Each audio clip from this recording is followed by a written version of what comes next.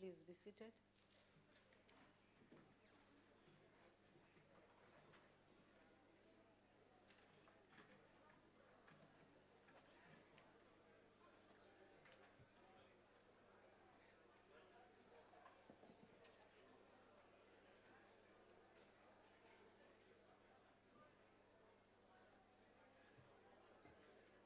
Order. The first item on the order paper is questions addressed to ministers in Cluster 5, Economics. Honorable members, you will recall that certain questions stood over during questions to ministers in Cluster 4, Economics.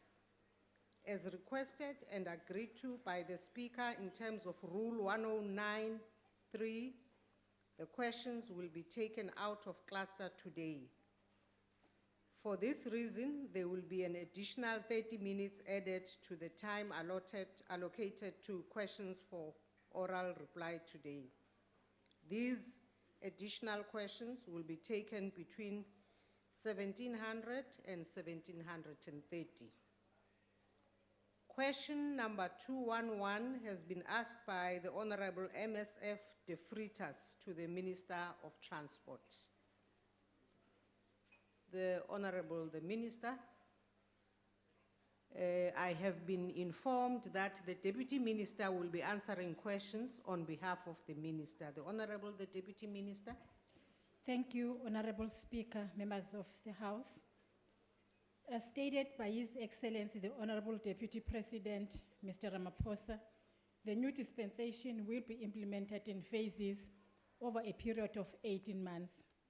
These phases are determined by the required toll system changes and legislative processes that must be concluded first. The revised cap and uniform tariffs for each class of vehicle will be implemented in the next 2 months once the toll tariffs have been publicized in the Government Gazette. The next phase will be approval of the new dispensation, which of course happened by the Minister, which happened on the 12th of June 2015, and to be followed by the gazetting of the relevant new toll dispensation to allow the public to comment within 14 days. The department will allow enough time for adjustment of the system in line with the reduced monthly caps for the different vehicle classes, single tariff for all categories of vehicles, and user registration. Timelines for the implementation for the rest of the changes are dependent on legal and regulatory processes. Regular updates will be provided to the road users as the new toll system becomes functional. I thank you, Speaker. The Honorable De Freitas. Thank you, Speaker. Thank you, Deputy Minister, for the response. As a follow-up, what legal authority empowers the department to withhold licenses from persons who have outstanding e-toll bills? If no legislation exists, when will she amend the legislation to empower her to do so? And has she considered the legal implications of such amendments? Thank you. Honorable Deputy Minister. As we have just said, the process is going to unfold. It's going to include both regulatory and legislative processes. And we actually will take into account everything, as we always do when we amend our legislations. I thank you. The Honorable Sitole from the IFP. Thank you, Speaker. Deputy Minister, the people of South Africa have said a resounding no to e-toll as a funding model. This government represents the will of the people. Why are you then pursuing this model of e-toll fundings and not identifying alternative funding solutions when the people have been spoken clearly on this issue? The Honorable Deputy Minister. Chairperson, the panel took time to go through a process that was very inclusive. Indeed, it came up with recommendations. One of them was to say the government must go ahead with the user pay principle, which thing is what we are doing. And of course, we will continue to do that because we still have got to deal with our infrastructure, road infrastructure. We've got to repair our roads. we've got to construct our roads, and we need fundings in order for us to do that. And this is exactly what the panel did, taking all its time. And of course, that followed another process that was led by the then Deputy President of the country, Honorable Kgalema Motlanthe. And therefore, we're doing that which was agreed upon. But of course, even the survey is not saying what the Honorable Member is saying that was conducted. I thank you. The Honorable Mishwe.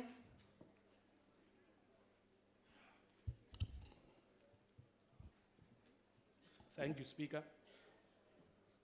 Included in the new e-toll dispensation policy that was announced by the Deputy President was that motorists who do not pay their toll fees within a month of their account being issued will pay double the amount owed, and that motorists who owed toll fees before the implementation of the new e-toll policy will get a 60% discount if they paid what they owed within the next 6 months.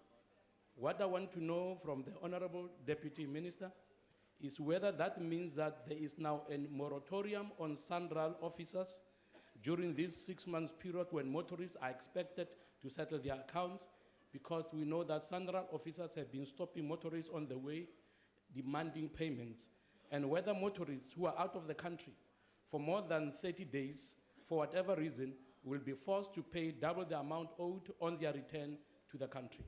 Thank you. Honorable Deputy Minister. Chair, Speaker,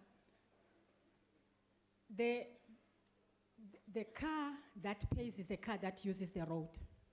If you are out of the country, automatically you do not use the tolled road. So the principle is that you drive on the road, then you pay on the road. There is no moratorium on anything. The process continues. If you are using the road, you should pay for the road. What we are saying is that for those that have not been paying since 2013, they will then be expected to pay 60% less of the money that they owe SANRAL or owe government. But also I must say that even those that will not pay within 30 days, that money that they will pay is kept, which the Reverend is asking, the Honorable Reverend is asking about, is kept to 450. So whether you have paid within 30 days, you're going to pay 225 if you pay within 30 days.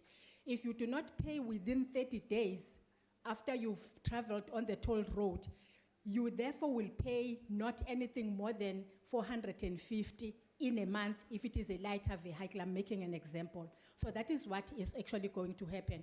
But if your car is not in South Africa, and not even if it is in South Africa, if it is somewhere in the, where I'm coming from, and not on any tolled road, you will not pay, as I'm not paying on the road that is not tolled. I pay when I drive on the tolled road, whether it is in Gauteng or in KZN or any part of South Africa, because it is a user pay principle. The only difference is on the mode of payment, which is either electronic or conventional, that is manual. And that is all, Chair. I thank you. The Honorable Mulaudzi, EFF. Thanks, Speaker. Deputy Minister, the reason why SANRAL also owes such a money of the Gauteng freeway upgrade is because of the poor management by SANRAL. And the Competition Commission also found that construction companies colluded, which caused a cost of escalations to increase by more than 100%. Why is SANRAL not recovering the money stolen by construction companies to pay the debts instead of implementing the e-toll? Thank you. The Honorable Deputy Minister. Honorable Speaker, the issue of collusion is something different. But as a matter of fact, if there is one state-owned company that is well run, well managed, which is something that is good for South Africa, is SANRAL. We have built beautiful, world-class, state-of-the-art paradise roads in Gauteng. They are there. They are there. We're not talking about something that we will be building. They are there, you drive on the road, you like driving to paradise. And they are there better than some of the roads in the world. And Sanral is managed and properly run. It is doing its work for South Africa. It's the best thing that has happened in South Africa when it comes to road construction. And therefore what the member is saying is just not true. Drive on the road, you're going to paradise. I thank you.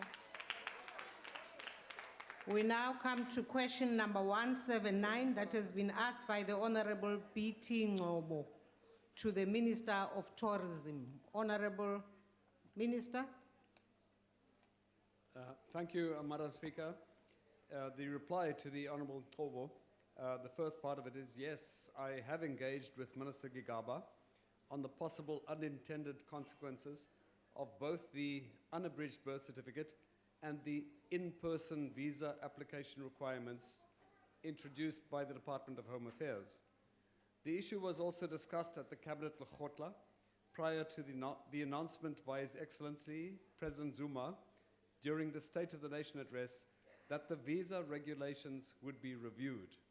Subsequently, at a meeting of Cabinet on the 10th of June, it was decided that a team of ministers would be set up to discuss the concerns around the visa regulations with the aim of finding, please just listen for a moment, with the aim of finding ways to address the unintended consequences arising from the implementation of these regulations.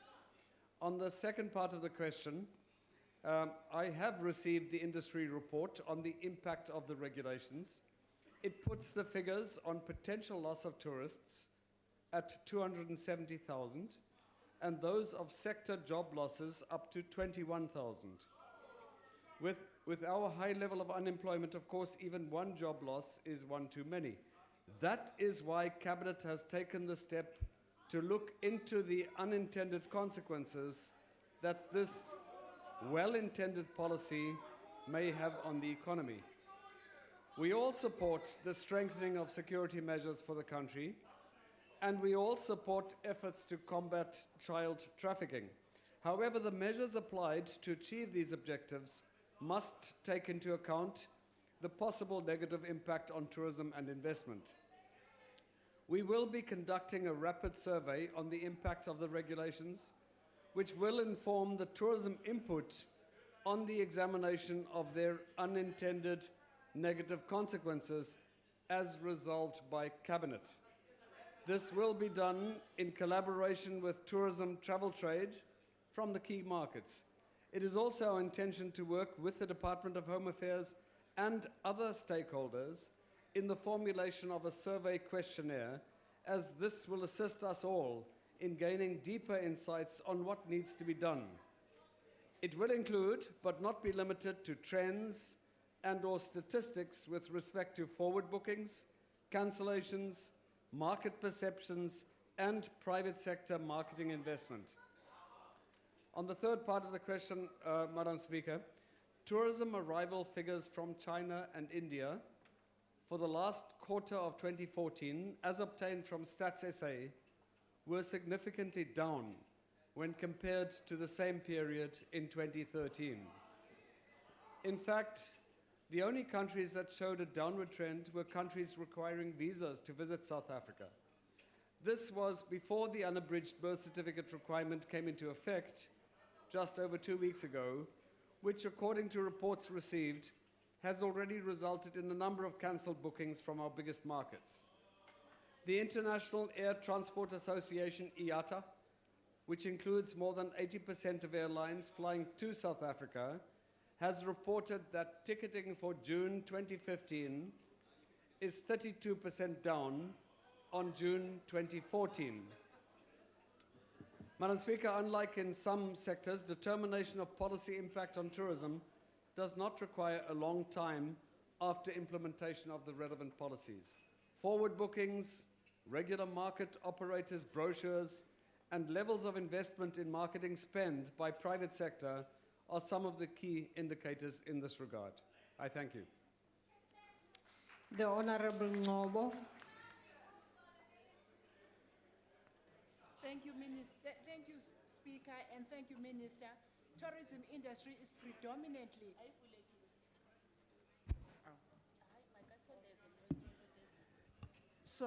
tourism industry is predominantly run by the tourism industry, and all the information that we have, we got from the tourism industry. We are, however, encouraged by the survey that is going to be done by government. And Minister, we are looking forward that the survey will be given to us as soon as it is available, and also to encourage further dialogue if there should be a need. I thank you, Speaker. Minister, would you like to use an opportunity to make a comment?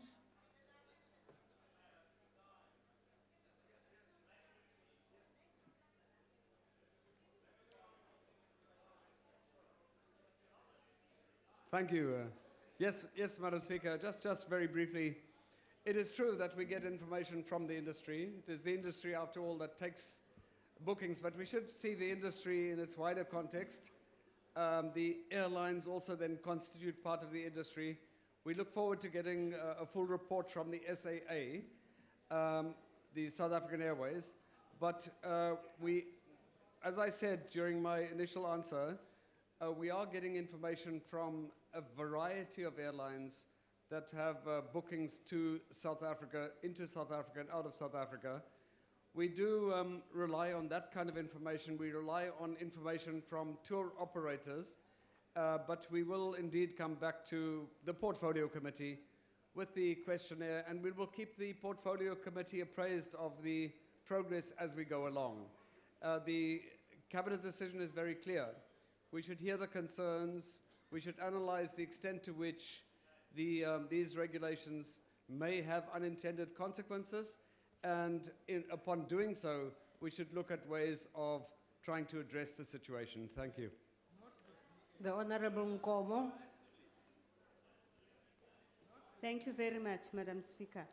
I would just like to find out if the Minister or the Deputy Minister, if they have engaged the Southern African Tourism Services, if they've met with them, or if they haven't, when are they actually going to meet with them so that they can address some of the concerns which are raised by this institution?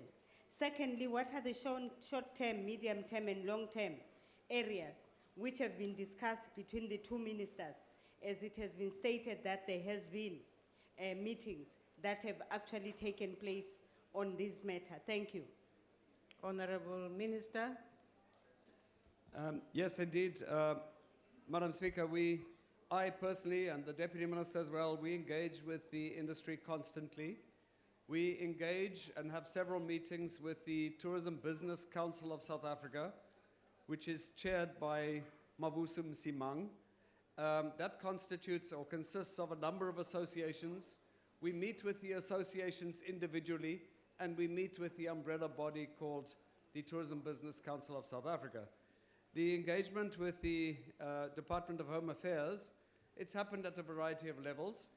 On the initial meeting, there was an agreement on the postponement of the application of the unabridged birth certificates until the 1st of June this year. But subsequently, events have really overtaken us. The matter was raised at the Cabinet Lekgotla, as I said. It was included in the State of the Nation address of the President, and Cabinet is now seized with the matter.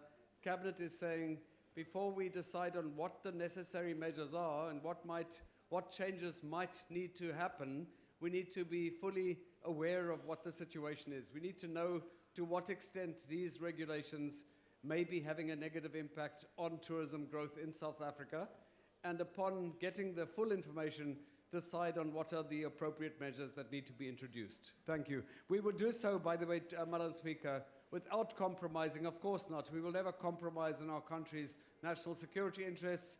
It's just a matter of finding the best way of dealing with the situation, finding the appropriate balance between defending and protecting our country's security interests, being responsible as a country in our efforts to combat child trafficking, but to find the right ways of doing so, which will minimize the unintended consequences. Thank you. The Honorable Krambok. Thank you, Speaker. Minister, I really find it very hard to understand how you can talk about unintended consequences when you're warned so many times in advance. We are only all too aware of the wreckage to tourism caused by your government's new visa regulations. Cancelled inbound flights, declining tourism arrivals, shocking opinion surveys conducted in Great Britain, and so on. Our own tourism stakeholders, such as the Association of Southern African Travel Agents and SATSA, have confirmed that just this month, airline tickets to South Africa have declined by over 30%. However, the Department of Home Affairs and the Minister rubbished these statistics, saying on the 9th of June, and I quote, "These were just figures that were being thrown around to cause confusion," unquote. Minister, who is correct? The tourism industry or the Department of Home Affairs and its Minister? Do you believe the Home Affairs Minister? The Honourable Minister. You know, I certainly believe what the Honourable Minister of Home Affairs tells me. I don't know about what you're saying. As far as I know, there was a statement to that effect from the spokesperson, not from the minister himself. I have never rubbished these statistics, and I will not. I engage with industry. I have the statistics. We have many reported cases, many that have come to my attention, not through the industry, not from the DA, but have come to my attention from our country offices of SA Tourism. They've come to our attention because these matters have come to our attention. That is why the matter was referred to Cabinet, because it's a serious matter, and that is why Cabinet is taking it seriously. The Honourable Matthias.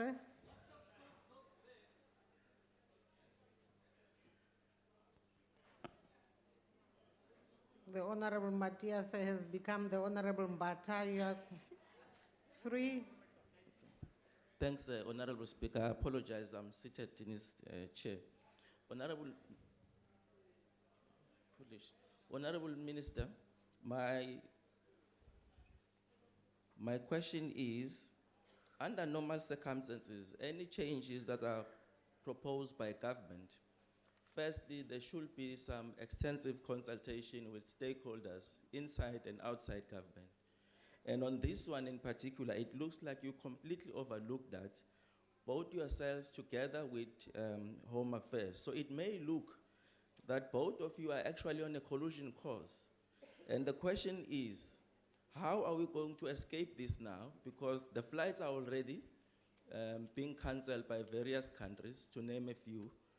And the industry is going to be affected. And this industry, unfortunately, employs the poorest. Youngsters who just graduated, youngsters with matric and so on. Honourable the Minister. Yes, thank you, Honourable Member, for pointing out the importance of tourism in our country. It's an employment-intensive sector. Any decline in tourism results in job losses and very quick job losses. The opposite is also true. If we can get this sector to grow, it will result in significant job creation. So thank you for just supporting us in acknowledging the importance of the sector to our economy, to sustained and inclusive growth in our economy, and to job creation. On the question, there's no clash between the Minister of Home Affairs and myself. Let me read to you what the Cabinet decision was. The Cabinet decision was that, and it was released publicly, that that Cabinet noted the views expressed by various sectors and resolved to set up a team of ministers from both the economic and security clusters. The team is expected to discuss and engage with the concerns with the aim of finding ways to address the unintended consequences brought about by the implementation of the regulations. So the Minister of Home Affairs clearly is doing what his mandate is. His mandate is to do precisely what he is trying to do.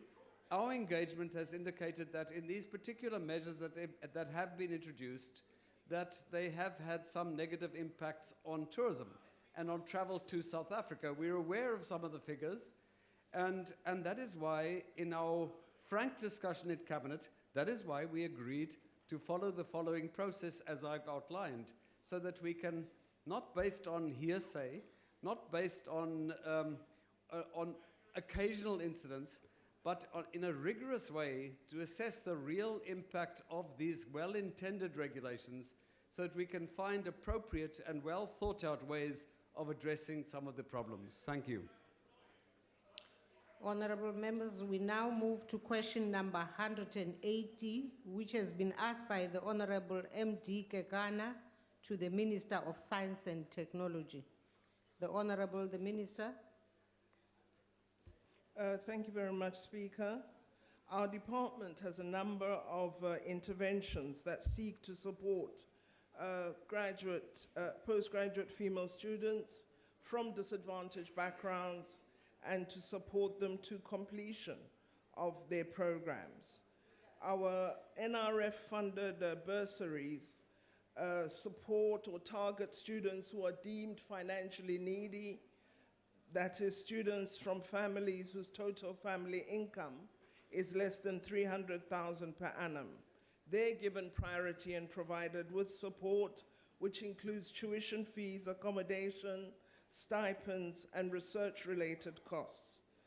Furthermore, any funded student who does well in progress with her postgraduate degree is ensured support right up to graduation with her PhD.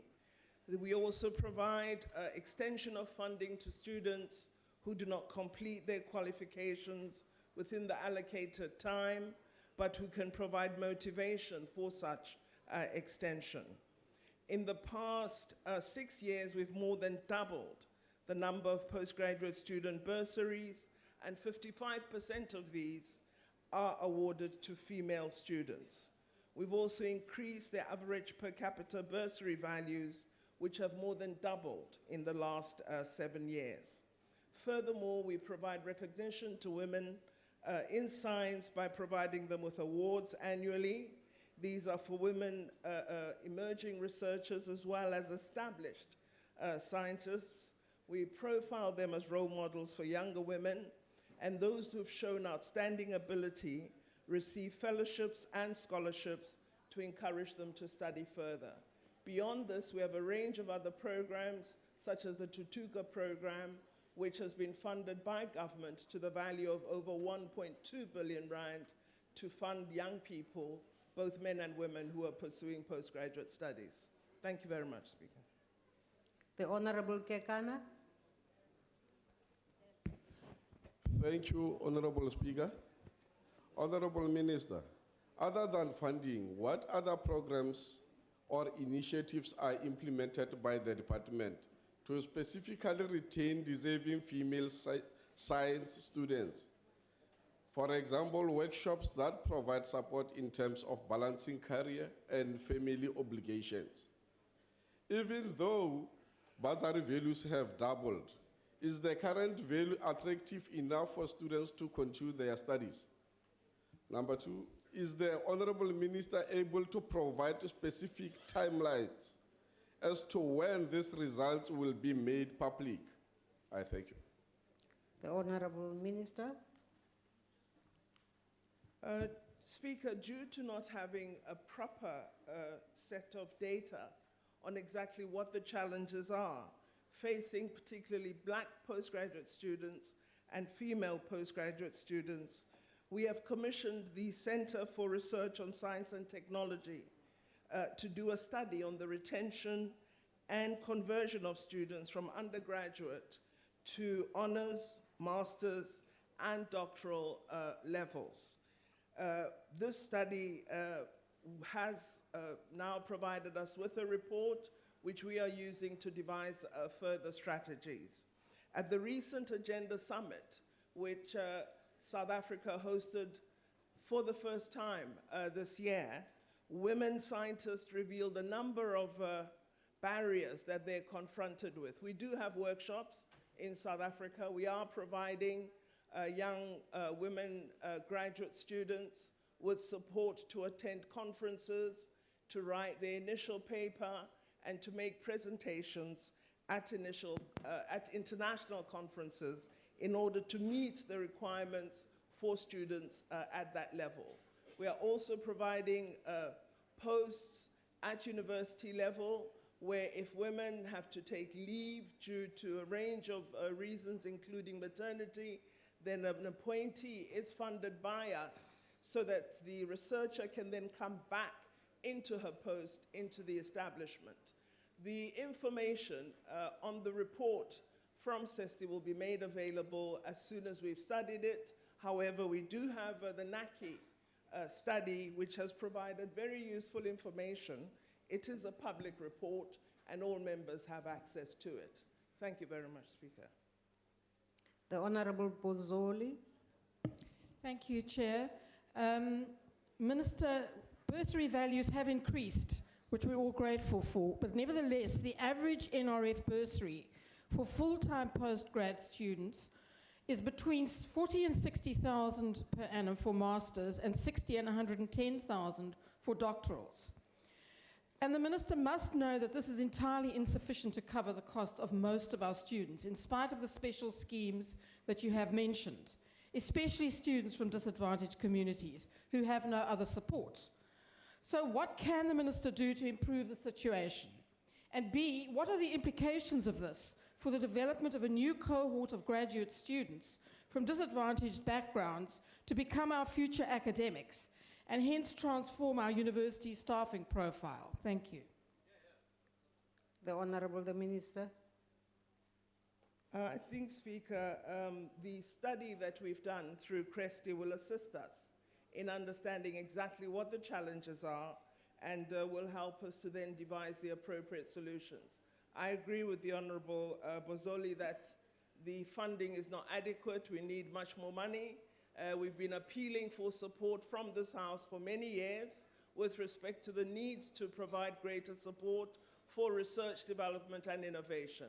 However, having said that, we must also say that the growth that we've seen is actually a significant improvement on what we've had in the past. So we are working hard in order to ensure that we see even greater improvement.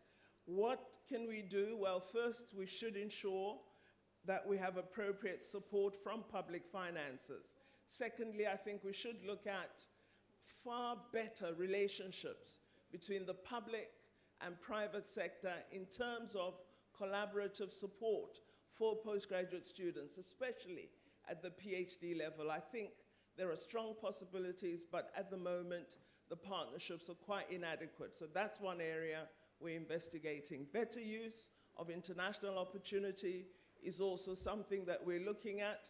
Thirdly, collaboration between higher education as well as the Department of Science and Technology, which I can confirm is occurring at a far better level than we've had in the past, and I'm sure we're going to see improved support, particularly in supporting academics to achieve both master's and PhD qualifications. Thank you very much, Speaker. The Honorable Hlengwa. Thank you very much, Madam Speaker. Honorable Minister, you have touched on the issue that I'd wanted to raise with you, the public-private interventions which are necessary to ensure that this program is a success and is sustainable. Now, when you say that it's inadequate, obviously we want to find out what plans are in place to actually fast-track a better working relationship between government and the private sector to ensure that the corporate social responsibility programs encompass this particular aspect. The other issue, Honourable Minister, would be, of course, in government generally, the issue of gender-blind budgeting, which is at times prevalent. To find out what engagements are you having with your cabinet colleagues to ensure that government departments are responding positively to ensuring that their bursaries and other initiatives of financing education are assisting your program to ensure that you tap into other areas of funding. Thank you. The Honorable the Minister. Well, with respect to public-private partnerships, one of the things that we've begun is an annual meeting with corporates that have a strong research profile, both to alert them to our areas of research investment, as well as to have an understanding of what their needs and programs are. And I think that annual meeting has led to far better deliberations on how we might partner. For example, the hydrogen fuel cells centers of competence at the University of Western Cape, Stellenbosch, and University of Cape Town have very strong industry partners as a part of the collaboration. And all those programs at those three universities involve support for master's and PhD candidates. So I think it's that kind of model which both leads to support for research within the institution, but is also leading out into innovation and the creation of new industry potential that I really would like to see coming into being. So my annual meetings with the private sector and the deliberations are leading to that kind of concrete outcome. With respect to gender blindness, well, it's not really primarily my responsibility. I address it within my domain, clearly, of science and technology, and can speak to what I do in that domain. For example, the honorable member would be aware that we've established these research chairs in South Africa, what we call the SARCHI program. We were fairly astounded to realize, despite its immense success, that the appointees are primarily male, and that we had inadequate appointment of female candidates, despite there being women who are competent to fill these positions. So we decided in the new call for chairs that the 20 new chairs would be designated for women appointees only. That's part of our gender response. But clearly, from deliberations we had at the Gender Summit of Scientists, much more needs to be done if we are to address the plethora of challenges that women face within the science domain, which remains primarily male-dominated, despite very competent women researchers both in South Africa and worldwide. It's a worldwide phenomenon, not just one that occurs in our country. Thank you. The Honorable Mbata.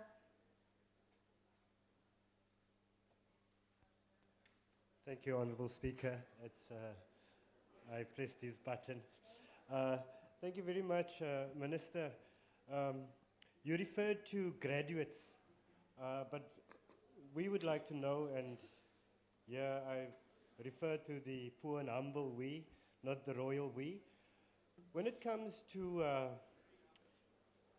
young women from disadvantaged areas, what is the department doing to encourage them to pursue and also to support them to pursue studies in science and technology? Thank you very much. The Honorable Minister.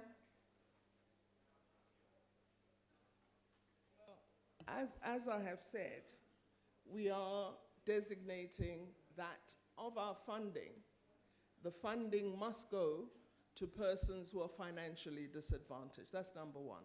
But two, what we do is, while a proportion we say should go to black candidates, at minimum, our programs call for 55% to be awarded to women. So that is part of the strategy that we implement. With respect to young girls, we run a program that is funded within the department, which is called a Youth into Science strategy. It targets young women with the intention of improving their success in mathematics and science, because you have to address the pipeline in order to have the numbers coming into where we are operational. So we have a very vibrant winter program run through Wits University, as well as University of Limpopo, where we're supporting young women to enter the fields of, to succeed in the fields of mathematics and science. We also have a teacher development program to ensure that teachers are supported to be able to competently teach these subjects. So the Youth into Science strategy has a range of programs. We've established 36 science centers throughout the country. I'd love to see one per ward, but don't have the finances for it. But the 36 are certainly a very good beginning. I announced just last week that we'll be establishing the 37th one in Gofimvaba in the Eastern Cape, in the deep rural areas where we're trying to reach young people and let them access science and technology. We now move to question number 212 that has been asked by the Honorable K.S. Mubu to the Minister of Public Works. The Honorable the Minister. Thanks, Speaker. It should be noted that when the Department of Public Works started with its investigation of the matter, as Minister of Public Works, I ordered that the work on the project be halted until the investigation was completed. I must point out that arising out of the investigations, there were a number of recommendations, including those of the Public Protector, which were implemented in relation to the following areas. Disciplinary processes, 12 officials have been subjected to these processes, and one case has been concluded. The weaknesses in the supply chain processes, a new SCM policy with a comprehensive internal control system has been approved, and the training of officials is being conducted. Also, the Compliance Inspectorate has been established. Weaknesses in the project delivery and the value chain process, DPW is now integrating the infrastructure delivery management system, that is the IDMS, into its systems. The department has engaged in the processes to employ professionals in order to create internal capacity and to reduce the potential for placing undue and exclusive reliance on external appointed service providers. And fourthly, and other actions which are arising out of the SIU report have been taken, such as criminal charges which are being considered by the prosecuting authorities and referrals to SARS of the tax clearance certificate in respect of 14 of the consultants and contractors. Remember, when I stopped the project, work was almost complete in terms of the original scope of work. However, there were outstanding work to be done which did not fall within that scope of work. So as Public Works, it's not our call, it's SAP's call as a responsible department for conducting security assessment, which will indicate what work needs to be done by way of new security evaluation. If then, when it arises, that we will engage as Public Works with SAPs on what needs to be done. Thank you. The Honorable Mubu. Thank you very much, Honorable Minister. In your previous press conference with your colleague, the Minister of Police, you stated, and I'm surprised what you are saying to us now, that that work may not start until the police have given you the mandate to proceed with the security upgrades. But in your press conference, you had indicated that there were still some security upgrades that have to be done at the President's private residence in Kanda. So my question is, what is expected cost of what is the expected time frame for these upgrades? Thank you. The Honorable Minister. Honorable member listened. I talked about the scope of work in terms of what were given in terms of the first phase. As to the second phase, once those assessments have been done, it's only then that we'll discuss that with the Ministry of Police and their various experts. Because we were talking of different phases. Thank you. The Honorable Filtane. Thank you, Honorable Speaker. Honorable Minister, my follow-up question here is a simple one. At which stage would your department say we have spent enough on Nkandla? Given the large demand for the services of your department, as well as the huge amount of money that has already been spent on Nkandla, at which stage would you say, even to the Minister of Police, I think we have spent enough on Nkandla? Thank you. The Honorable Minister. That will be determined by security experts. And listen very carefully.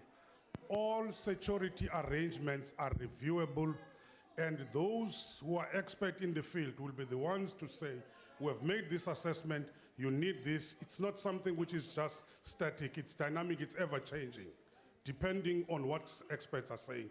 And it doesn't happen only with the president, it happens with everybody who needs security. Thank you. The Honorable Sitole. Thank you, Honorable Speaker. Honorable Minister, actually what I want to find out, when do this process expected to be finalized? Because it is a long process, started from 1999. There's some processes that have been happened. Now we want to find out the time frame. When will this process going to complete it and finalize? The Honorable Minister. I'm not sure where Honorable Stoll is getting 1999. The process started in 2009.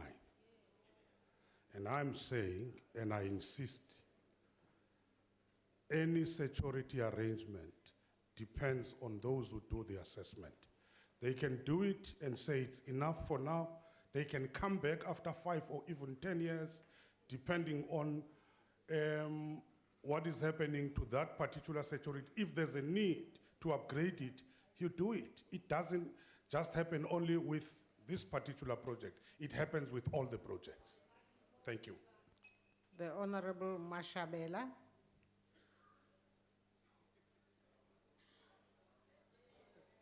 Speaker, Honorable Dlamini, Bravo Mashabela is not here. Minister, your own department's report on this Kandla matter, it did not specify the chicken run, the spaza shop, as well as the cattle crawl as security features. Have you changed your mind and your views now since the Minister of Police, with his bundled up reports and claims that those are security issues? And secondly, on this one, Minister, now see Kurumela Pansi, and Luchuli House is not listening, I can assure you. This thing is swimming pool. We are calling on the Minister. Uguti is security feature. Thanks. The Honorable Minister. If you've read all the reports, all the issues you are mentioning have been mentioned there, not by Public Works, by the security departments. I've not changed my mind. From the beginning, I've been talking about those issues. It just ends there. Thank you. Honorable members, we now move to question number 181, which has been asked by the Honorable M.T. Kubai to the Minister of Telecommunications. The Minister. Thank you, Honorable Speaker. Considerable work has been done, including establishment of the provincial project and task teams to implement the project, taking into consideration the provincial and local government needs. The infrastructure gap analysis has been done to identify areas with the greatest infrastructure deficit. The business case for phase 1 of broadband rollout of the plan to connect government establishment in the NHI pilot sites were completed, and funds, although limited, of about 200 million have been allocated for this financial year. Verification surveys are ongoing to confirm the infrastructure that is in existence and which will allow us quick connectivity. In this financial year, Madam Speaker, we envisage to connect 1,296 government offices or sites. We are in the process of following due process in the appointment of Telecom as a lead agency with to assist government to deliver these services.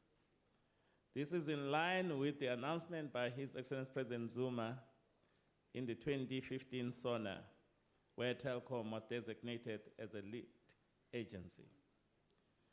Following the engagement with the stakeholders, a memorandum will then be submitted for Cabinet for consideration. On the budget, next question. As we have said, the capital budget allocated in the MTF is as follows. In this financial year, 200 million rand. The following year, it will be 268 million.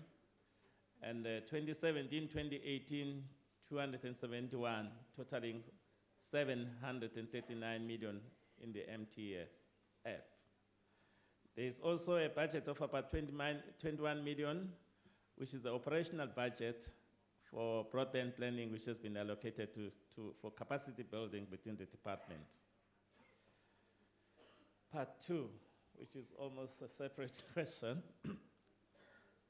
on the spectrum allocation. I'm coming to satellite. I'm still speaking about spectrum.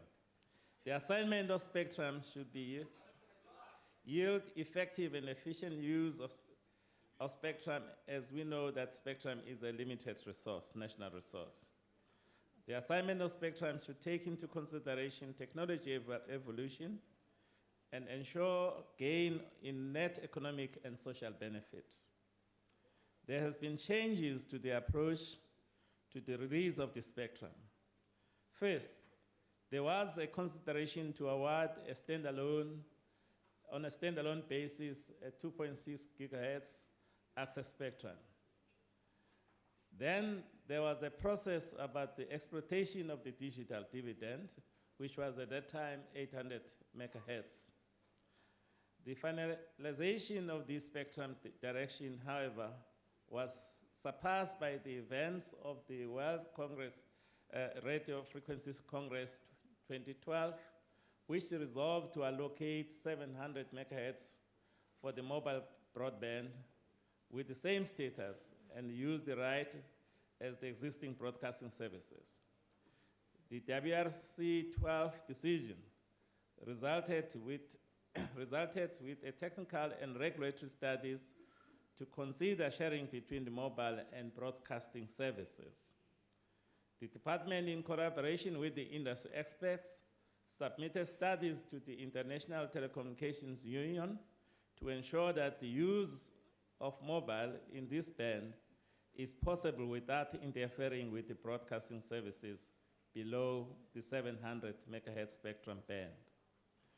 Due to limitations of suitable spectrum, and in order to support technology innovation like the LTE Advance, which requires sufficient spectrum, our approach is to ensure that the digital dividend, which now includes the 700 and 800 megahertz, is released at the same time. This will allow for contiguous spectrum band during the assignment of the spectrum.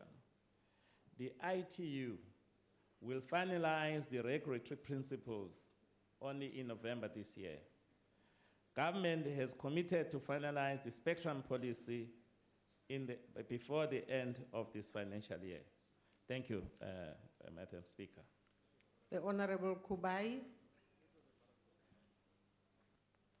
Thank you, Madam Speaker. Thank you, Minister. I think we do believe that broadband rollout and access to internet services, ICT services, is very critical, especially in remote areas, and we welcome the development as you just reported.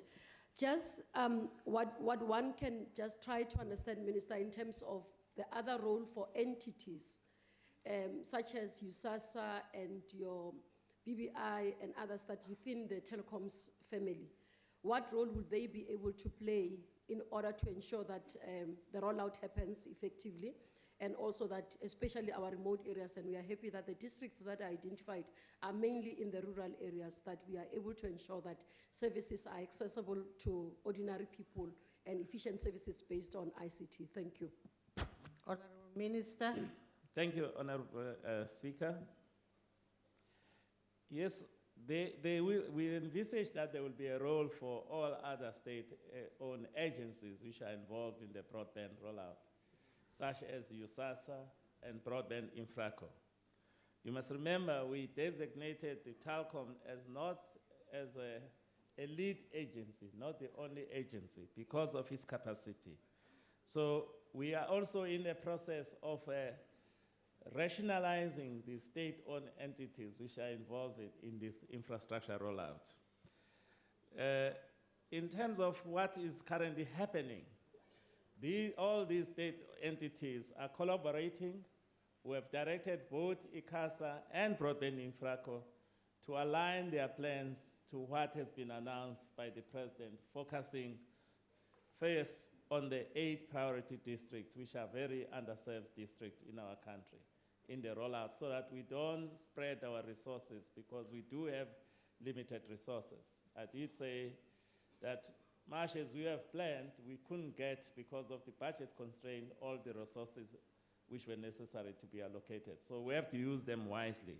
So that's what is happening currently, Madam Speaker. Thank you. The Honorable Sheen. Minister, I have tracked down only one tender awarded so far in pursuit of this first phase of broadband rollout. This is to construct or extend the broadband infrastructure and to provide services to the Matali municipality in Mpumalanga, in Limpopo, and the Albert Lutuli municipality in Mpumalanga. Awarded to Mahalo Engineering Projects, this tender is worth 23.7 million and is unlikely to cover the full costs of this project, which must be completed by March 31st next year. There may be other tenders out there, but I've not seen them. But surprisingly, no mention was made in the bid documents of how this company must interact with JSE-listed Telkom. The absence of Telkom in this bid seems like a policy contradiction. Can you give us details of what the scope of project is and what private sector involvement is going to be included in this project, and whether the procurement processes have been legally followed? The Honorable Minister. Thank you, Madam Speaker. I thought the DA was listening.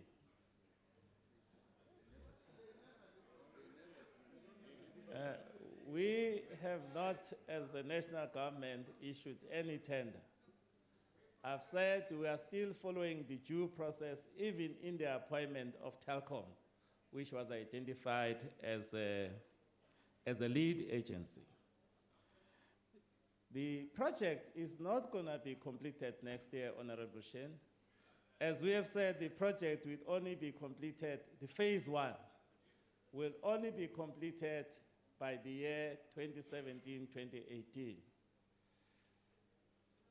So I think we should just correct this. I don't know where you got those tenders, but however, the provincial government and local municipalities, can you ask them to listen, Madam Speaker? Otherwise, there's no point for us answering them. I'm sure they are listening because they asked the question. Thank you. What we're saying, the project will be completed by 2017, 2018. The listing of Telkom, I think members must be careful about and be sensitive that Telkom is a listed state-owned company. It is a state-owned company. It is Telkom SOC. That's how it's written. But it is listed.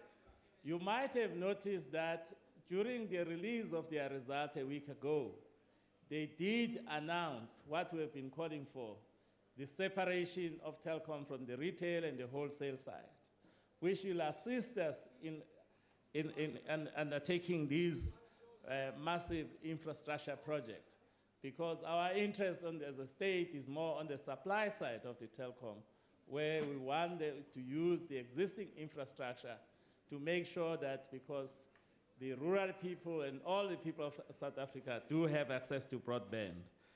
I thought I should just give that's our response, Honorable. The Honorable Dudley.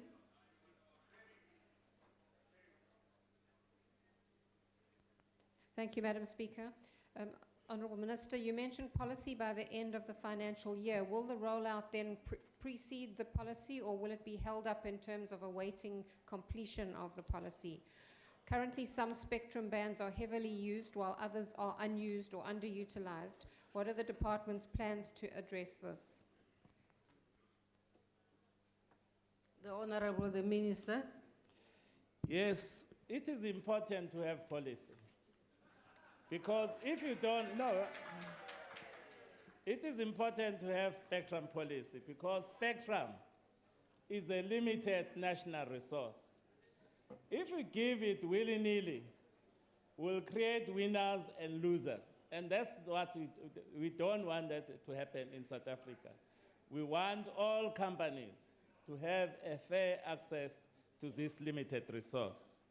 That's why it is important that we should finalize the policy so that by the time we allocate, particularly what is called premium spectrum, everyone knows what are the rules of the game, and we have engaged our public.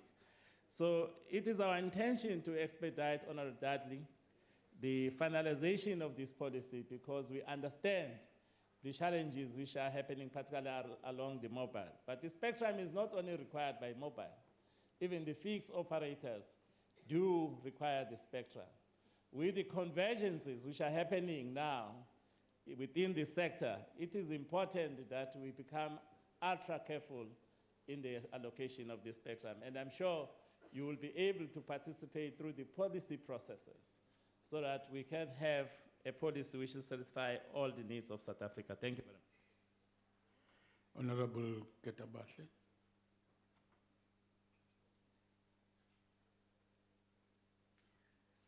Thanks, Honorable Chair. Honorable Minister, many of these district municipalities are cash-strapped, some owing ESCOM billions of rands, failing to deliver water, electricity and sanitation, and at times unable to pay salaries. For example, Vembe municipality. What is the estimated running cost of the broadband infrastructure, and is the department or municipalities responsible for this cost? Honorable Minister. Our role as a department is to coordinate the broadband rollout.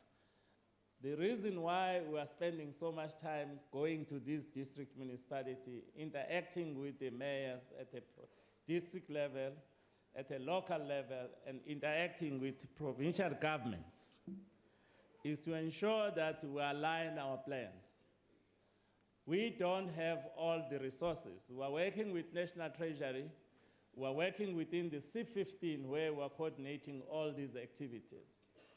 It does mean that national departments, national entities, provincial departments, provincial entities must reallocate their budget as we move forward. Because if we are now using tablets, we are no more using exercise books. So we must take the budget for exercise books, for the electronic gadgets. If we've been using textbook and now we're using e-books, you must reallocate all that budget. It's not going to be all new budget which is allocated. So even the municipalities, they have to do the same exercise. We believe that when people are using the e-services, they'll be efficient in the delivery of the services. It will also assist the citizen to access these government services. So it is a project which is coordinated at a national level, working with the provinces and municipalities so that we can all reap the benefits of going e-governance. Thank you very much. Thank you, Honorable Minister. We go to question number 182, being asked by Honorable Mudau to the Minister of Transport.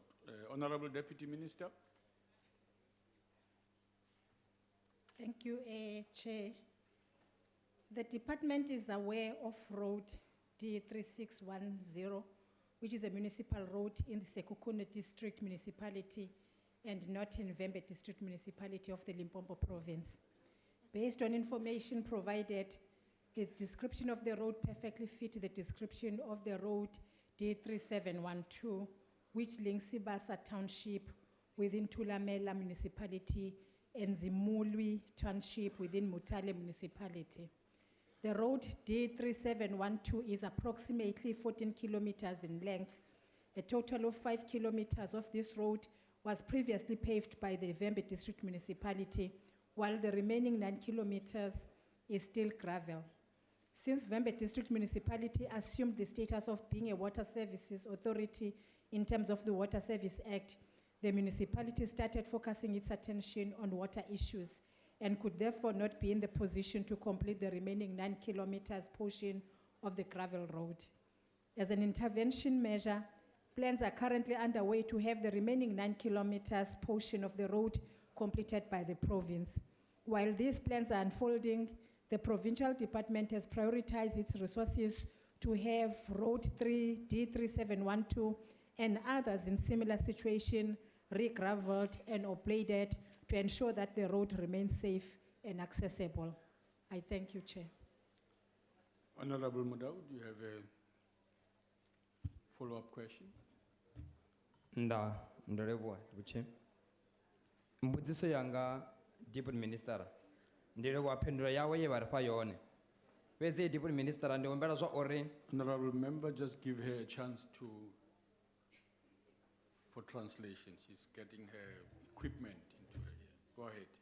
Deputy Minister ndolebwa pendura yawe ye barfa yone. Weze ndi ombela zwa ore Deputy Minister ba ombele zwa ore wabone zwa ore mubuso wa bukati wa Limpopo. Uita zwa ore bada heya ova zimaulu ichifiranga matangari ichi ya makonde D3712 iba kamugaga nyo gwama wa mwaha wa 2015-2016 nga ore ndi bada ine yashimiswa nga zi ambulance zibisi na zitaxi za watu vane bava ka masipala mibili wa Mutale na masipala wa Thulamela ndolebo. Thank you, sir. Honorable Deputy Minister. Ngiyabonga mphathi sihlalo. Njengoba sishilo ukuthi iprovince iwabukile lemigwaqo efana nalena nawo lo ukwiprogram yeprovince ukuthi iwulungise ngesikhathi sayo iprovince. So yes, ngiyathemba ukuthi kulesi sikhathi lesi sika 5 years angeke ngicommitte ukuthi ngalonyaka ushoyo okhulumayo kodwa kuleyo sikhathi njengoba sikhona yona lemigwaqo izolungiseka nawo lo yeminye yemigwaqo iprovince eyibukile ukuthi ilungise. Ngiyabonga mphathi sihlalo. Siyabonga Deputy Minister. Sicela ubaba Sithole. Ngiyabonga sekela Speaker. Bengicela ukuthi mhlambe ku-follow up engicela ukuyenza ukuthi ngicela ukubheka ukuthi i-department njenge-department ngabe zikhona yini ama-intervention strategy enawo njengamanje ekuncedeni ekutheni i-D3610 ikwazi ukuncedakala njengoba bakwazi ukukwenza kumroto road le kunemali 1.6 billion abakwazi ukuyifaka khona ngoba lo mgwaqo isikhathi esiningi usulimaza abantu abaningi uyafana nomroto road ukuthi ayikho yini imali mhlawumbe abangakwazi ukuthi bayithole bakwazi ukuyonceda i-province yaseLimpopo. Deputy Minister. Ayikho kwi-program ye-National Department lomgwaqo ukuthi izohamba iyonceda. Imloto road kune-process esiyilandelayo ukuze as national sikhona ukuthi siyonceda. So awumani nje ungene emgaqweni kuba ne-process esemthethweni ngoba uma umgwaqo uyi-provincial road owe-province uma uyi-municipality road okamasipala uma kufanele ningene ni-assist kufanele nilandele i-process ethize esemthethweni eyenza ukuthi nikhona ukwenza lokho. So kune-process eqhubekayo yomloto road ukuthi ukwazi ukuba ku-national ikhona i-national izokhona ukulungisa. Kulona ke awukho kwi-program ye-National Department of Transport kodwa ikhona kwi-program ye-province yaseLimpopo. Thina kwethu ngoba sinesihamba sonke grant esiyisayo khona ukubuka ukuthi benza njengoba beshilo yini ngokuthi senza ama-site visits njenge-Department of Transport. Ngiyabonga. Siyabonga Deputy Minister. Honorable Malautsi.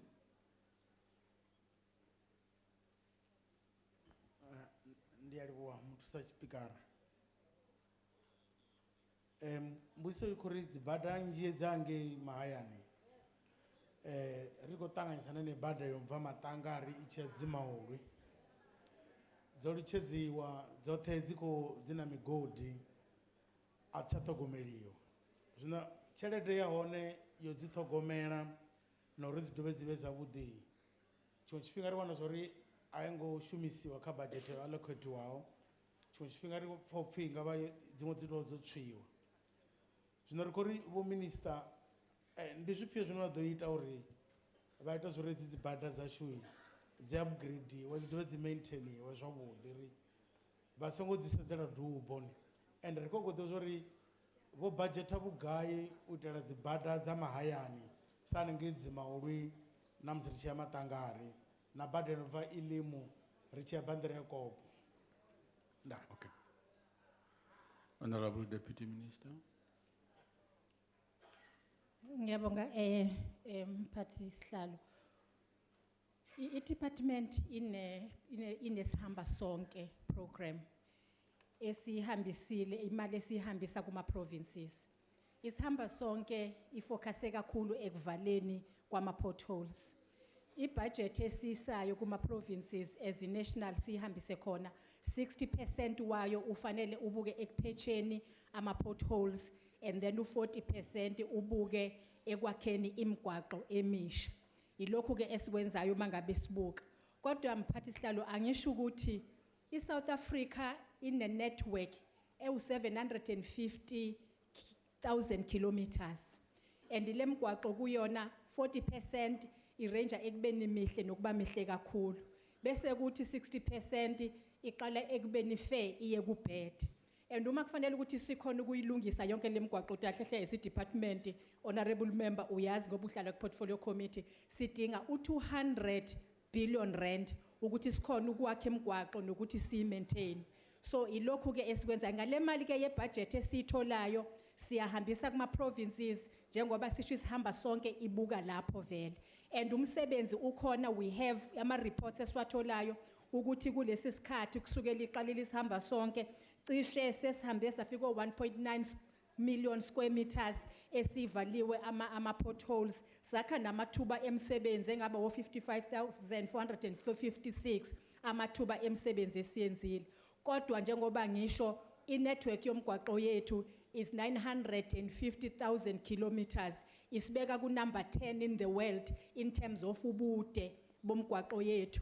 And sinayo lonke inga yokuthi siyifunda kanjani mhlambe into okufanele sikhulume sabantu base South Africa ukuthi how are we going to fund our road infrastructure so that ibe kwi status esifunayo but siyazama kakhulu ezi department nama provinces no masipala. Ngiyabonga.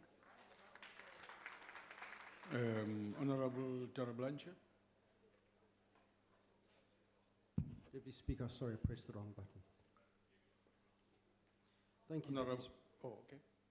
Thank you, Deputy Speaker. Go ahead. By the admission of the Deputy Minister, she admits that the local authority was concentrating on water, delivering water-related issues. And if the province is planning an intervention in the challenges experienced by this local authority, is it not an indictment on the failure of this local authority and the province in not being able to maintain and fulfill its mandate? Honorable Deputy Minister. I don't think I will say it's failure on the side of the municipality. There are competing priorities. This is a rural municipality. People need water, but at the same time you have roads that are in bad state. And that is why the province of Limpopo has come into play to assist the municipality. So for me, it's really not the failure on the side of the municipality, but of course its priorities and competing needs of the people in the area. I thank you. Thank you, Deputy Minister. We now move to question 213, asked by Honorable J. Force to the Minister of Tourism. Thank you, Deputy Speaker. As Minister of Tourism, my job is to do everything possible to ensure the continued growth of tourism for the benefit of all its stakeholders. Tourism contributes 1.5 million direct and indirect jobs, considerably more than the mining sector. Tourism is indeed the new gold. We should treat tourism as a national treasure which needs to be protected, nurtured, and developed. Honourable Force is well aware of the commitment made by the President in the State of the Nation address that, and I quote, "To attract foreign skills for our growing economy, we will invite dialogue with various stakeholders on the migration policy. We will also prioritize the review of visa regulations to strike a balance between national security and growth in tourism." The Honourable Member is also well aware that at its meeting on the 10th of June, as I mentioned in reply to the earlier question, Cabinet was appraised of the implementation of these new measures, noted the views expressed by various sectors, and resolved to set up a team of ministers from both the economic and security clusters. To quote again from the Cabinet statement, the team is expected to discuss and engage with the concerns with the aim of finding ways to address the unintended consequences brought about by the implementation of the regulations. I have repeatedly briefed the Portfolio Committee on my engagement with the sector, and the Honourable Member is aware that the Tourism Business Council of South Africa, its members, and other role players such as the International Air Transport Association have been making written and verbal representations on this matter, which, quite frankly, is not a matter for the political soapbox. We have a shared responsibility as political parties to ensure that what we do is the best for our country, and, Deputy Speaker, it would be better for all of us to desist from combative engagement, repeating proposals that actually emanate from the industry and not the DA. So the answer to the first part of the question is, as I said in reply to the earlier question, we will be conducting a survey on the impact of the regulations. And in answer to the second part of the question, yes, indeed, I have had several discussions with stakeholders from the tourism sector. The department is taking the decision of Cabinet last week very seriously, and I will continue to engage with and listen to the concerns of the sector.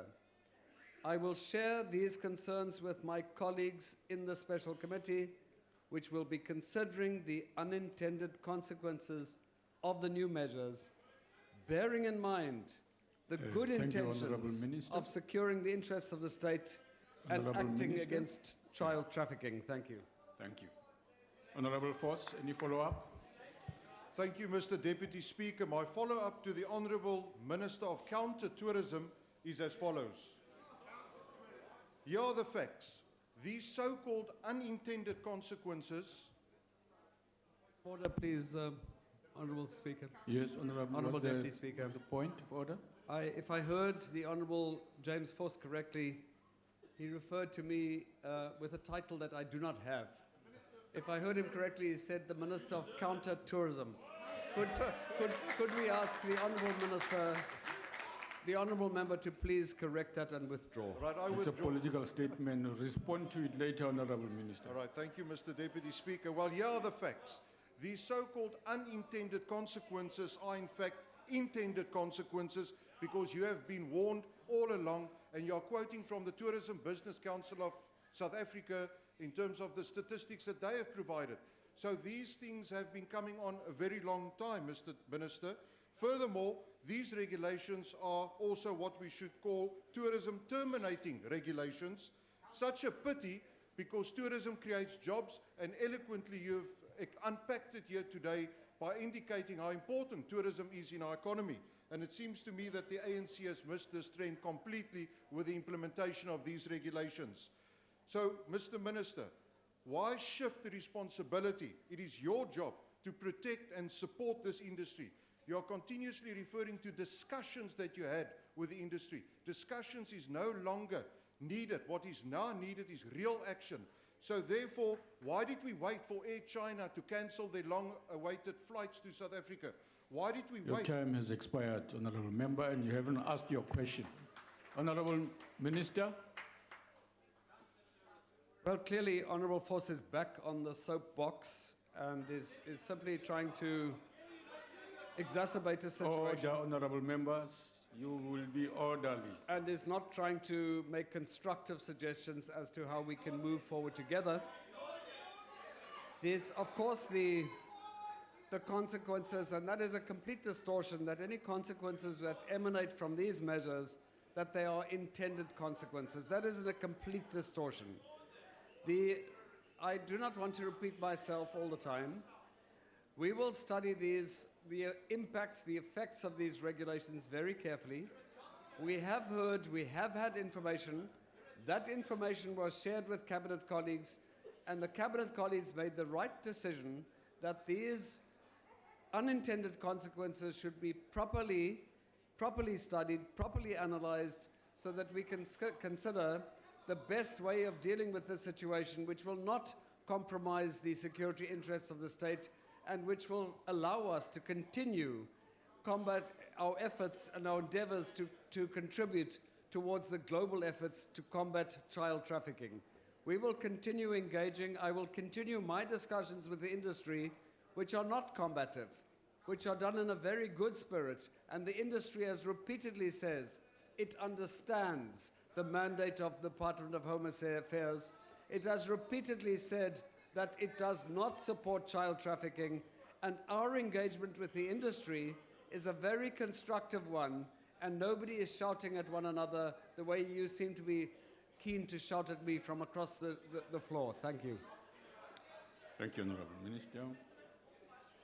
Honorable Nkomo. Thank you very much, Deputy Speaker.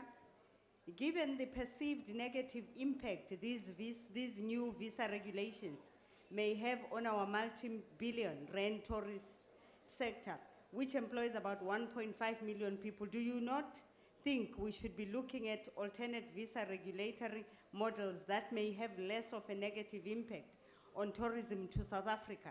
Is this being discussed at cabinet level? Thank you. Honorable Minister.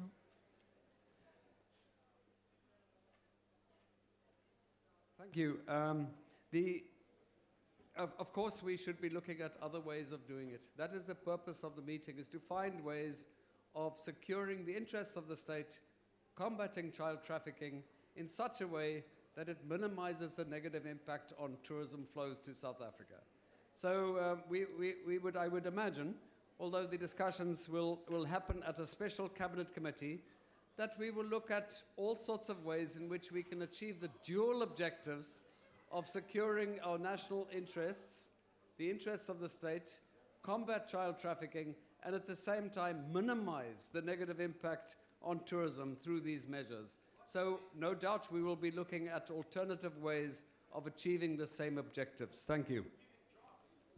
Thank you, Honorable Minister. Honorable Makubele Mashele. Thanks, Honorable Deputy Speaker. Honorable Minister, can you share and enlighten us on the various platforms and stakeholder consultation meetings that your department has with all the tourism sector stakeholders? Because we believe that your communication with stakeholders should be something that is ongoing, and it should not be limited to this topical issue of the immigration of visa regulations that are currently on the public discourse. Can you share with us the various platforms and the intervals that you meet with these tourism stakeholders? Yes, thank you very much, Honourable Member. These discussions are frequent and ongoing, and they were too numerous to even mention today, and they are on a range of issues. And you're absolutely right. The current immigration regulations would be one matter that we are discussing with the industry. I should say, Honourable Deputy Speaker, that notwithstanding some of the negative effects, which are difficult to quantify, by the way, I have made it public that we saw a considerable decline in tourism from China, especially in the last quarter of 2014. But we also know that Ebola had a significant impact on tourism flows from various countries in the world. At this stage, it is difficult to really assess the extent to which Ebola was the biggest single factor, or whether the visa requirements were also a very big factor. But we have sufficient information to know that the measures introduced aren't having a negative impact. As I said, the consultations with the industry, as you correctly say, should be ongoing and are indeed ongoing. We appointed a review panel to examine the effectiveness of our marketing strategies and to do an external review of SA tourism. I have shared these matters with the Portfolio Committee continuously, and I will continue to do so, because I believe every member of the Portfolio Committee wants to see the best results out of tourism. So we have ongoing engagements, good engagements. We should really be careful to avoid this kind of antagonistic approach, which is not going to help us address some of the real problems that are in front of us. We need to look very carefully at the best way that we can achieve this balance between protecting the interests of the state security, interests of the state, and continued growth of the tourism sector. Thank you. Honorable Sonti.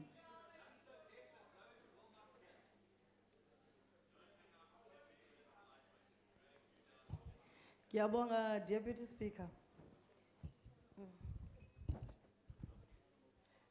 Were visa regulations not discussed in cabinet? If not, why not? If so, why did the minister not challenge these regulations there? Also, what is the projected impact of new visa regulations on number of tourists annually? Thank you. Honorable Minister.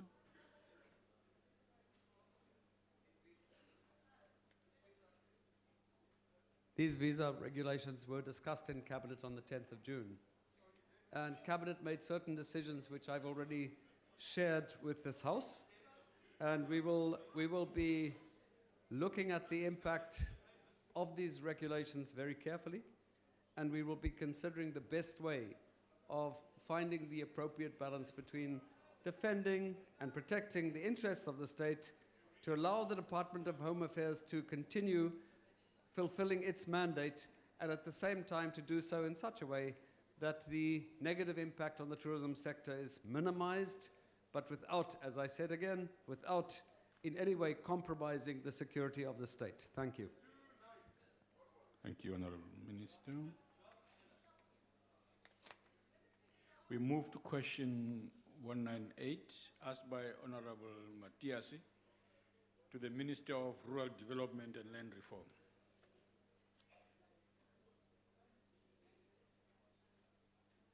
Honorable Minister.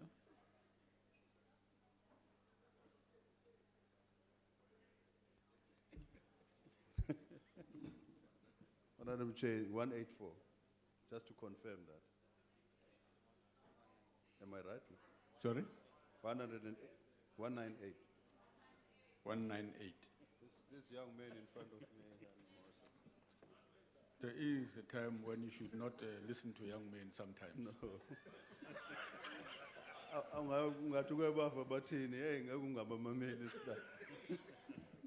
Thank you very much, Honorable Chair. The answer to the question is yes. In terms of the Communal Property Association Act, the department is compelled to assist communities who want to organize themselves into communal property associations. The department is assisting the community to establish themselves into a CPA in full compliance with the above-mentioned law. Thank you very much, Chair. Thank you, Honorable Minister. Who stands in for Honorable Matiasi? Okay, Honorable Member, proceed. Thank you, Deputy Chair. Minister, the people of Gwayu have been consistently victimized from the Matanzima regime of the former Transkei to this day. They have been forced into lease agreements or into working for people who have leased the land from the state. Their victimization has gone on for far too long. Do you have any plans of formalizing their tenure rights to the land? And what is preventing the government from supporting a group of black people who want to farm on their own land productively? Thank you. Honorable Minister.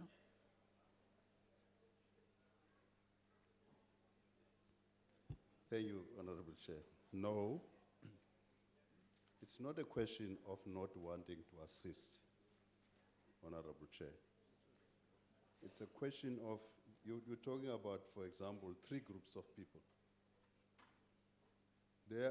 Some of them, a 3rd group, was never there before.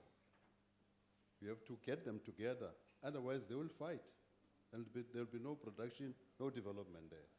And that is our experience. So you've got to be careful how you bring together 3 groups of people who are different, so that they must agree that they must coexist on the land. And they must then establish this CPA in order to create that governance structure. And then they must also go beyond that and say, how do we manage business? And that's what we have to do. It's not about victimizing them. It's about making sure that they don't fight over the land. Thank you very much. Thank you, Honorable Minister. Honorable Msimang.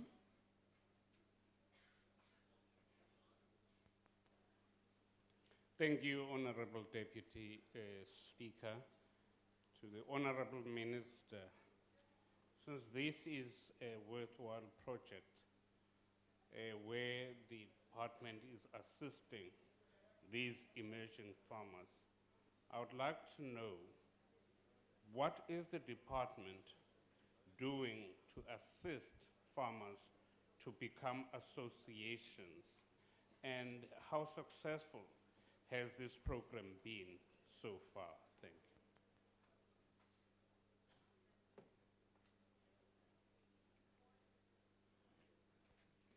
Thank you, Honorable Chair. Thank you, Honorable Member. We are actually trying. We are trying because, you know, we created, in some instances, Honorable Member, we created communal property associations ourselves post-1994. In some instances, as I said earlier on, where people never lived together. Remember, in some instances, these are commercial farms bought by the democratic government and then allocated to people who have never really been, we have never been a community per se. Now we create that community. Now there must be residential, the land must be used for residential purposes and for development. Now that's where the clash starts coming in. We are developing this model now because what you do have currently is that you have CPAs, they elect committees, and those committees, they become referent player at the same time. Their governance and their business, they control both.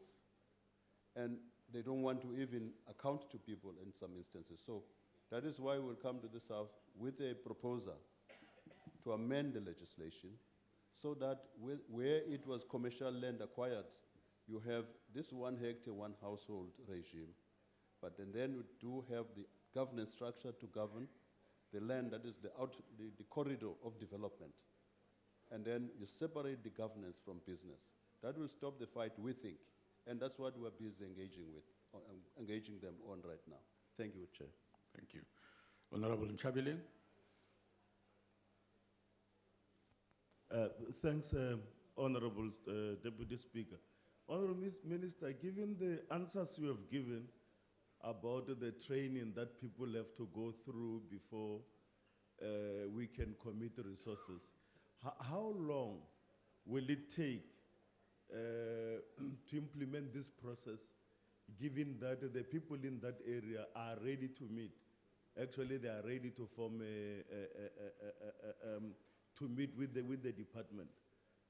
How long will it take to train them and so that they can be able to stand on their own? Will it take 2 months? Will it take 3 months to train them? Thank you. Honorable Minister. Honorable Chair. No, the process already, the Chief Director responsible for restitution, working together with the one responsible for land reform in the province of the Eastern Cape, they're already working with the people. That's how we came to understand the complexity of the problem. I imagine that over the next 3 months, they should have gone through the process just to get them to understand and agree on the model. It's a question of modeling. Thank you very much. Thank you. Honorable Mhlongo. Thank you, Chair. Minister, your department has failed today to present an annual report on communal property association. It is clear that we cannot hold you to account. CPA are obviously a failure. CPAs are bankrupt, Ayuki Mali, they don't adhere to CPA Act. Community members still today are still waiting for their title deed. In this instance, Minister, you are saying, how personally are you involved, especially at Dujwa? What mediation have you come up with? Or what step have you taken personally to make sure the CPA which are effective and they can be administered correctly. Thank you. Honorable Minister. Honorable Chair. The Honorable Mhlengo just pushes in ufaka lento ngegxalaba leyakusasa. No, we sorted that part, Chair. I'm not going to respond to that one. We sorted it out this morning. So I can only say the part that says this morning you did not table the report. That matter was dealt with and finalized in the committee. So, Order. Allow the minister to respond before you make your points, and in an orderly manner. No, Chair, thanks very much for that protection. So, but secondly, the honorable members, right, there are complexities, there are difficulties. I think we open about that. This morning too, we were open about that. There are challenges there with regards to managing these CPAs. However, just remember this, that over a long period of time, Honorable Chair, 17 years before there was a report accounting on the status of CPAs to this House. It started 2013 to do so. 17 years after. So all of us have really been responsible for this kind of situation. Now that we are doing it, we are beginning to learn that there are challenges. And that's why we now say this modeling that we're coming up with, we're talking about here, we think it's going to correct this thing. And in fact, in our engagement with communities, they think so too. So the failures will be corrected. Thank you very much. Honorable members, just 1 second.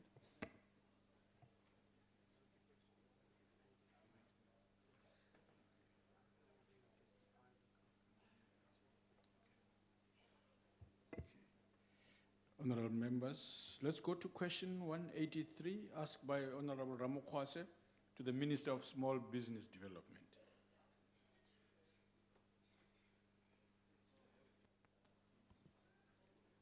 Ngiyabonga mgcinisihlalo. Ministry of Small Business Development. Kulombuzo obuzwe honorable member. We would like to say presence yama township malls in the rural kuma township na kuma rural areas akuyona into esijabulela kakhulu thina siyi small business development. Ngoba nje siyabona ukuthi esikhathini esiningi lawo mamoli lawo abantu abagcina bengena kuwo bebhadala irent enkulu yilabo abayizitshebi abanemali eningi. Those who are in the small business development bazithola bangasenayo ichance yokuthi barane lawo mashop. In our view, Chairperson, is that the current methodology limits access for the majority of South Africans to trade and to enter into the mainstream economy. As I have already emphasized in my department's budget vote last month, my department will participate fully in the market inquiry that is being led by the Competition Commission, which among other things will probe the causes and impact of the decline in small independent retailers in township, peri-urban, rural areas, and the informal economy. We believe it is appropriate for us to allow this process to unfold, as it will provide us with credible information which will enable us to develop interventions that would have the necessary impact. My department's approach to address the issue at hand is to continue rolling out the township and rural support initiatives and accelerate the implementation of the National Informal Business Upliftment Strategy, which seeks to create an enabling legal regulatory environment, provide finance and non-financial support, promote stronger collaboration with the three spheres of government in creating a conducive environment for SMMEs and cooperatives. And we think that working at the three spheres of government is very important. encourage the role of the private sector, and support informal business organizations. In addition, my department is part of the Interministerial Committee on Migration as led by the Presidency. We are also actively involved in the economic MINMAC with the Ministers of Economic Development and Trade and Industry, as well as provincial MECs responsible for economic development, to ensure effective coordination across all spheres of government. Through these structures, Chairperson will continue relentlessly to advance the national informal business upliftment towards a greater inclusion of the majority of our people. I thank you. Thank you, Honorable Minister. Honorable Ramukwasi.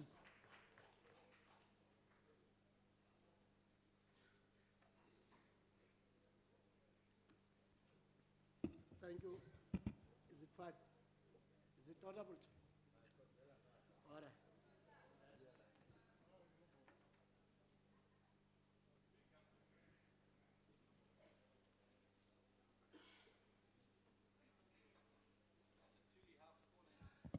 Thank you, Deputy Speaker. Thank you, Minister, for the precise response outlining what actually is happening down there. Minister, just tell us on the programs that you have in the new department, because we would want to know if there is a dedicated program, the budget, which can also be housed or be seen as a house for our survivalists, those that are on the ground level, because the emphasis here, it is clear that those big businesses, private business, are really destroying our township businesses. If we can have a clear direction on where our people can go and cry at. Thank you, Minister. Honorable Minister. Thank you very much, Honorable Member. Of course, there was a precise answer that I gave. Further to your question, I have already indicated that we have the National Informal Business Upliftment Strategy, which is within the department. However, I would also like to make an emphasis that, as we have said over and over again, this responsibility cannot remain only a responsibility of the Department of Small Business Development. We are seeking to make sure that, for instance, with those provinces that are already talking about township upliftment programs and township development programs, we need to engage with them closely, because even if at times we can be able to have the right structures in the department itself, the biggest challenge is at provincial level and at local level. It is for that reason that we are looking at the MINMACs in particular as centers where we can be able to be the voice for small businesses and be able to raise the concerns of what is happening to the private, to what is happening to small and medium enterprises. But in particular, of major concern to us is the informal sector. And we believe that through our department, we can be able to raise their issues, because it cannot be that they continue to suffer and struggle the way they are, particularly with poor infrastructure where they are operating, but more than anything else, with very little support from a financial and non-financial support. Thank you. Thank you, Honorable Minister. Honorable Mponjane. Please pardon me, Deputy Speaker. It was actually myself. My gadgets are not working.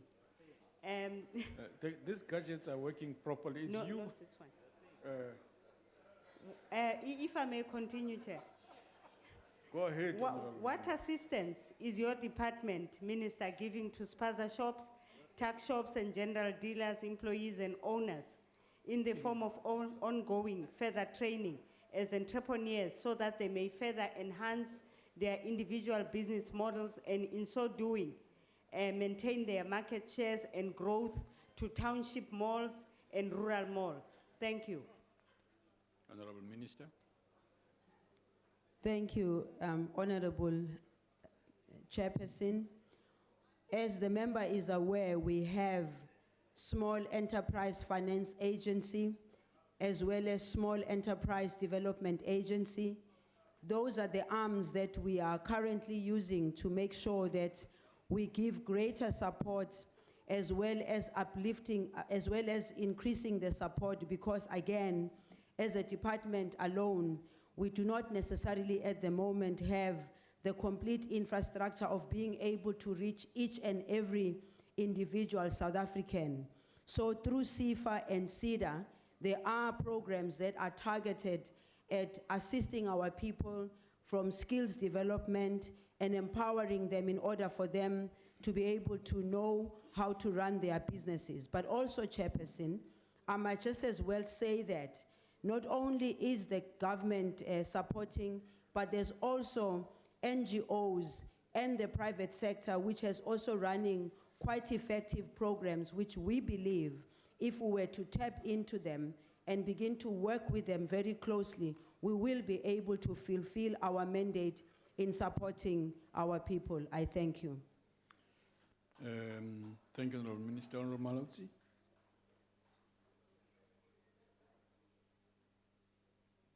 Thanks, Honourable Deputy Speaker.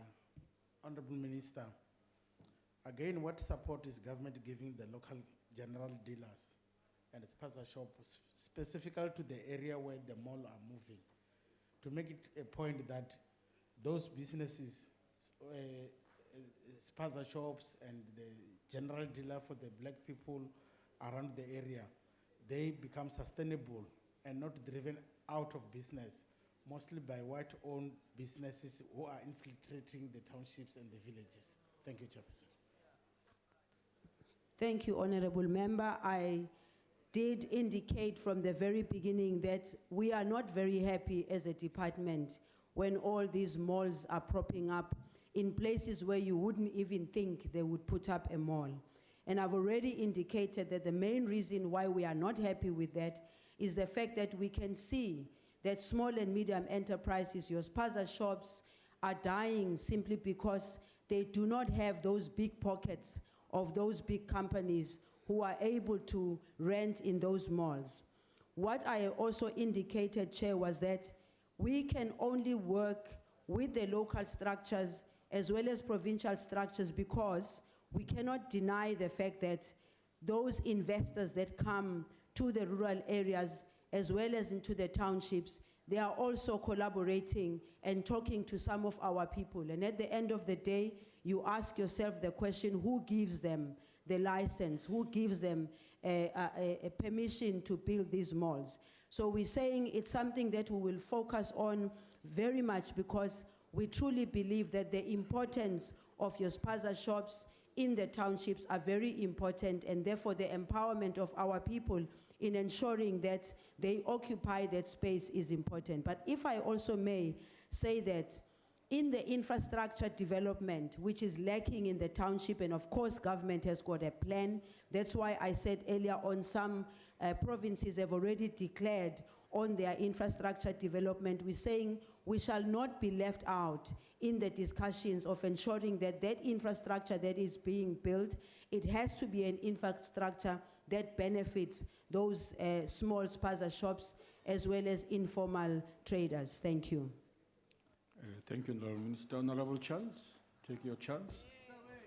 Thank you, Deputy Speaker.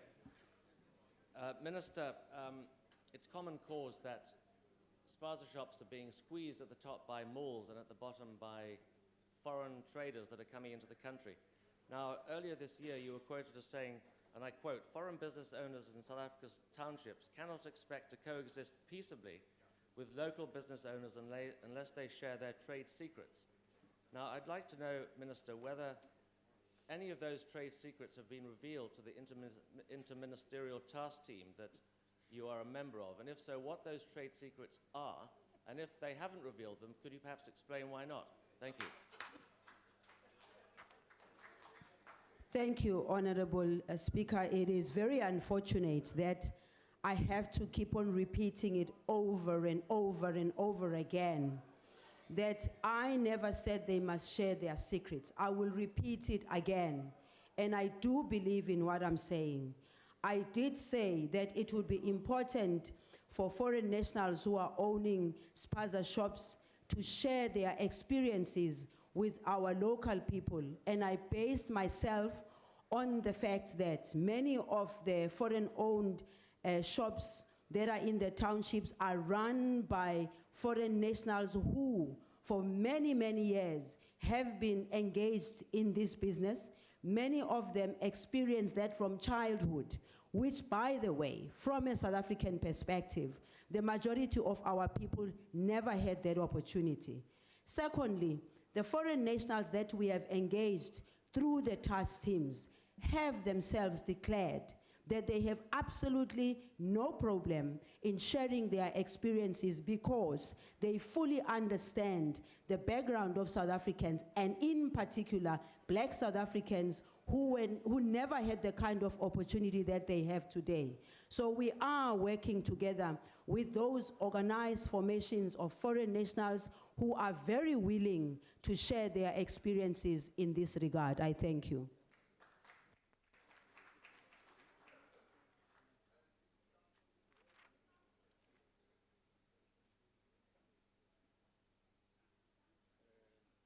Honorable members,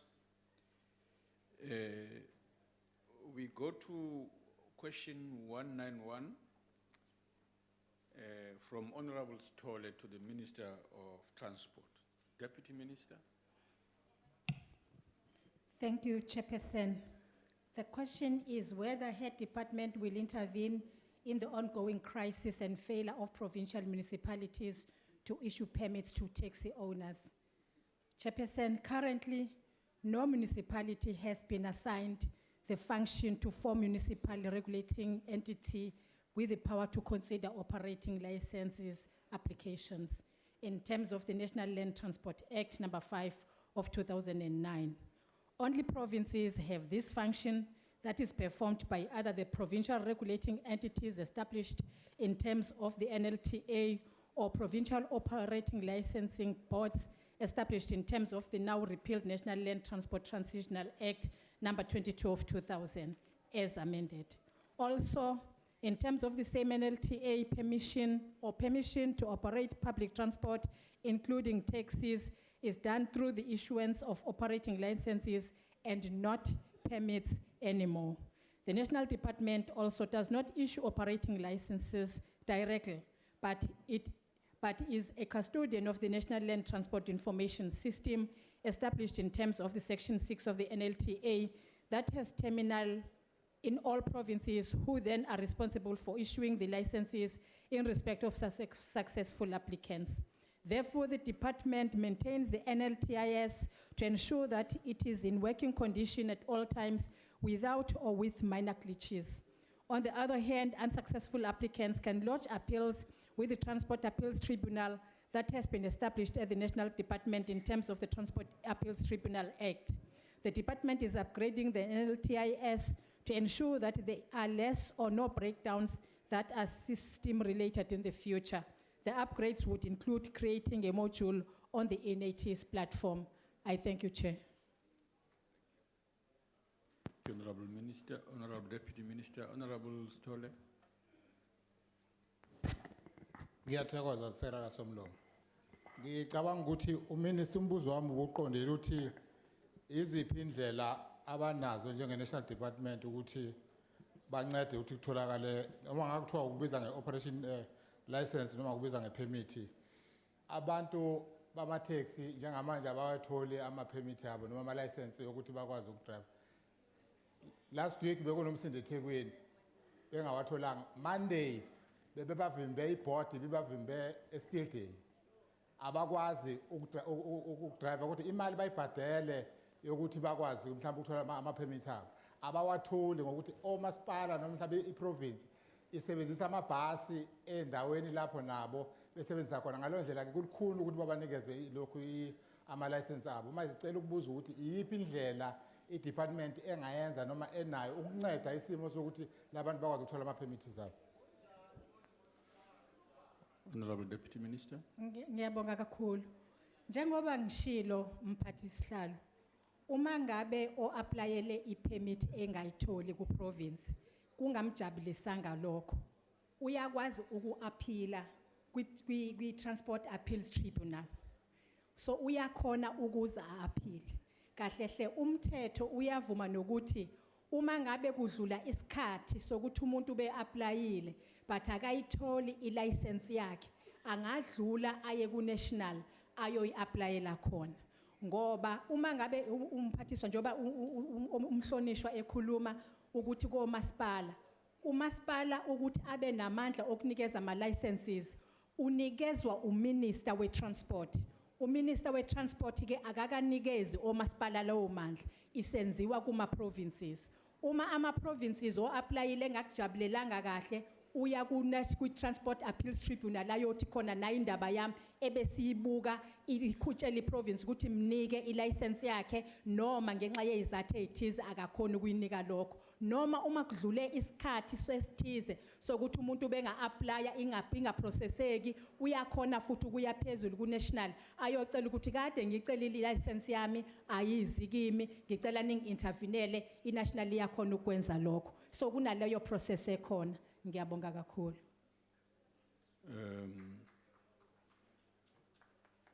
Honorable Member Sovita. Thank you, Honorable Deputy Speaker.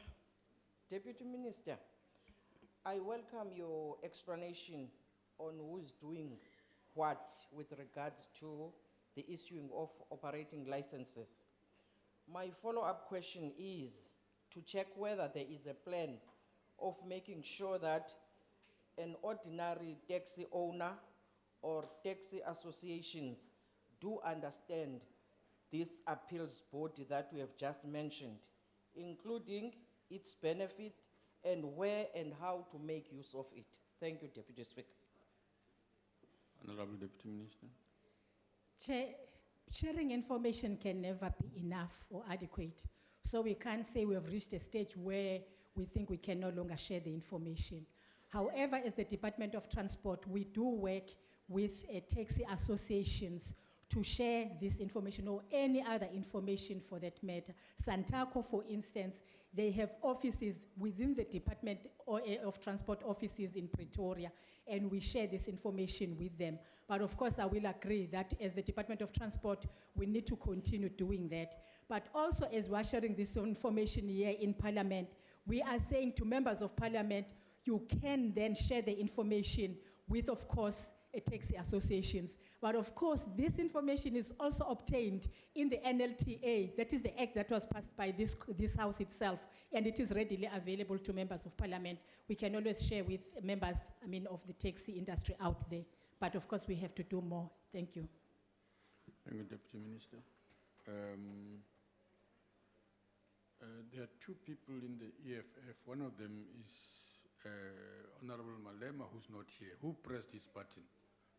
Malaut. Buamre.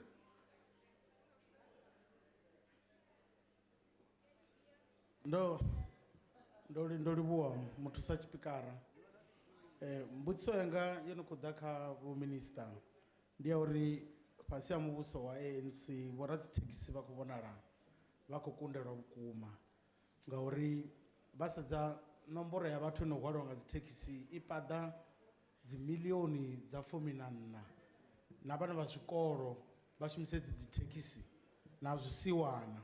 Zwino hei industry ya dzithekhisi yo ḓala dzinndwa, yo ḓala u sa langwa zwavhuḓi nga mimasipala ngei fhasi. Zwino na dzithekhisi hedzi dzi vha dzi songo lugela u tshimbila badani. Mbudziso ndi ya uri ndi lini une muhasho kana muvhuso wa ḓo ita subsidy yo u fha vhoradzithekhisi ngori hei subsidy kha dzibasi i hone uri na mitengo i tse fhasi vha kone u swikelela havha vhathu vha zwisiwana na vhana khou ya zwikoloni ngori a vha koni u swikelela nga nṱhani uri mitengo vhe nṱha na vhoradzithekhisi a vha koni uri thekhisi dzavho dzi dzule dzi zwavhuḓi nga nṱhani ha uri a vha fhiwi subsidy nga muvhuso. Ndi lini une vha ḓo vha fha subsidy? Honorable Deputy Minister. Chairperson, yona le question yintsha qobo. However, ngingaphendula ukuthi akusiyiqiniso nyanyanya ukuthi i-government ye-ANC ayikenzi lutho for abantu bama-tax. I-tax recapitalization mphathiswa ikhuluma ngqo ngento ye-tax industry yokuthi sithi abathole imali ethize 70,000 manje per tax ukuthi bascrape i-tax bese bethola entsha. Le program ke ibile neyinkinga sikhuluma nabo abantu bama-tax ukuthi silungisa kanjani ukuya phambili. Even indaba yokusubsidize abantu bama-tax cishe sihlale sisho ukuthi siyayikhuluma nabantu bama-tax. Ingxaki ekhona chairperson ukuthi i-tax yakwaChikunga eyakwaChikunga ihambe ekseni ibuye alethe imali kwaChikunga okwenza kube a little bit difficult ukuthi konje uyisubsidize kanjani. Sikhuluma lezo zinto ne-tax industry sibhizi kakhulu sibuka indaba ye-tax recapitalization ukuthi siya kanjani phambili siyaba-assista kakhulu kulokho nokuthi kube nesantako i-government i-Department of Transport eyenza ukuthi ibe khona ikhona sizokwazi ukukhuluma nabo be-organized both at national provincial naphansi lapha koma-associations. So kukhulu lokho esikwenzayo ngicabanga ukuthi sisho lokho kuphela kodwa kahle hle bekuyi-question entsha Honorable Mulauti ayibuza nje uthatha ichance ngimphendulile ngoba imember ye-committee. Honorable Freitas. Thank you, Deputy Speaker. Several unlicensed taxis were impounded earlier this year in Durban and then subsequently released. These vehicles were released because taxi drivers protested and not because they paid the prerequisite fine. Does this not instill in the public that her department is not serious about the taxi industry following the rule of law? Taxi industry is indeed expected to follow the rule of law, and they are. And that is why we're talking about operating licenses. Some have, some do not have. There are quite a number of challenges that might make a taxi person not to have an operating license. But of course, as you are saying yourself, Honorable Member, they were arrested, which means that we applied the law, including to members of the taxi industry. And of course, depending on the issues at hand, they were released. But it doesn't mean that we do not apply the law when it comes to the taxi industry. But of course, it's the industry that before was never taken care of, and we're dealing with that legacy as well. I thank you very much. Honorable members, we now move to the questions to be dealt with accordance with Rule 1093. In other words, those that were left before, and by agreement, there's an additional 30 minutes to deal with them. And the first question is from Honorable Hlengwa to Honorable Zogwad, the Minister of Agriculture, Forestry and Fisheries.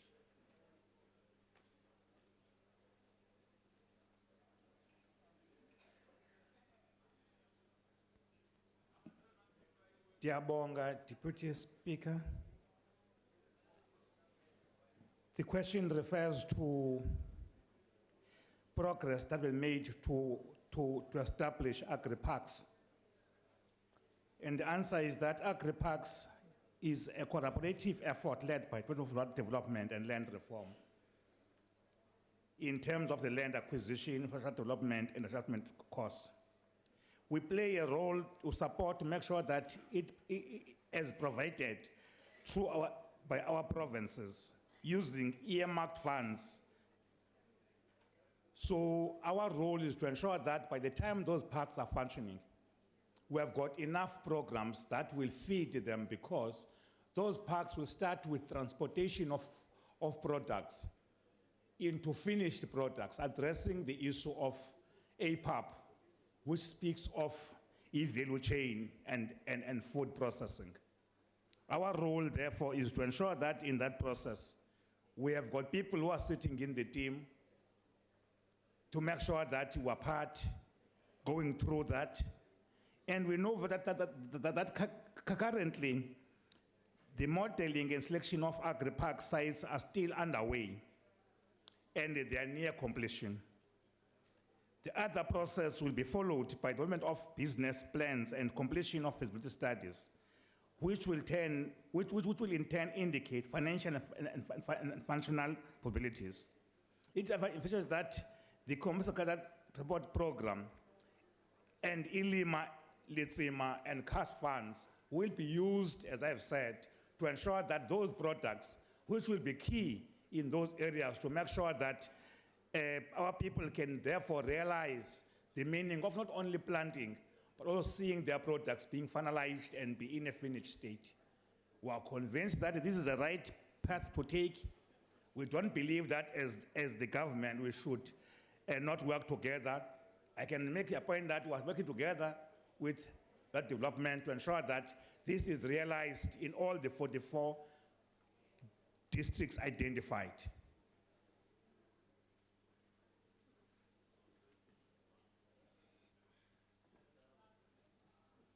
Then there's a follow-up question. Maybe I should attend to that. Honorable Zokwane, hold on. Let's give them a chance to ask a follow-up question. There's one already. Honorable Hlengwa. Thank you very much, Honorable Deputy Speaker, Honorable Minister.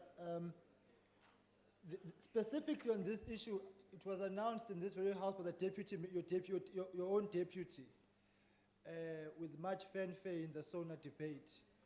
And so I hear you, Minister, about the 44 municipalities. That's all good and all, but it was with specific reference to the 27 poorest district municipalities. And we'd want to find out that in between then and now, what progress has been made, what plans are there, and the clear timelines, because when the announcement was made, the hopes of our people were played on, and they need to see tangible progress in this regard, because this was very, very specific. It was not a general program, but it was specific to the 27 poorest districts. So we need to find out what's the plan with that regard. If there isn't any, then for the minister to say that there isn't and you're working towards it. But we need to arrive at finality on the matters that were raised in that sort of debate by your deputy. Thank you. Honorable Minister. Mr. Hlengwa, nokuyazama uba udale into kuyithanda between office ayikho loo nto leyo. We put it clear and clear now that there is no difference in the department. We understand our role. The role of building these parks is being engaged upon. I happened to sit in a meeting where districts were giving reports as to how far they have gone, the site's identification, and I believe I'm going to tell you that very soon we'll be able to say to you, this is what we have done clearly. But currently, it is identification of sites, the building of infrastructure, because agri-parks are starting from the transport from where production takes place, to identifying the sites where it will be built. Look at production levels. As we come in, very clear to say that the department were part of this, but it is not controlled by my department, but we're coming in because it envisages a stage where APAP will be done. But if you plant potatoes, you want to turn them into starch, you can do it there other than selling potatoes raw, and somebody else buys them cheaper and transform them. And I can assure you, Honorable Mr. Hlengwa, that very soon you will see the results thereof. People are enthusiastic about it. I've attended meetings where provinces were represented. As you have said, I agree, but I can share this, that as a department, we share the same view as shared by Department of Land Reform and Development. Thank you, sir. We now move to Honorable Stein. Thank you, Deputy Speaker. Minister, thank you for the answer. I asked you this in a written question and I received a reply on 1st of June, which you then answered that your department will be contributing financially towards the establishment of agri-parks. You confirmed that you will be contributing, but that the specific sites for the agri-parks have not been finalized and will only be, you can only give me an answer on a budget once suitable sites have been found. Now, I know that the Department of Rural Development and Land Reform is contributing 2 billion rand towards these agri-parks. Minister, I'm telling you, your department first had Zero Hunger program, then the Masibambisani program, then the Fetsatlala program, and now it's agri-parks. I'm putting it to you, Minister, that this is election funding. We will have thousands of T-shirts being dished out that says agri-parks with the president's face on it. chickens will be put there. And I'm telling you why I'm saying this, Minister, because the farmers that must implement the agri-parks know nothing about it. Honourable Minister, Member, your time is is this expired. correct? Thanks for the question and the comment.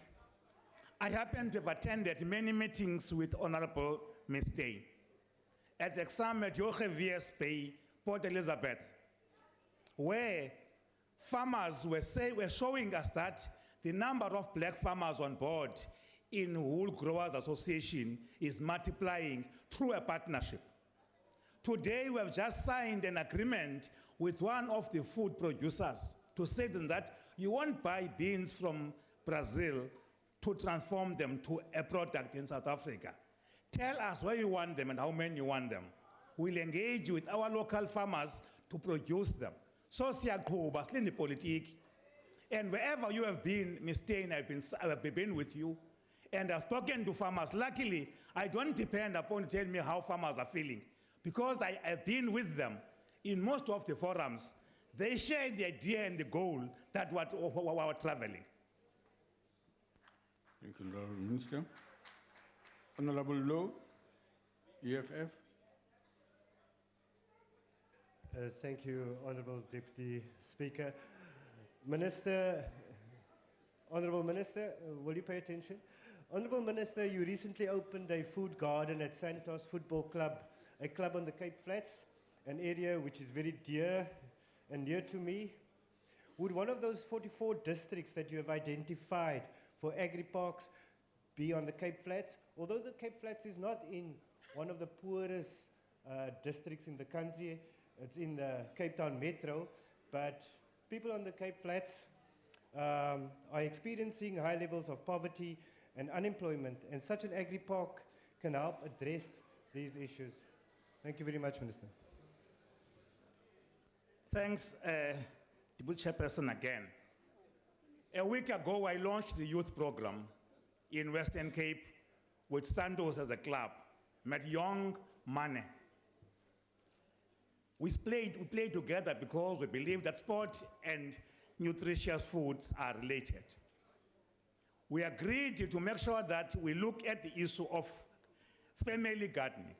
There's a difference between producing food for a family and producing food for the market. When people are hungry because all of them they want a market, what they want to do is to have food for themselves. I don't agree that people in that area are not poverty-stricken. I've seen poverty when I was there.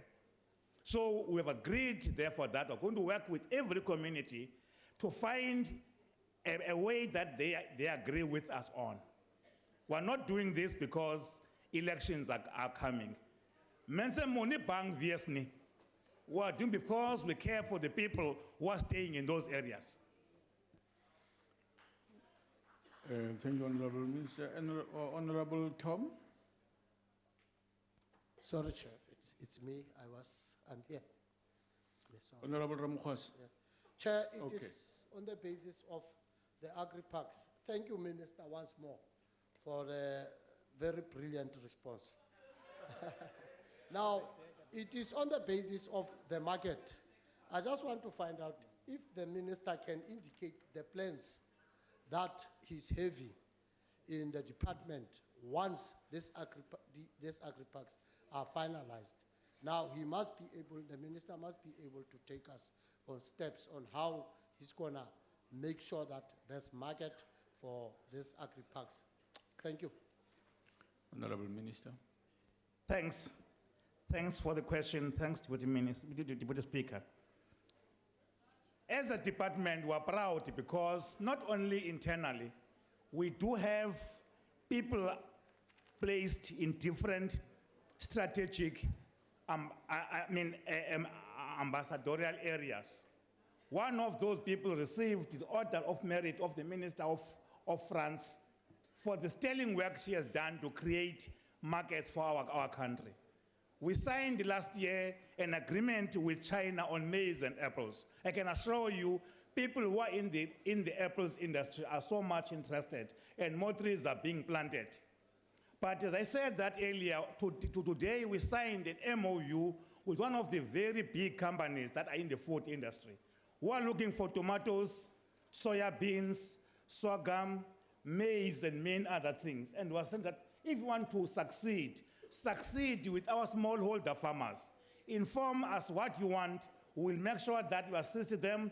We sign contracts with them, but we make sure that they produce quality products. So yes, we're doing a lot of work to make sure that we realize that within the department, sitting in the post of agri-parks, we do have our own NAMAC that is involved into market identification and to assist us in identifying areas where these products will be planted.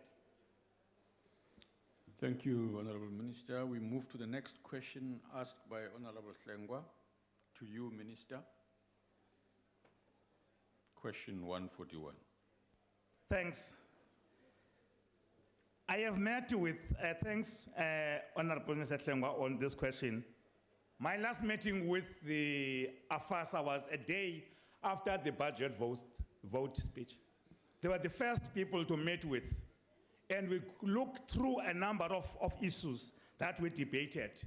The role we need to play working with black farmers, make sure that we can assist them to transform and ensure that they are succeeding. AFASA is one of the organized farmers associations together with NAF. We meet and we respect all of them. So AFASA understand our position, understand the issues they have raised. We agreed to look at the issue of farmers register, to inform us as to how many farmers do we have, where are they operating, what challenges are they facing. The issue of water licenses were dealt with. And we believe that they also agree that agri-parks will function because we needed their own input in that it would succeed. Therefore, we have met with them and we share a number of ideas with them.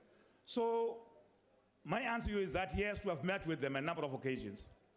We know what they want. They know where we stand. We don't disagree as to why we go forward to make sure that their ambitions are realized.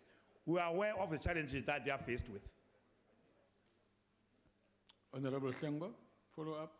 Thank you very much, Honorable Deputy Speaker. Honorable Minister, I'm glad that you are meeting because I believe that they are a strategic and important stakeholder. But I am specifically looking at the issue of the new limit on land ownership for large-scale farmers because they have expressed a concern about it. And so we would want to find out how are you dealing with that particular one, whether these engagements have addressed that key question, because we should not be advancing policies at the same time not going to assist the development of black farmers. So how are you addressing the specific concern that you have raised, which you committed publicly to actually meeting with and discussing with them? So whilst you're meeting generally, but here specifically on the new policy proposals on the table. Thank you. Thanks. Enkosi Hlengwa. In the same meeting,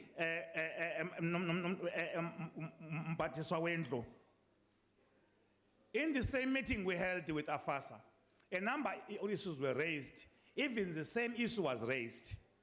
But the understanding is that it is not that they are against the policy in question, but they are asking whether it would be applicable in all conditions or areas and different forms of farming. Because if you are farming in the Karoo region, you need a bigger volume of land because of the fact that vegetation is challenged. So we met with them, but of course I've said that we will be discussing with the Minister of Land Reform because the issue in question you are raising falls in that department. But I know very well that the Minister of Land Reform have met with a number of stakeholders to clarify this point in question. It's not that they are against. Among those issues was issue of 50-50 and what has been done by farmers coming forward to say that we agree on the change. We want to be taken on board. What we need is more of engagement than us disagreeing with what is being proposed. Honorable Steyn. Thank you, Deputy Minister. The AFASA says that you did meet with him. I agree with you. But what exactly was your involvement in the decision on the cap of commercial farmland of 1,000 hectares, 2,000 hectares, and 5,000 hectares? And what academic research did your department do to get to these specific caps? Minister, also, in the discussions with AFASA that asked you for a register of farmers, according to Stats SA, there could be up to 4 million small-scale farmers in South Africa. So how will this caps impact on them? Who will decide who is a 1,000 hectare farmer and who's a 2,000 hectare farmer and who's a 4,000 hectare farmer? And how will that impact your agricultural policy action plan? Thanks, Honorable Speaker. Again, I answered this question to say this, that as a department, we deal with production of food, the livestock, safety, and other things. The issue of land reform is another department.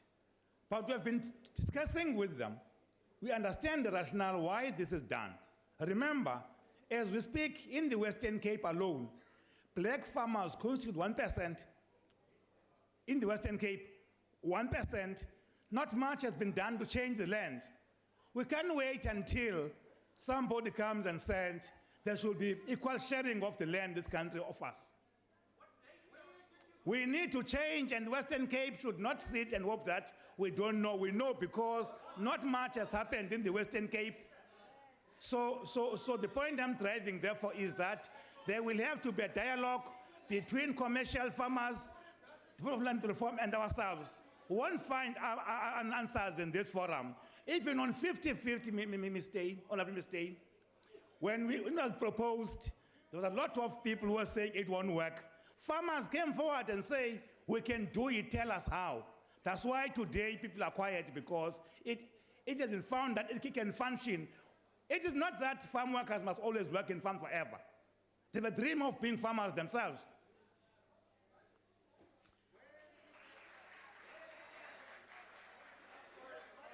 Who's pressing the Honorable? Honorable McLawan. Go ahead. Thank you very much, Deputy Speaker.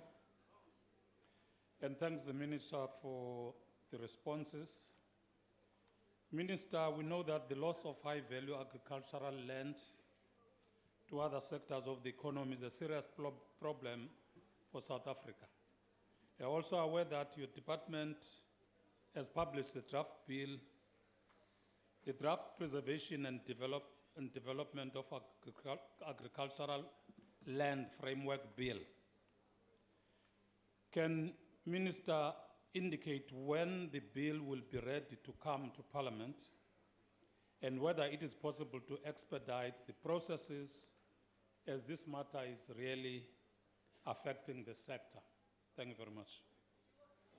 Honorable Minister. Thank you, Deputy Speaker. Thanks for the question. It is true that as a department we're busy with, I have been trained never to listen to people invited to speak when they speak, for they must raise their hands and be recognized for them to speak. The point I'm driving is that it's one of the areas we want to engage on, that farmland is being lost of value due to a number of other business interests.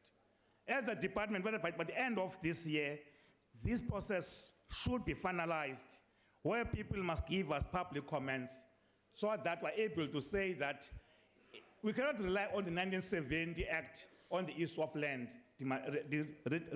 subdivision processes. As the department, we're busy, therefore, with public hearings to make sure that we protect the high-value areas, so that we avoid to ensure that agricultural land is used for agriculture. We know that there are many interested parties in this process, but we'll do all our best that every report has been taken on board.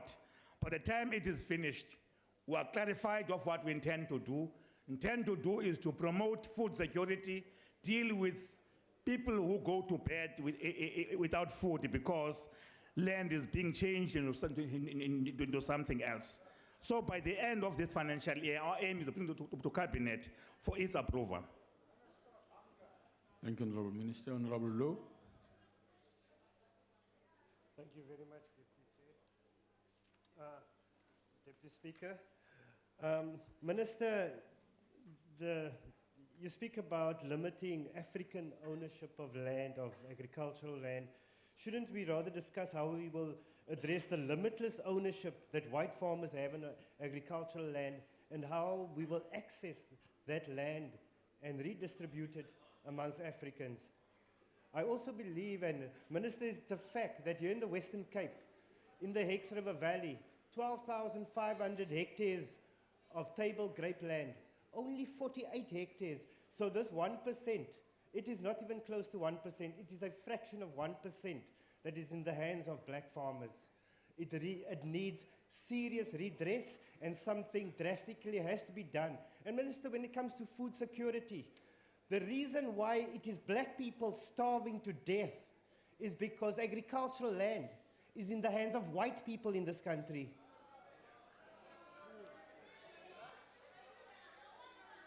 Honorable Minister. Well, thanks to the Speaker. Well, I concur with what the comment is.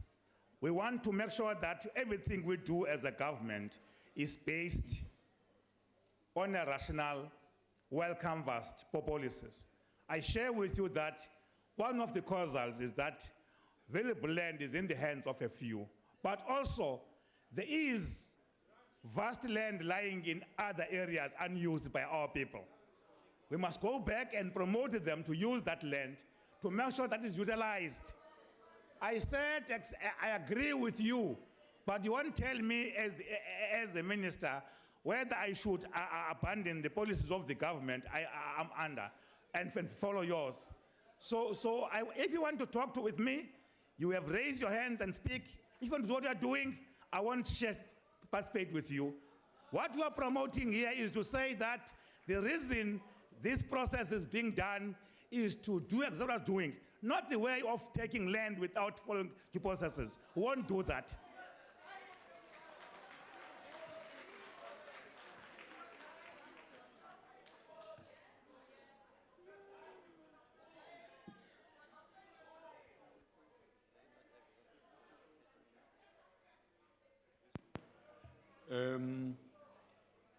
Thank you, honorable members. We are done with questions now. And if there are any outstanding replies, they will be printed in Hansard. We now come to notices of motion. Any notice of motion? Honorable Ngomo?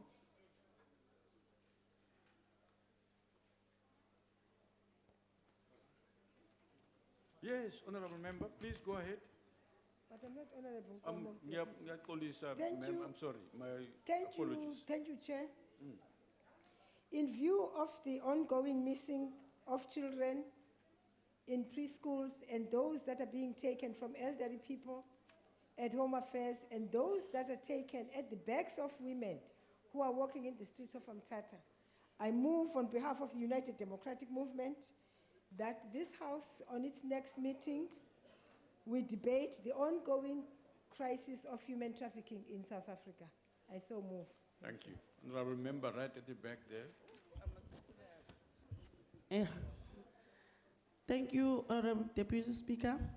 I move on behalf of ANC that in its next sitting, the House debate the need for mining companies to improve on their social responsibility roles. I so move.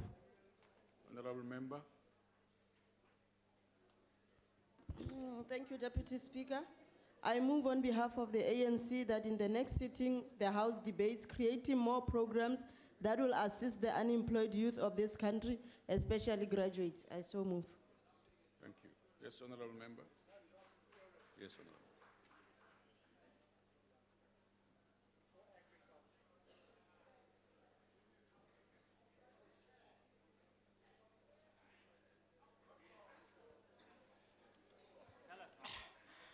Ngithi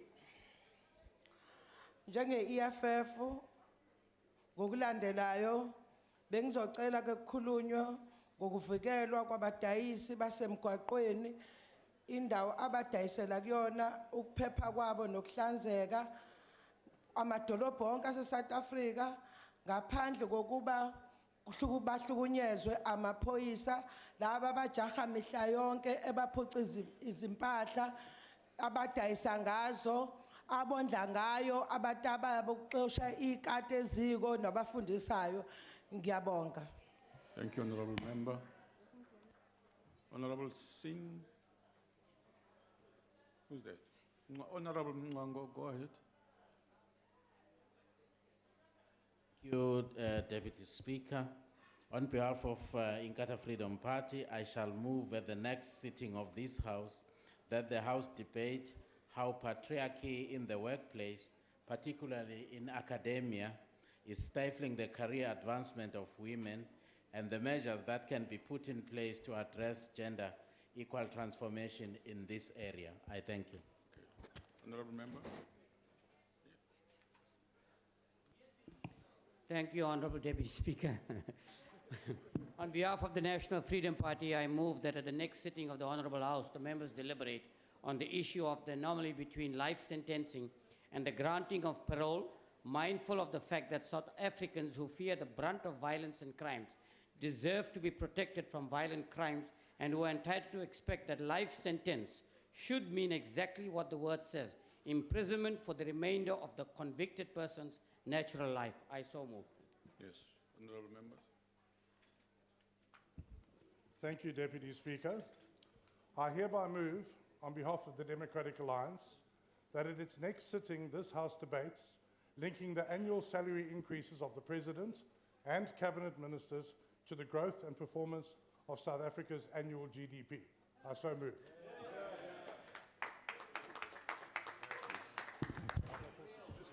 Thank you, Honorable Deputy Speaker. I hereby move on behalf of the Democratic Alliance that at its next sitting, this House debates South Africa's commitment to international treaties and whether the executive has the power to repudiate these treaties without reference to this House. I so move.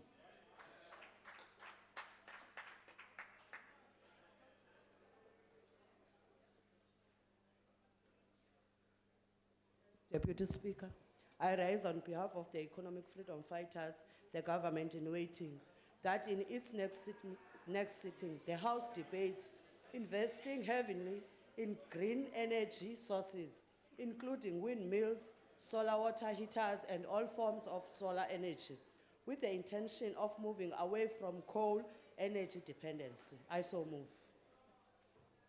Honorable Kubisa. No, Honorable Kubisa. Thank you, Deputy Speaker.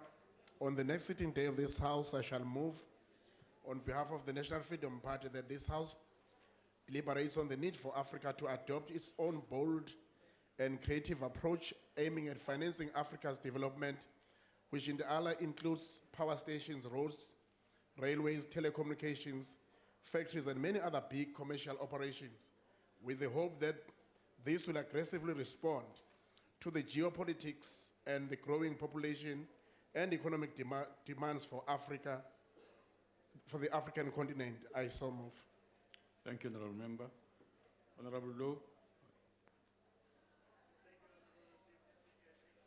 Paulson, I rise on behalf of the EFF, the only real opposition in this House, that in the next sitting the House debates the granting of fishing rights to fishing communities in the coastal areas and provision of strategic support to these communities to ensure that fishing becomes a sustainable economic activity, especially for the poorer communities. Yes, Honorable Member. Thank you, Honorable Deputy Speaker. I move on behalf of the ANC that in its next sitting, Quiet in the opposition. that in its next sitting, the House debates encouraging a culture of individual saving for risks associated with loss of income due to unemployment, old age, and illness by providing appropriate frameworks and incentives. I so move. Honorable Member, right at the back. Thank you, Deputy Speaker. I move on behalf of the ANC that in its next sitting, the House debates the potential of economic development, informal settlement, and how it will contribute to the economic growth. Thank you. I so move. Thank you, Honorable. Yes, Honorable Member. Thank you, Deputy Speaker. I hereby move on behalf of the Democratic Alliance that in its next sitting, the House debates on whether the high unemployment in South Africa could be a trigger for domestic violence. Thank you. Honorable Bengu. Honorable Member at the back. Sorry. Thank you, Honorable Deputy Speaker.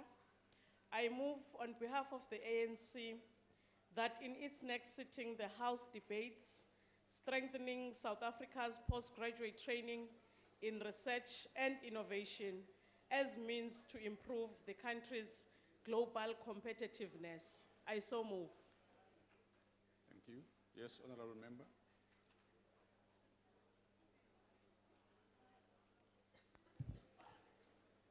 Sekela Somlomo, I hereby move on behalf of the Democratic Alliance that at its next sitting, the House debates the unacceptable high number of absentees from this House and the ways to ensure that members who are paid a salary are actually here to do the job. Thank you. Honorable Likota.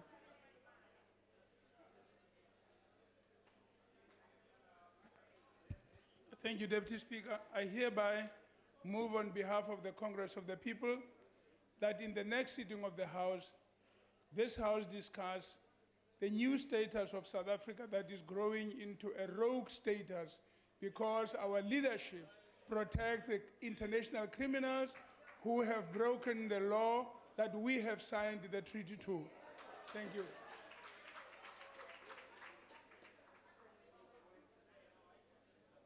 Members, we now move to motions without notice.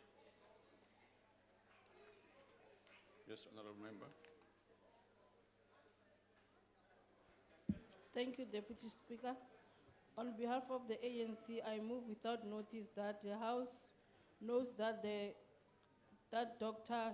Koteka Mfundisi became the first black woman in South Africa to qualify for neurosurgeon. Further knows that the Eastern Cape-born doctor is also the second black female neurosurgeon to graduate from University of Pretoria. Recalls that Dr. Mfundisi previously obtained the medical degree at a young age at the University of Cape Town and also obtained a prestigious Goldman Sachs Leadership Award as an undergraduate. Acknowledge that this young woman is an exceptional example and symbol of victory to the youth of South Africa. Further acknowledge that she refused to be either intimidated or discouraged into becoming a neurosurgeon, a medical discipline dominated by whites and males. Recognize that her responsibilities include managing neurosurgical emergencies and elective admissions. Further recognize that neurosurgery services need to grow because the demand for the service has grown. And congratulate Dr. Mfundisi for beating the odds to bluster the thin ranks of black female neurosurgeons. I thank you. If there are no objections, I put the motion. No objections agreed to.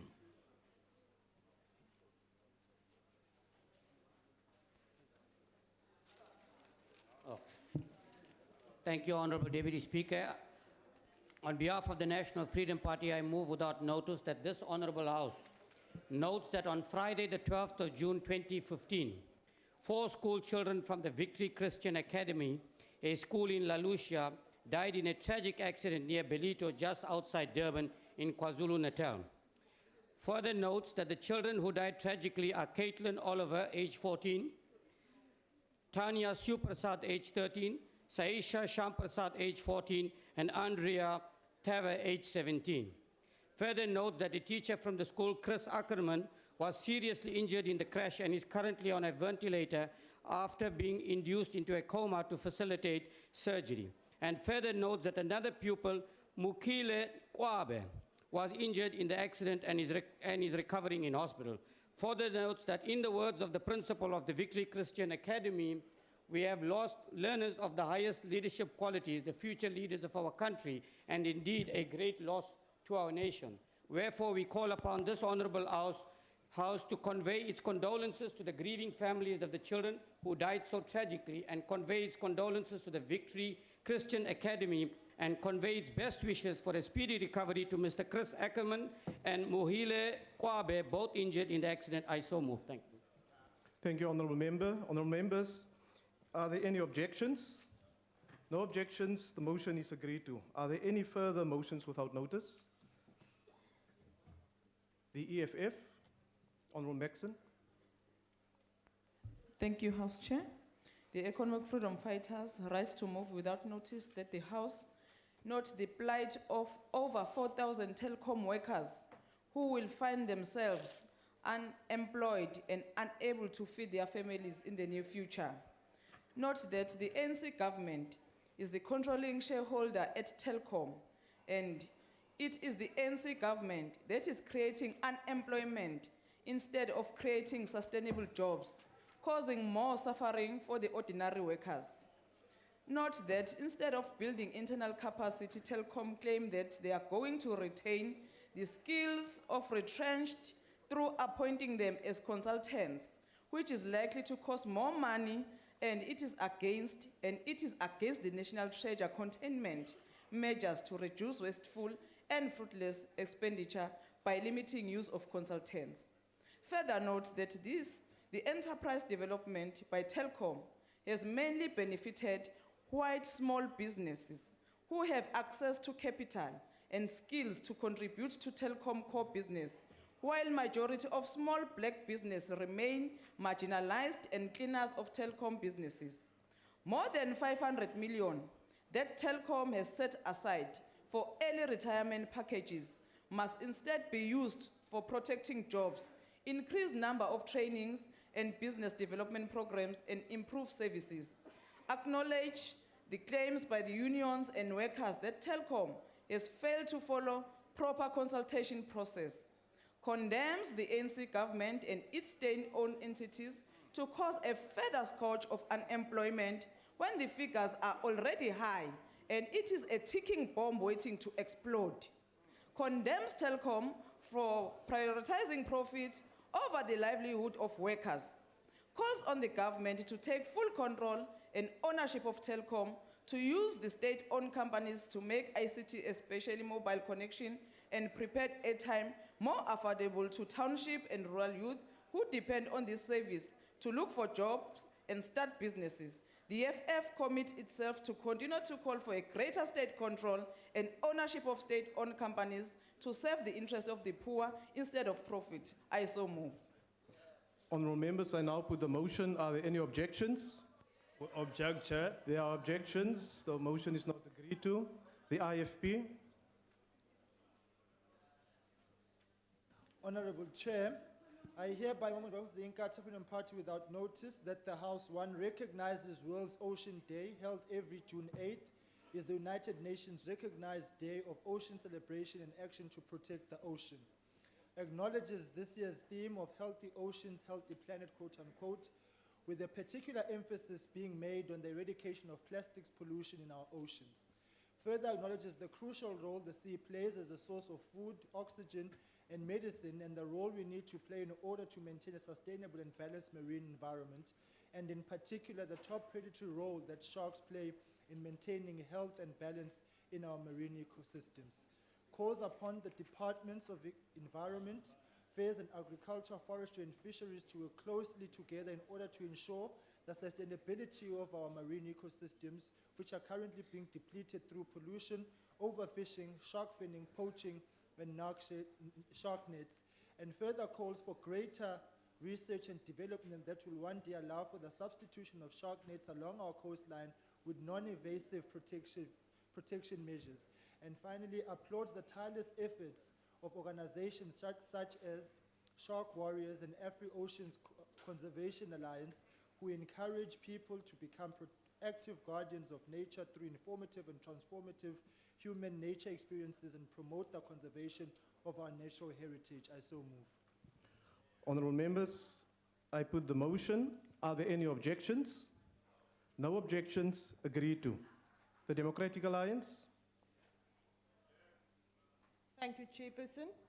On behalf of the Democratic Alliance, I hereby move without notice that this House notes that trainee Dr. Ntutuzelo Ntura Makazi recently won the prestigious Green Matter Doctoral Award. Also notes that Mr. Makazi, who specializes in primate biology and worked under the supervision of Professor Judith Masters, is officially known as the first black South African primatologist from the University of Fort Hare. Acknowledges that he has been invited to do research work on primate craniodental anatomy by Professor José Braga at the University of Toulouse in France. Also acknowledges that his research work includes looking at craniodental anatomy of various primate skulls of the Samango group as a basis of comparative analysis, under the supervision of Professor José Braga, to infer advice on species and specification of this group. Further acknowledges the importance of his work as he desires to save the only endangered primate taxon in South Africa, the Samango monkeys. Congratulates Ntutuzelo on his remarkable achievement. It is an honor for me to read this motion as he comes from my hometown of Venterstad in the Eastern Cape and is an inspiration for young people in the town, in this province and across South Africa. Wishes him well in his future endeavors and research. Honourable members, are there any objections? No objections, agreed to. The ANC? Thank you, Honorable Chairperson. I move on behalf of the African National Congress without notice that the House notes with sadness the death of Matimba Masangu, a leading member of Nehau and a prominent member of the ANC in Malamulele on Tuesday, the 8th June 2015. Further notes that the 31-year-old Matimba was a physiotherapist at Malamulele Hospital when he died on a car accident near Nsimbi village. Recalls that Matimba passed his degree in physiotherapy with distinction in research, and at the time of his death, he was to complete his master's degree in physiotherapy. Acknowledges that Matimba was very influential leader in the community of Malamulele, and despite his age, he was revered by all who met him, and conveys condolences to the family of Matimba Masangu and all his friends. Thank you. Honourable members, I put the motion. Are there any objections? No objections, agreed to. The EFF? Thank you very much, House Chair. I rise on behalf of the economic freedom fighters to move without notice that the House notes the allegations of currency trade collusions by Barclays Africa, JP Morgan, Standard Chartered, and other international financial institutions. That the House notes the tendency of total regard for legislation by multinational corporations in South Africa, not only in the financial services, but also in other sectors, in particular the mining sector. That the House notes the lack of capacity by the ANC government to ensure compliance with legislation, in particular the MPRDA, and often turning a blind eye when capital breaks the law. Further notes that such illegal practices of collusion do not only eliminate competition, but increases the cost of services, and consumers carry the brunt. Condemns all banks, JP Morgan, Barclays Africa, Standard Chartered, Citigroup, Investec, and BNP Paribas, which are alleged to have participated in currency trade collusions by not volunteering to provide information. That the House condemns the South African Reserve Bank and the National Treasury for failing to ensure fair and proper trading practices within financial institutions as required by law. That the House demands banks to volunteer necessary information swiftly to assist the Competition Commission with the investigation. That the House demands that those who are found guilty must be prosecuted with the full might of the law and adequate penalties to ensure that multinational corporations comply with the law and not treat South Africa as a playing ground for them to do as they please. We as the EFF hereby commit to follow up with the Competition Commission to ensure that the investigation is complete and those who are found to have broken the law do not get away with a slap on the wrist, but a proper penalty is imposed. I so move. Honourable members, I put the motion. Are there any objections? There's objections. The motion is not agreed to. The IFP? Thank you, Honorable Chairperson. I hereby move on behalf of the IFP without notice that the House, 1, recognizes the national importance of sports, its development and transformation in South Africa. 2, further recognizes the reputable standing and honorable name that South African sport currently holds in the international sporting arena. 3, calls for this good name and international reputation to be continuously upheld. And 4, further calls upon the President to urgently appoint a Judicial Commission of Inquiry chaired by a retired judge to investigate and report on the alleged SA FIFA scandal involving the payment of $10 million United States to the Confederation of North, Central America and Caribbean Association Football. I so move. Honourable members, I put the motion. Are there any objections? There's objections. The motion is not agreed to. The Democratic Alliance. Thank you. Chair, sorry, I just rise on a point of order. What is the point of order, Honourable Member? I just heard a mumbling yes, but no particular member stood up and actually objected. There were a number of mumblings or yes that I heard on my right-hand side. We object, Chair. It's formally noted. Honourable Member, you may continue. Thank you, Honorable Chair. On behalf of the Democratic Alliance, I hereby move without notice that this House notes that Attridgeville in Swane celebrated its 75th birthday on the 26th of May 2015, and that to mark the anniversary, the residents took part in various joyous activities throughout the month of May. Also notes that these festivities included a huge birthday party for pensioners and all people born on the 26th of May, regardless of the year. Further notes that the grand opening ceremony was preceded by a parade through the main streets of the suburb, led by church leaders from various churches represented in the area, and culminated in the unveiling of a wall of fame to honor 75 deceased residents who had made a significant contribution to the progress of the township. Recalls that Attridgeville, established in 1939, was named after Mrs. Myrtle Patricia Attridge, and that the first residents took occupation of their brick houses with electricity, running water, and proper sanitation on the 26th of May 1940. Further recalls that more than 1,500 houses were built between 1940 and 1949 to house people being relocated from Pantule, Marabastad, Lady Selborne, and other areas around Pretoria, and that it was granted municipal status in 1984.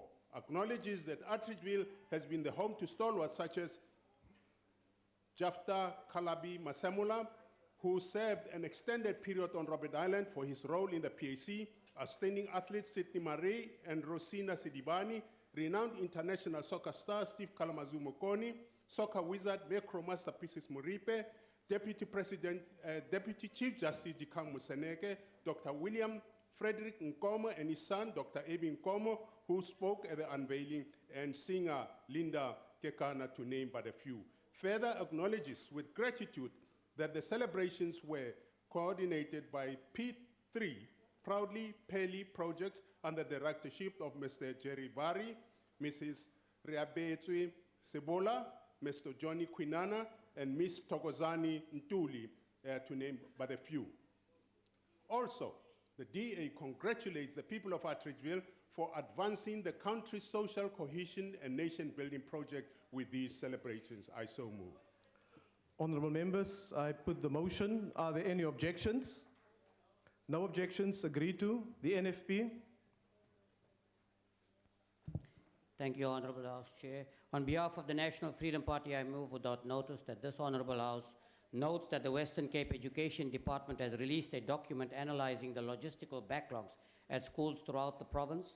Further notes that the document includes a strategy to eliminate infrastructure backlogs in schools built with inappropriate building materials such as asbestos, corrugated iron, and wood.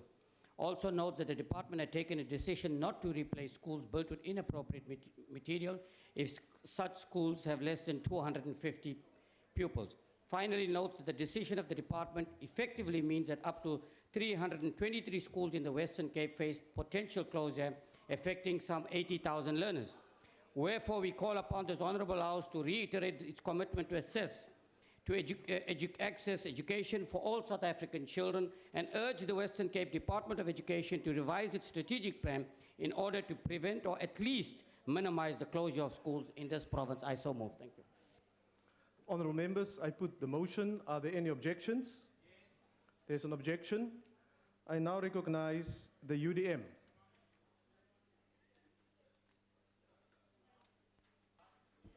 Thank you, Honorable Chair.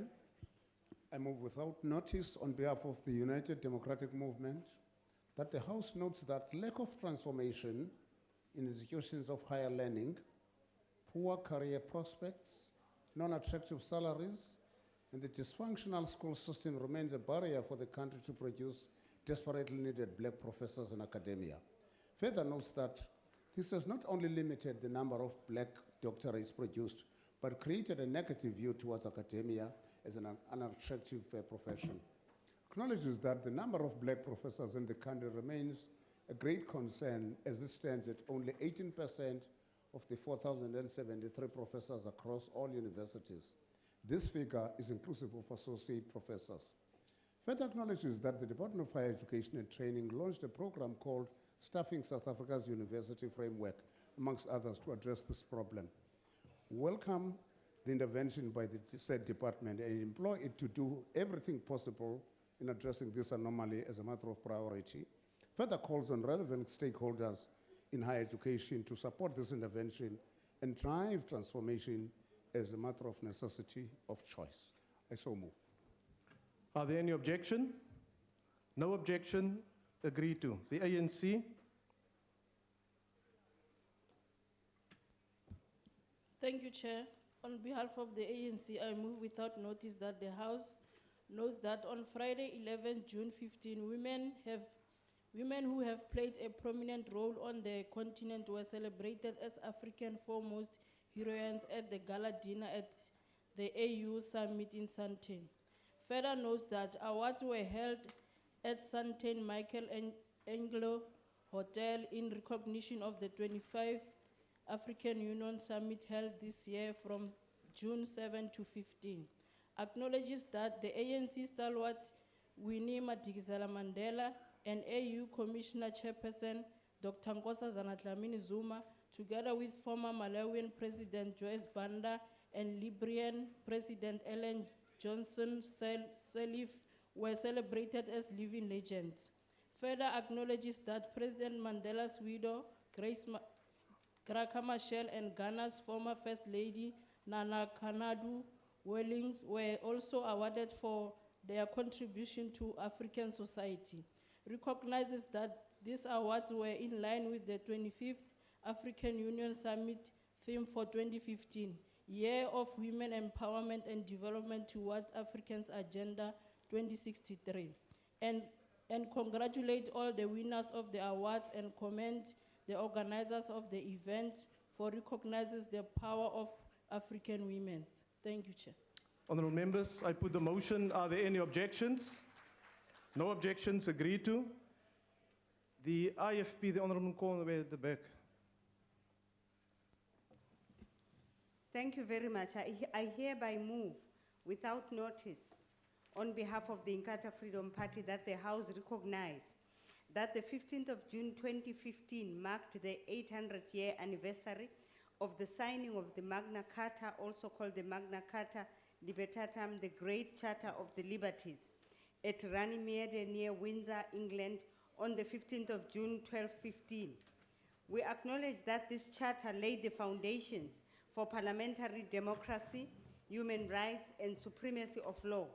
We further acknowledge the considered role that the Magna Carta performed in the establishment of the principle that formed our own Constitution and Bill of Rights 25 years ago. We call upon this House and its members to consistently strive to uphold the spirit and purport of our Constitution through both word and deed. I thank you. Honourable members, I put the motion. Are there any objections? No objections. Agreed to. Object. Yes. Is there an objection? Yes. The motion is objected to. The Democratic Alliance.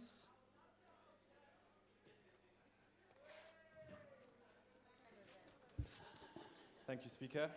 On behalf of the Democratic Alliance, I hereby move without notice that this House notes the sudden passing of one of the world's great liberal stalwarts and eminent social liberals, Charles Kennedy, on June 1st, 2015. Further notes that Charles Kennedy was, until the most recent elections in the United Kingdom, Westminster's youngest ever MP, entering the House of Commons in 1983 at the tender age of 23 as a member of the short-lived Social Democratic Party. Recognizes that Charles Kennedy was one of the greatest politicians of his generation. He devoted his life to public service as a dedicated constituency MP by providing an articulate voice for his constituents for more than 22 years through lucid arguments, superior wit and charm, and approachability, uncommon in many career politicians. Further recognizes the vital role he played in ensuring the successful merger of the Social Democratic Party with the Liberal Party in 1988, creating a viable third force in British politics dedicated to freedom, fairness, and opportunity, and focused on balancing individual liberty with social justice. Recalls Charles Kennedy's staunch opposition to British appeasement of the apartheid government and support for an inclusive negotiated settlement based on one person, one vote. Acknowledges his immense achievement of leading the Liberal Democrats to their greatest ever performance in modern times, ensuring plurality of political expression and the staunch defense of social liberal values. Further recalls the immense personal courage exhibited by Charles Kennedy in standing firm against the warmongering of Tony Blair's government, despite immense political pressure from both within and without his party. Acknowledges the pivotal role he has played in updating liberal values to better address the key issues of our day, namely injustice, inequality, sexism, and poverty, and convey its sincerest condolences to the Kennedy family and expresses our deepest gratitude for all he did to help create a freer and fairer world. I so move. Honourable members, I put the motion. Are there any objections? Are there any objections? Yes, there is an objection. Yes. The IFP. Third time lucky. Honourable Chairperson, I hereby move on behalf of the Inkatha Freedom Party, Honourable Chief Whip, you're listening carefully, that the House recognizes 9-year-old Giles Clark from Fishhook Primary School in Cape Town, who is taking part in the 20 Degrees South Run across Africa. Acknowledges that this run is about raising awareness around the issues of water, elephants, and education throughout the continent. 3, applauds the tenacity and spirit of young Giles Clark, who will play the role of an eco-schools ambassador, who will run 5 kilometers every day with the rest of the team, take part in the distribution of information on environmentalism, correct water usage and sustainability, elephant conservation and human-elephant conflict issues, and all of this while being homeschooled. 4, further applauds Giles Clark for launching a Connect the Children campaign, which will involve his sharing of all the observations and experiences he encounters in his run across Africa with children in 59 countries whose schools are part of the Eco Schools program. And finally, calls upon the Departments of Environment, Basic Education and Water to support this continental goodwill and eco-educational initiative. I so move. Thank you. Honourable members, are there any objections? No objections, agreed to. The honourable member there at the back. Thank you, Chairperson.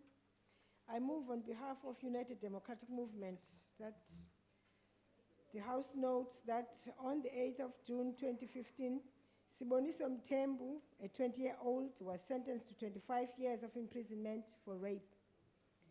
2 further notes that this conviction came after the Eskawini Regional Court had testimony that it raped a 21-year-old student of the University of Zululand in 2012.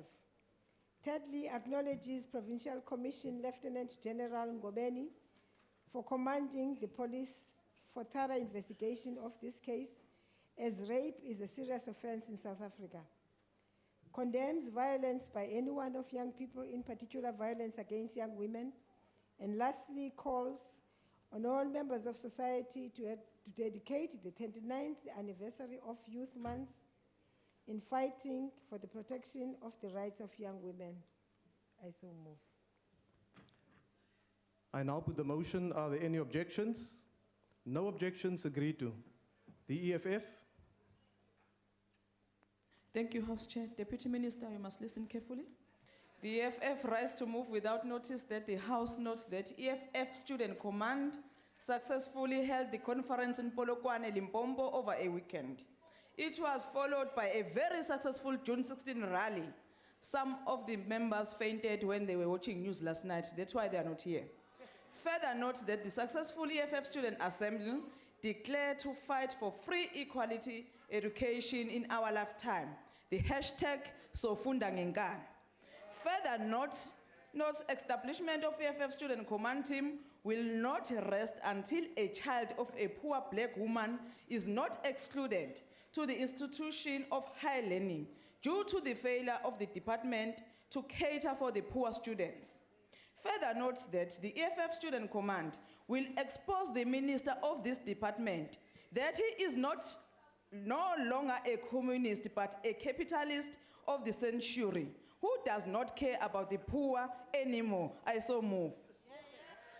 Honourable members, I put the motion. Are there any objections? Objections, sir. Yes, there's an objection. Order. The Democratic Alliance.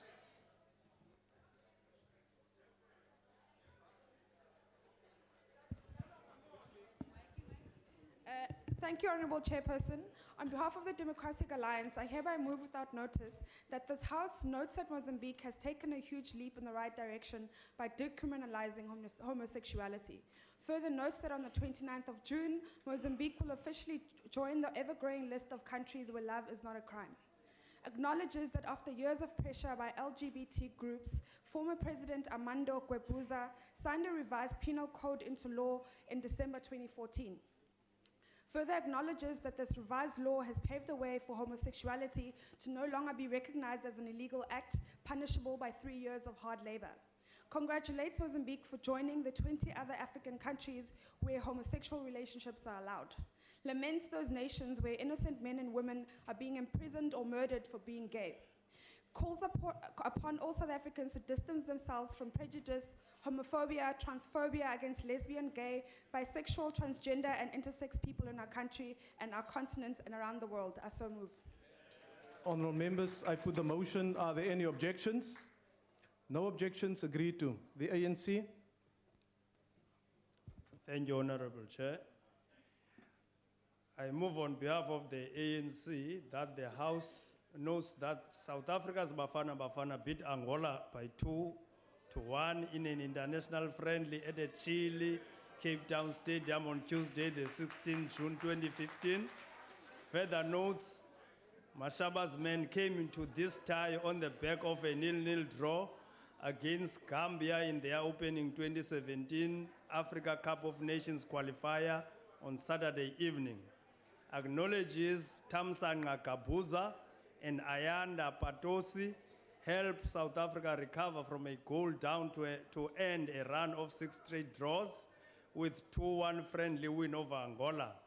Further acknowledges that the match was also played to celebrate Youth Day and to take a stance against xenophobia.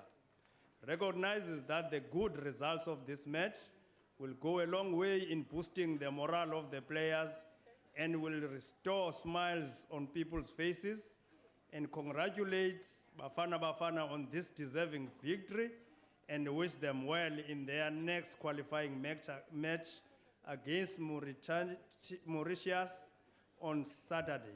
Thank you. Honourable members, I put the motion. Are there any objections? Are there any objections?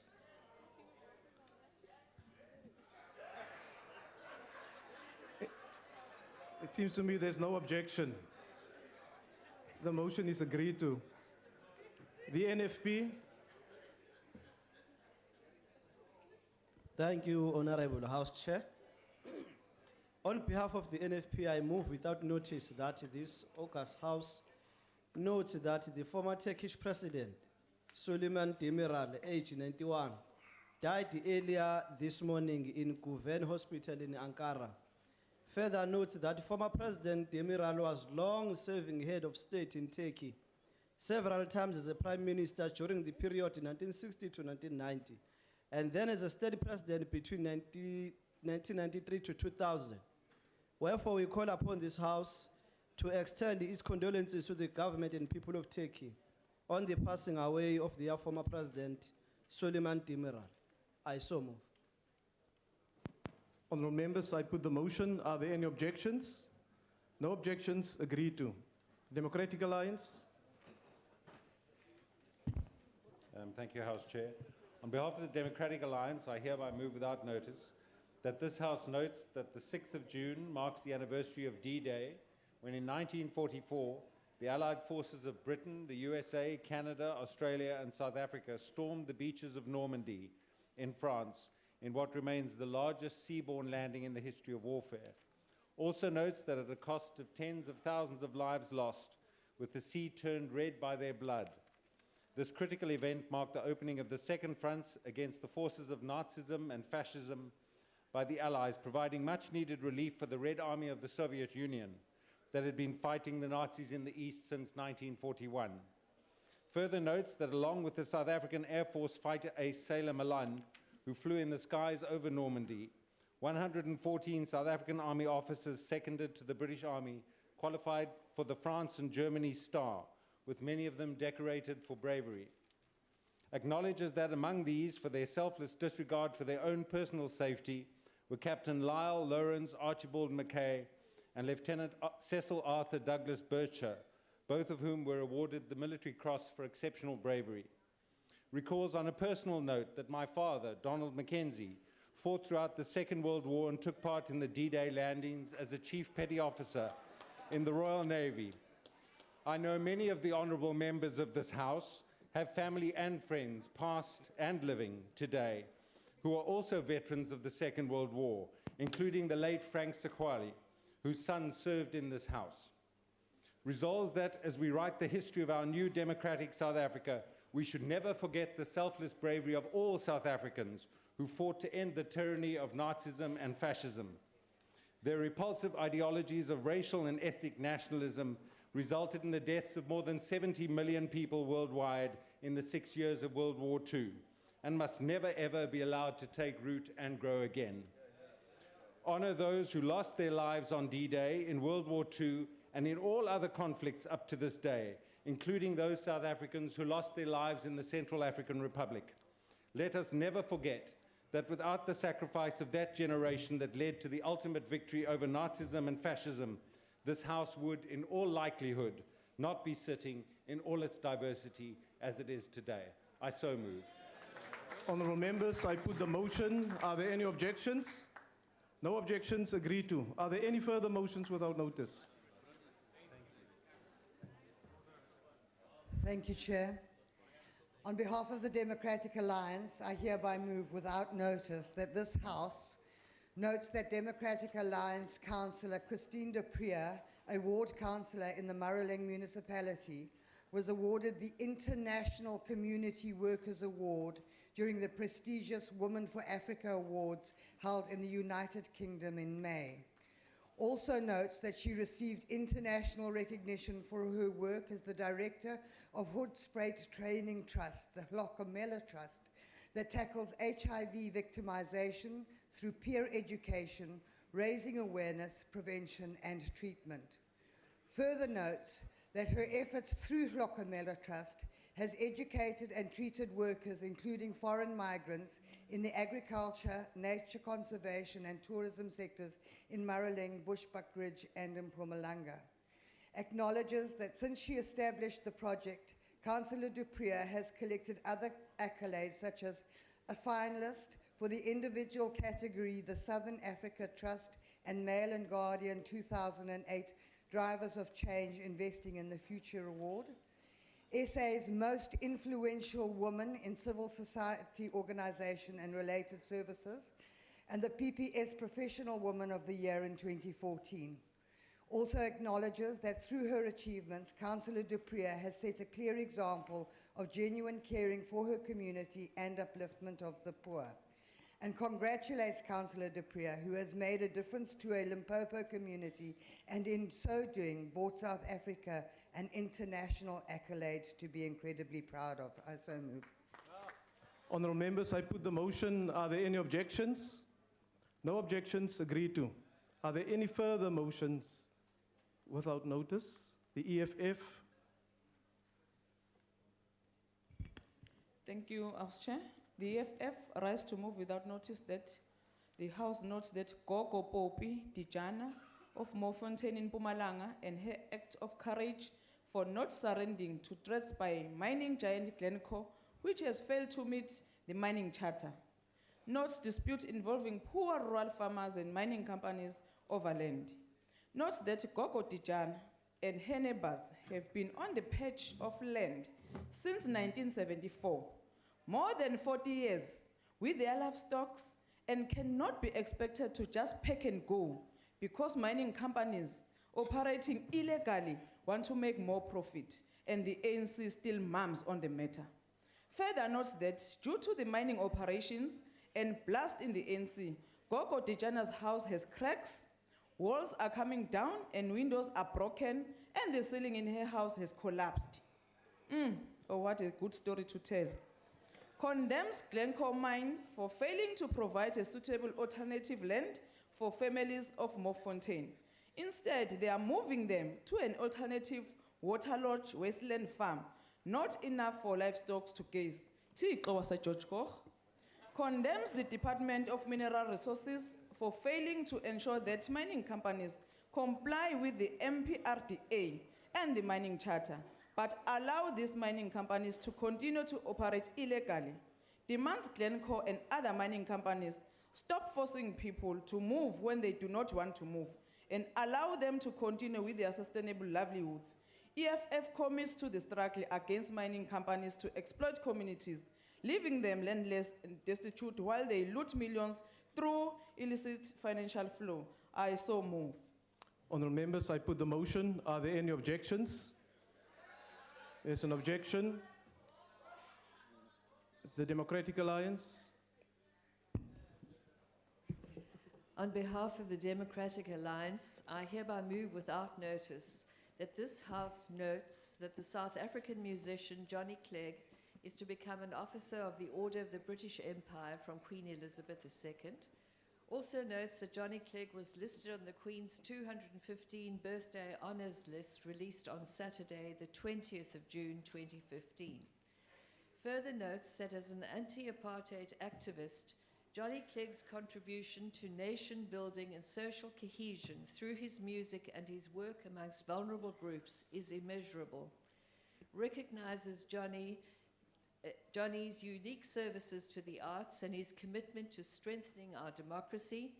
Thanks Johnny Clegg for what he has done for this country over the past 3 decades, and congratulates him on being nominated to become an officer of the Order of the British Empire. It is truly a special accomplishment. I so move. Honourable members, I now put the motion. Are there any objections? No objections, agreed to. That concludes motions without notice. The next item on the order paper is a motion in the name of the Chief Whip of the Majority Party. I now recognize the Honourable Chief Whip. Honourable House Chair, I move that notwithstanding that the Rule 29, which provides for the sequence of proceedings, limits the business for the sitting on the 18th of June 2015 to questions to the President. I so move. I now put the motion. Are there any objections? There is an objection. I put the question. Those in favor will say aye. And those against will say no. I think the ayes have it. The Dear would like to make a declaration. There's a request for declaration. I now recognize the Democratic Alliance. You have a maximum of 3 minutes to do so. Thank you very much, House Chair, and I'm very sorry to have to do this today because there had been a consensus last week around this particular matter. However, the events of the last 2 days cannot allow this to simply pass without us making comment about it. And ordinarily, we would like to have had a situation where the President, in line with precedents, comes to the House and delivers his responses to questions, and that is the only item on the order paper. However, this morning the Democratic Alliance submitted to the Speaker's office a request for a debate on urgent public importance, given the fact that over the last 2 days an international treaty to which this House debated, passed, and then codified into our own law in relation to the Statute of Rome and the International Criminal Court was deliberately flouted by the executive. And the executive's decision to put party political considerations above their legal obligations to uphold not only the statute to which we are a signatory and this international treaty, but the laws of the Republic and the Constitution. They did this without any reference to this House, and I believe the contempt that they have shown for this treaty, for the decision of this House, as well as the international statute that they bound, and a ruling of a court in this land is simply unexcusable. And we would be sincerely hoping that the Speaker accedes to the request that the President, when he's in the House tomorrow, delivers a statement on behalf of the executive that he heads to explain to this House why they have done this and to explain to the people of South Africa why this treaty, to which this whole House unanimously agreed, is now no longer suitable. And so we would ask that by doing so, by limiting the business tomorrow to simply questions, it would preclude us having that statement in the House tomorrow and that urgent debate. And we would ask that we keep this space open in case Speaker comes to us and says that she will grant this debate tomorrow. Thank you. The IFP. Thank you, Honourable Chairperson. Chairperson, it is quite correct that we did agree in the Programming Committee that this resolution be moved today, because we wanted to give precedence to questions to the President, as we've always done over the years, and have nothing else, no other business on the day. But given the circumstances that have arisen since then, one must take note of those circumstances, Honourable Chairperson, and one must have due regard to the matter of urgent public importance. But it is difficult to preempt the decision of the Speaker. We don't know up to now. We know how the Speaker has considered, or in what light the Speaker has considered this matter of urgent public importance. But notwithstanding that, we believe that even if the Speaker agrees, nothing would stop this House tomorrow, if it's a matter of urgent public importance, that we debate the matter tomorrow. But I think we'll have to wait for the outcome of the Speaker, and I don't know if anything will prevent us from debating it if the Speaker so agrees. Thank you. Are there any further declarations? The ANC. Before I call the ANC, the EFF. Thank you very much, Honourable House Chair. I think also from the EFF side, we think that this matter warrants urgent attention, given the attention it's received, and given the... Order, honourable members. And we appreciate the motion raised by the DA. We may have a very different take on it, and we believe that it is in public interest that different parties share their view with the public as well about this particular incident. We believe that the whole Rome Statute has been unfair to Africans and to governments in the Middle East. So we are not saying that we oppose, we are also not saying that we oppose what we preempt the DA's position to be. Order, honourable members. So we would like this issue to be debated tomorrow. Are there any further declarations? Go. Chairperson of the House, we endorse, we support the motion. Order. The matter must be, this is a matter of such gravity for our nation. It must be discussed by the public representatives of the nation. We support the motion. The ACDP. Thank you, Chairperson. Chairperson, my concern is if we agree today that we're going to be limited only to questions tomorrow, then there is no opportunity for such a statement, and the Speaker will say she's bound by the decision of the House. So clearly one should hold this over, this decision to limit issues tomorrow only on questions. And so we will support the DA in this regard. Thank you, Chairperson. Are there any further declarations? The NFP. Honourable Chairperson, at the moment we're not sure whether the Speaker will accede to it, but the NFP is amenable to the debate on this matter so that we air our views. I believe that each and every party will have its views on the matter. let it be debated so that we air our views. The UDM? Siyabulela mhlali ngaphambili. Asichatanga thina nongomso. Eyona nto ibalulekile into yoba lo mba funeka siwushukuxe kule ndlu sithethe ngawo. Kuba abantu bayafuna ukwazi iinkokheli zabo uba zithini zezopolitiko. Sitsho thina siyi-United Democratic Movement. Siyabulela. Are there any further declarations? The ANC? Honorable House Chair, I sympathize with the EFF. They have no history in this regard. But I'm really surprised at the IFP. I'm not surprised at the DA. I'm surprised at the IFP. They were party to the court case, which took this parliament, the Speaker of this parliament, to the High Court, that went to the Constitutional Court, challenging the decisions of the NAPC. When the judges concluded there were no deadlock breaking mechanism in the NAPC, and therefore it gave the power to take that decision on the Speaker. Now we are making this House an NAPC. We want to make programs in this House, no longer in an NAPC. Are we going to be living with this? Are we going to continue in this vein?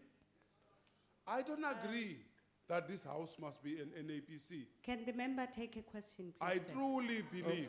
No.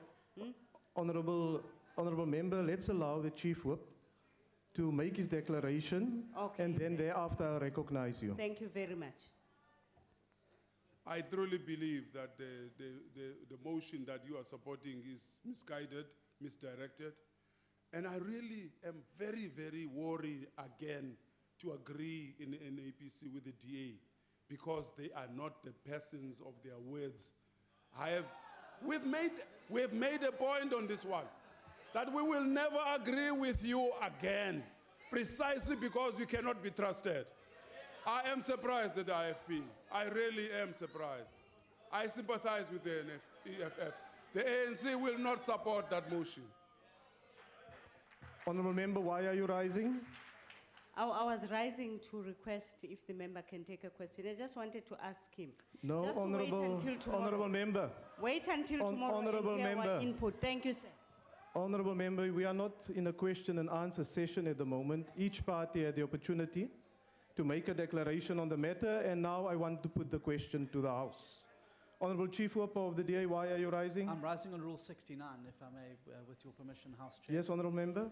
I really don't mean to disrespect the Honourable Chief Whip, and I'm very sorry that he's made an outburst like that. I did apologise to him up front as to, that I'm sorry that the agreement has changed, but things have moved on.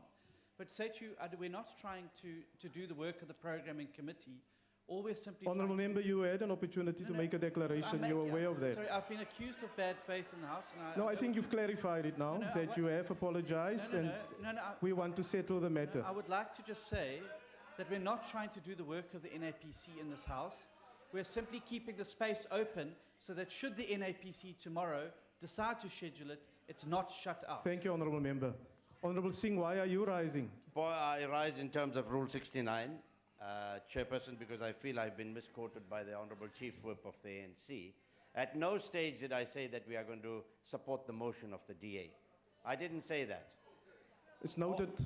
I didn't say that at all. All I said is let us keep it open as has been Thank you, honorable member. That's all. I never said it. Order, honorable members. Order. Order. Honorable Chief Whip, why are you rising? Honorable House Chair, really, we're not interested in numbers here.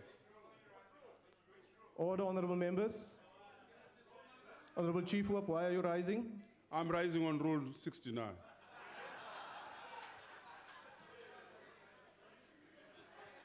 Honorable members, your apology, Honorable Chief Whip of the DA, does not cut. The reason is we have an opportunity as Chief Whips to confer on matters of this magnitude. And they refuse to do that, and they surprise us here, and they expect us to accept that. We will not accept it.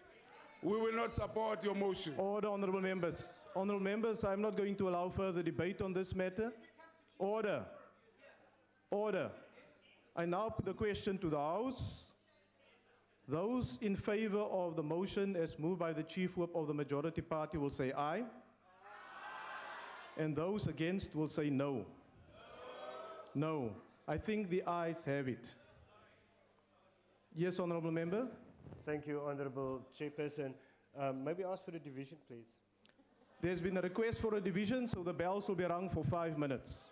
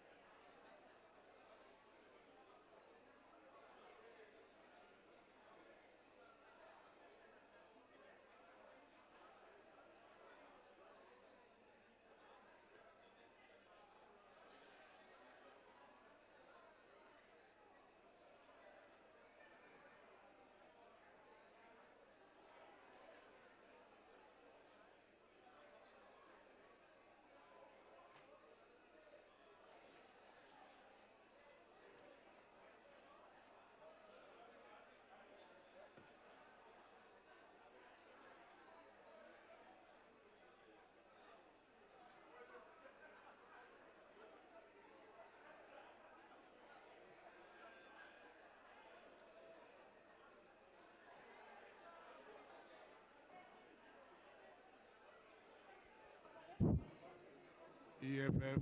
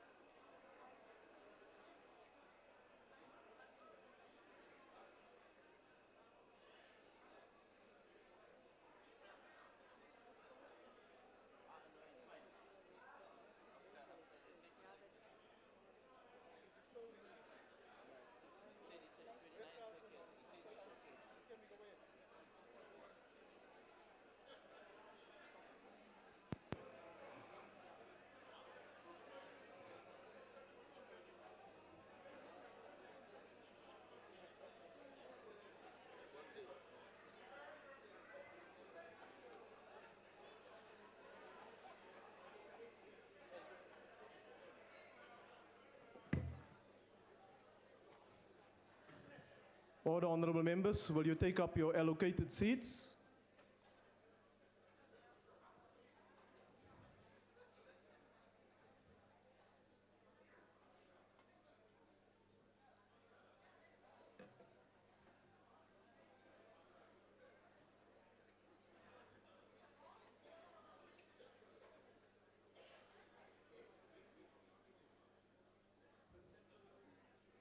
Order, honorable members. I would like to remind members that they may only vote from their allocated seats. When requested to do so, members must simply indicate their vote by pressing the appropriate button below the yes, no, or abstain signs. If a member inadvertently presses the wrong button, the member may thereafter press the correct button. The last button pressed will be recorded as the member's vote when the voting session is closed. Honorable members, there's too much noise in the House. We're in the middle of a voting session.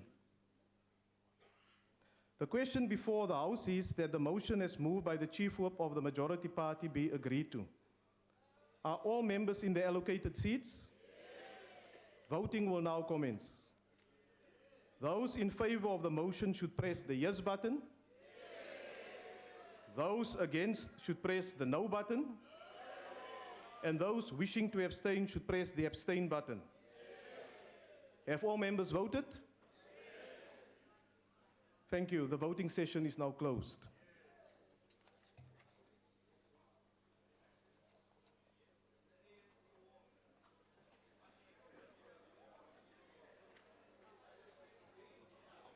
Order, honorable members.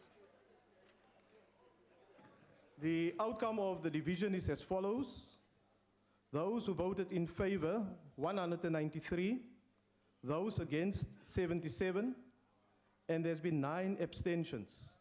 The motion is therefore agreed to. Honorable members, we will now proceed to the statement by the Minister of Trade and Industry on negotiations affecting the African Growth and Opportunity Act, also known as Agoa. The Honorable Minister. Thank you very much, Chairperson. I asked for the opportunity to make this statement so that I could inform the House directly of the outcome of a 2-day meeting which was held in Paris on the 4th and 5th of June this year, in which South Africa and the United States made a breakthrough in the long-standing issue of the export of bone-in chicken portions from the United States. The deal that was struck in Paris will go a long way to securing South Africa's participation in the Africa Growth and Opportunity Act for the next 10 years. The outcome of the negotiations in Paris resulted in agreement with the following components. First, United States poultry producers will be granted a quota to supply without attracting the anti-dumping duty we can't hear here. On a point of order, we can't hear anything. Order, honorable members, all those members at the back, including the member of the IFP that's leaving now. If you feel your discussions are so important not to listen to the statement, please leave the House. Continue, honorable member. Thank you, Chairperson. U.S. poultry producers will be granted a quota to supply without attracting the anti-dumping duty in force since 2000, but subject to the standard MFN duty, 65,000 tons of bone-in portions to the South African market. This quota will remain in place as long as South Africa is part of the Africa Growth and Opportunity Act. There will be a growth factor which will be calculated annually at the average of a verified production and consumption growth by the Department of Agriculture, Forestry and Fisheries on the baseline of 2015. A large percentage of the imports entering South Africa in terms of this quota will be allocated for further processing, packaging, and whatever to historically disadvantaged companies and individuals. The Department of Trade and Industry, the Department of Agriculture, Forestry and Fisheries, and the South African Revenue Services will administer this quota at its allocation, and volatility will be prevented via set and agreed rules which apply to the maximum entry in any one quarter of the year. Sanitary and phytosanitary matters are being finalized on poultry, beef, and pork for U.S. exports into this country. South Africa and the United States are working on outstanding SPS or animal and plant-related technical issues, and officials from the Department of Agriculture, Forestry and Fisheries will participate in a conference on SPS issues in Baltimore in the United States on the 23rd of this month, as well as a stock-taking exercise that will take place at the end of June. SPS matters are also covering South African exports into the United States of poultry products, avocados, lychees, as well as racehorses and citrus. It may be useful at this stage to provide members of the House with some background on the Africa Growth and Opportunity Act. Agoa is a system of trade preferences granted by the United States to defined African eligible countries. Agoa provides preferences on about 6,400 tariff lines, including those provided by the generalized system of preferences that the US offers to 48 sub-Saharan African countries. 38 countries, including South Africa, are eligible to benefit under Agoa. As the current Agoa will expire at the end of September this year, the US Congress has been engaged in the passage of a new bill to extend the preferential program. As the Agoa extension bill has received overwhelming support in both the US Senate and the House of Representatives, there's every reason to believe that it will soon be signed into law by President Obama. While South Africa, together with other African countries, campaigned for an extension of Agoa for 15 years, the current legislation will provide for a 10-year extension, and this is a significant achievement. It's a significant victory for all those supporters of Agoa in the United States, in Congress and elsewhere, who over the past year or so worked tirelessly for the passage of this extension. While some African countries have been able to use Agoa preferences to attract investment and reindustrialize, this has been limited to a relatively small number of Agoa beneficiaries. The potential, however, for further expansion of production and investments into other African countries to take advantage of Agoa benefits are significant. And in the case of South Africa, as the most industrialized and diversified economy on the African continent, we have been able to use Agoa across a significant number of industrial sectors to expand our exports into the United States. If we look at Agoa strategically, I think what we can see is that it has supported a growing and a relatively balanced trade relationship that has also included a proportion of value-added products from South Africa, and they in particular have benefited from Agoa. Agoa has been identified as something which is of mutual benefit to both the United States and South Africa. A Brookings study in the United States found that Agoa preferences extended to all Agoa-eligible countries had the effect of creating 100,000 jobs in the US, while a local study has found that 62,000 jobs were created in South Africa as a result of Agoa exports. I'm sure that many in this country have been quite bewildered as to how an issue of chicken had come up as a major topic in discussions between the largest economy in the world and a middle-sized economy like South Africa. The issue at the center of this controversy goes back to an anti-dumping duty which was imposed on US bone-in chicken portions in 2000. 2 United States senators from poultry-producing states supported the demands of their poultry exporters, calling for a withdrawal of the anti-dumping duty. The senators linked the continued participation of South Africa in Agoa to the resolution of this issue. I considered this matter seriously and carefully with our department and with my colleague, the Minister of Agriculture, Forestry and Fisheries, Minister Zukwana, and we consulted widely with all affected stakeholders. While an offer to open the bone-in chicken market in South Africa would require a significant contribution from an industry that had no objective interest in doing so, given the fact that poultry is a major important subsector in this country with employment-creating potential, we took the view that we needed to work with the poultry industry to pursue a negotiated outcome. We also, of course, as government, had to consider the wider picture and the interests of the economy as a whole, including existing and potential beneficiaries of Agoa outside of the poultry sector. The loss of Agoa access could have had a negative impact on jobs in several other sectors of the South African economy, especially in auto vehicles and parts, chemical products, manganese products, and agricultural and agro-processing subsectors, including citrus, wine, macadamia nuts, and others. As a Minister of Trade and Industry, I engaged with both the United States Trade Representative and the senators concerned, and we agreed with them that the South African Poultry Association should engage with its counterpart in the United States with a view to finding a negotiated solution based on a quota within the anti-dumping duty.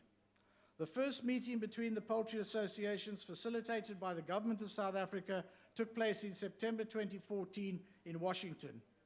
Several offers were exchanged between SAPA and the US poultry industry over successive rounds of engagements.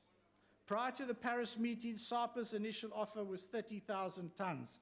It was increased to 45,000 tons and then to 50,000 tons just before the Paris meeting. The initial US poultry industry's demand was for 140,000 tons. This was lowered to 125,000 tons and then to 110,000 tons before the Paris meeting. So the gap between USAPA and the US Association USAPEC before the meeting in Paris remained considerable. Our challenge was to find a sweet spot or an area of compromise that still enabled SAPA and the poultry industry to make the necessary adjustments without a significant loss of jobs. We also had to consider the implications on the development program for poultry that the Agriculture Policy Action Plan had identified, taking account that APAP had identified poultry as an area of growth and employment creation. Our negotiators were compelled to ensure that any final compromise offer made to the US struck a careful balance in the quantum of imports of bone-in chicken pieces offered, ensuring that the poultry industry could manage any negative impact on production and jobs. In my view, the deal which we reached in Paris achieved this objective. DAF and the DTI had encouraged the poultry sector to make a significant offer that would be acceptable to the United States, and in exchange, the DTI and DAF undertook to provide support to the sector through the APAP and assistance with exports of South African poultry products in other markets, among other things. Both the DTI and DAF have built a strong relationship in this process with the poultry sector to continue to work with them on the transformation of the sector and the development of the small farmer element of that sector. The United States, in the course of these discussions, offered to provide developmental support for small farmers through investment, skills development, and support with processing. This offer will need to be concretized with requests for scholarships on poultry production, investment, and the transfer of processing technology. The quota creates new opportunities for new and emerging importers of poultry to benefit from the deal. DAF and the DTI will determine the manner in which the quantum that will be allocated to historically disadvantaged individuals and companies will be allocated after a consultative process. For the poultry sector, the resolution of this dispute with the US provides it with more certainty and security for its stakeholders. South Africa has been a significant beneficiary of Agoa, as it has been able to utilize the preferences to expand its exports in significant high value-added sectors of the economy, such as automotive products, chemicals, wine, and citrus. In 2014, major Agoa beneficiary sectors included vehicles, minerals and metals, chemicals, and agricultural products. Of total South African exports to the United States, 38% went in under Agoa, including GSP in 2014, which was down from 44% in 2013. South Africa's Agoa exports, including GSP, amount to $3.1 billion in 2014, down from $3.6 billion in 2013. Of interest to note is that GSP exports increased over this period, while Agoa exports declined. The decline was largely attributed to the fact that Mercedes-Benz ceased exporting its C-Class vehicle to the United States as the company established a production facility in that country.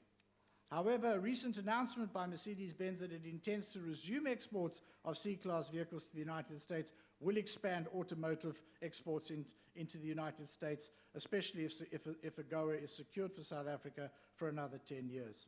In the case of the auto sector, the main beneficiary currently is BMW, which exports 40% of its current production of 70,000 units of 3 Series sedans to the United States. In the metal sectors, manganese exporters to the United States benefit significantly from Agoa.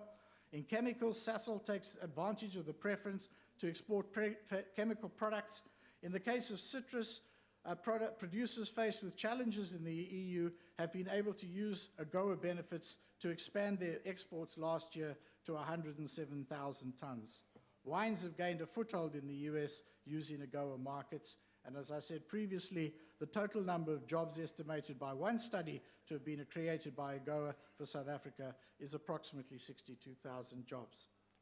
The reality we faced in the debate on Agoa renewal is that while Agoa is a non-reciprocal preferential program, the US does expect some payment in the form of accommodation of its export interests. In addition, we will have to contend with a provision which was carried over in bills passed through both houses of the US legislature, providing for out-of-cycle reviews, which in the case of non-accommodation of US demands could result in partial or total withdrawal, suspension, or exclusion from Agoa benefits. In my assessment, however, the Paris deal on poultry will significantly reduce that risk. First, because the outcome is a negotiation, is the product of a negotiation that both sides are bought into, and secondly, because, as we said right at the beginning, the market access for poultry is linked to South Africa's continued participation in Agoa. I believe indeed that Agoa can be seen as a win-win for both South Africa and the United States, which both our countries could use as a platform to build and deepen our trade and investment relations across all sectors of the South African economy, as well as to establish partnerships to strengthen regional value chains across the continent, strengthening our regional integration. I believe that we are better off for having taken the road of seeking a negotiated solution to this issue, and we are better off for having worked with the representatives of the organizations most affected, the poultry associations. In this connection, I want to take this opportunity to thank SAPA for making a significant contribution to the South African effort to find a sweet spot of compromise with the United States. I want to thank Kevin Lovell, who is the CEO of SAPA, Chris Scooter, who is the CEO of Astral Foods, Martina Stander, who is the CEO of Country Bird Holdings, and Justice Zotwa, who is the SAPA Transformation Committee head, who participated in good faith and as patriots in these negotiations. I also want to thank other sectors of the South African economy that participated in the consultations, including Business Unity South Africa, the auto industry, Sasol, manganese exporters, citrus, wine, and other agricultural subsectors that worked together with us as Team South Africa. It was this spirit of working together to find creative solutions that ensured that we made the breakthrough in Paris. I also want to thank Senators Coons and Isaacson, the US Trade Representative, Ambassador Mike Froman, and his team led by Flori Lisa, Ambassador Patrick Gaspard, Ambassador of the United States to South Africa, who's up in the gallery, all of whom continued throughout this process to display an appreciation for the developmental challenges of South Africa and a willingness to be flexible in finding the sweet spot of compromise that was arrived at in Paris. Lastly, I'd like to thank my own team of officials from the Department of Trade and Industry and from the Department of Agriculture and Fisheries, led by a special envoy that I appointed, Ambassador Faisal Ismail, the former ambassador of South Africa to the WTO. The South Africa-US trade and investment relationship has considerable potential to advance and deepen, both bilaterally and in partnership, to contribute to development and integration in the African continent. I am confident that the Paris negotiations will lead to a successful renewal of Agoa for another 10 years, and that this can take our relationship to new heights. Thank you very much. Thank you, Honourable Minister. I now call upon the Honourable Hill Lewis. Thank you, House Chairperson. Listening to the Minister's statement, I was reminded of Helen Suzman's famous quip decades ago that it was not her questions that embarrassed South Africa, but the government's answers. The rose-tinted story that we heard from the Minister just now was pure revisionism. The implications of losing Agoa access are dire, and as the Minister pointed out through reference to all of those critical export industries here in South Africa, 25 billion rand in annual exports to America in all of those biggest export markets would be put at risk, and undoubtedly tens of thousands of jobs would be lost. This House has known for the better part of 2 years that South Africa's continued inclusion in Agoa was under threat because of a trade dispute in the poultry industry.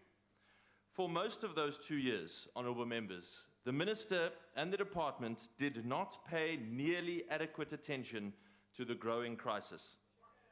In late 2013, the Minister told the Portfolio Committee that he was confident of our continued inclusion because President Obama supported it, as if the White House could dictate to Congress like Luthuli House dictates to members of Parliament here.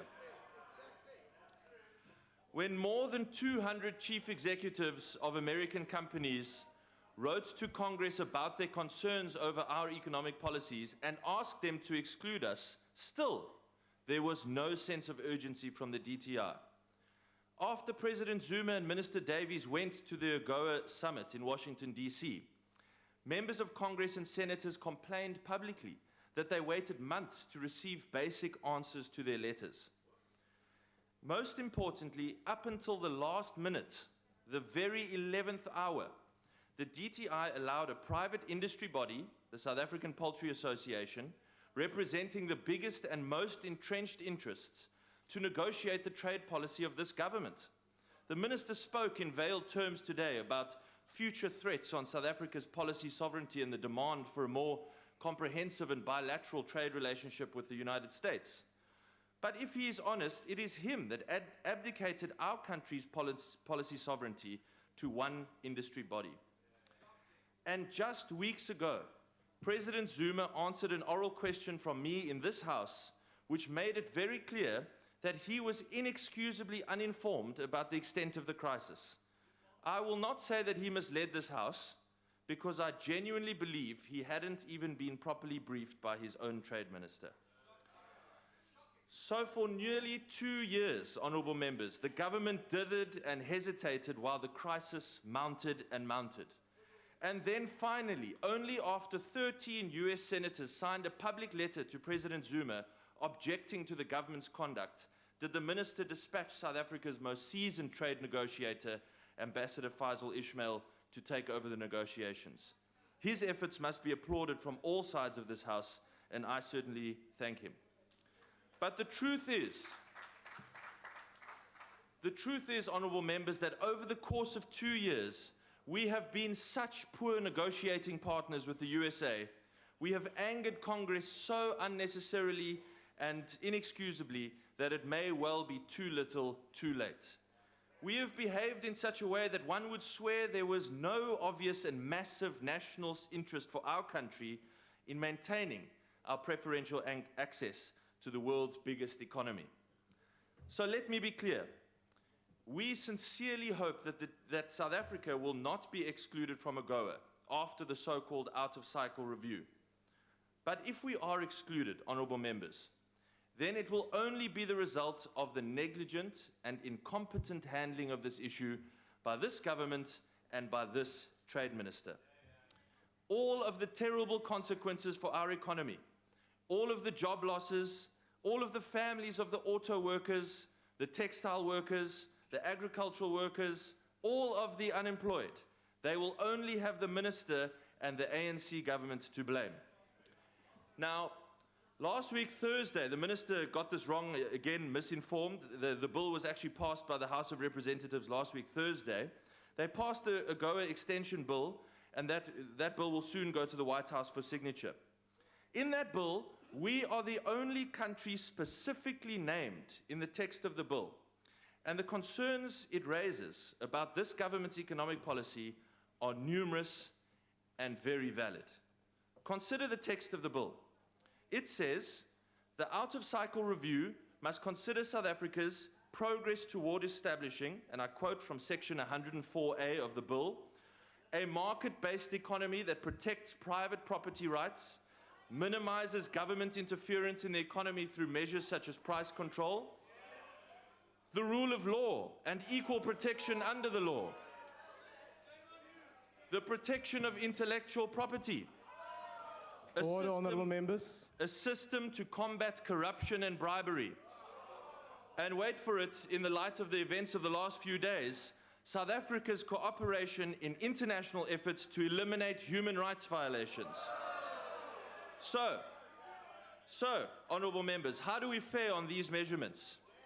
The Private Security Industry Regulation Bill, the deceivingly named Promotion and Protection of Investment Bill, the Expropriation Bill, the Protection and Development of Agricultural Land Bill, all examples of government legislation that collectively constitute a massive assault on private property rights.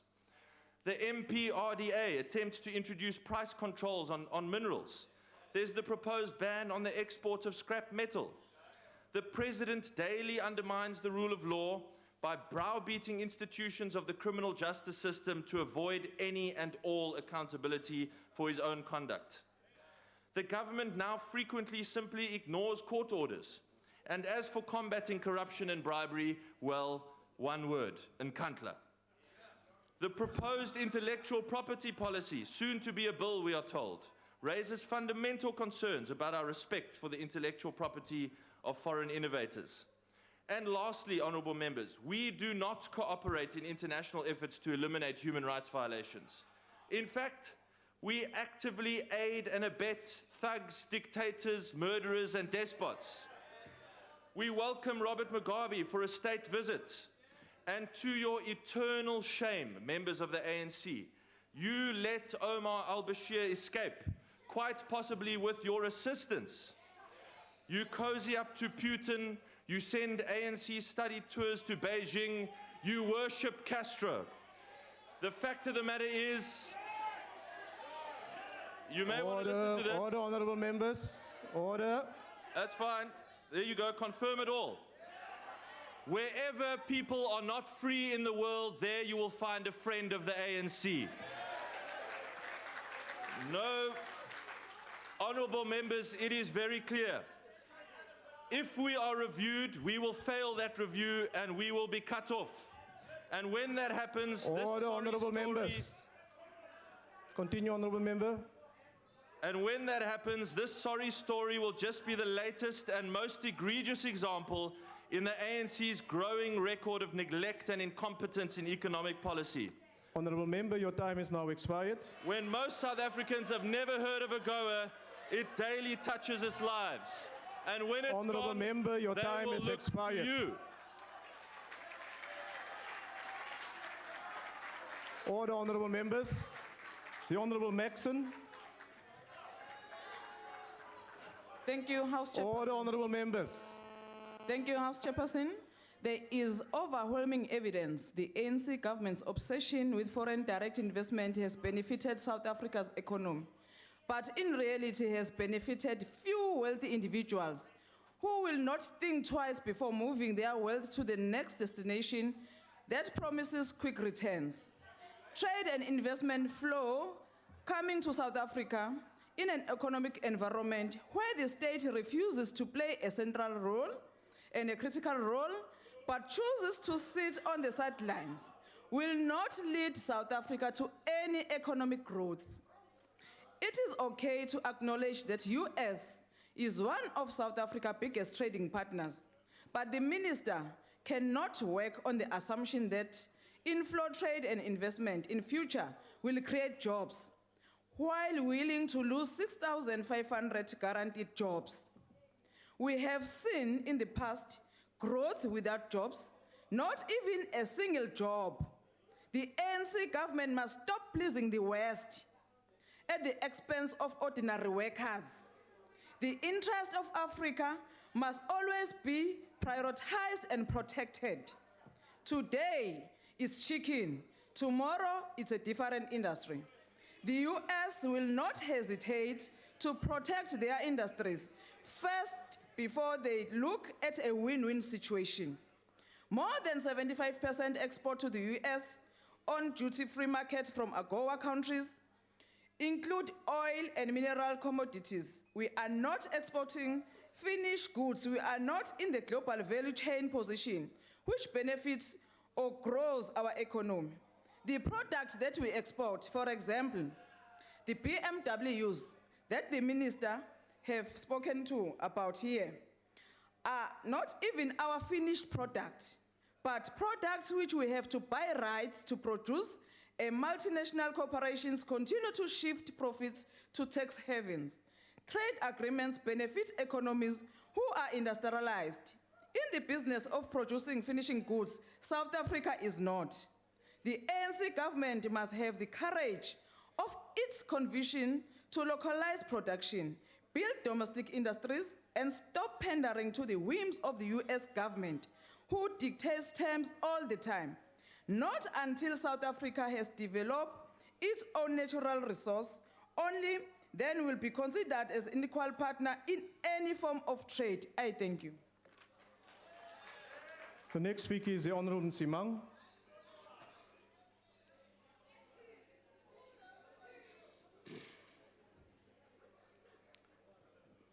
Thank you, Honorable House Chair. The African Growth and Opportunity Act comes up for possible renewal during a precarious period of global economic uncertainty, US domestic procedural scheduling issues, and unresolved problem between US poultry exporters and the South African Poultry Association. These are the current challenges facing the new version of Agoa, which is going to be possibly adopted by US Congress before 30 September this year. Honorable House Chair, it is common knowledge that since Agoa came into operation, it has certainly had a significant positive impact on our economy and as well as other economies on the African continent.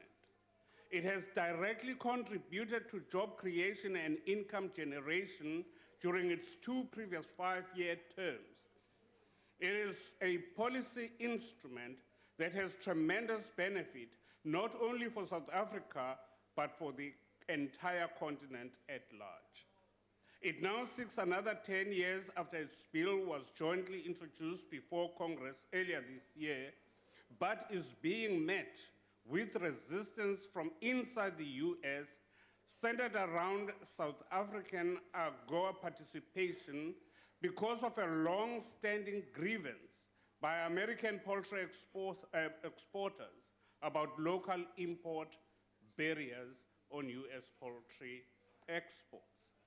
The main bone of contention, as it were, being that whilst the US has tariffs up to 100% on poultry exports to South Africa, other exporting nations enjoy much lower barriers to entry, such as the EU is currently only at 37.5%.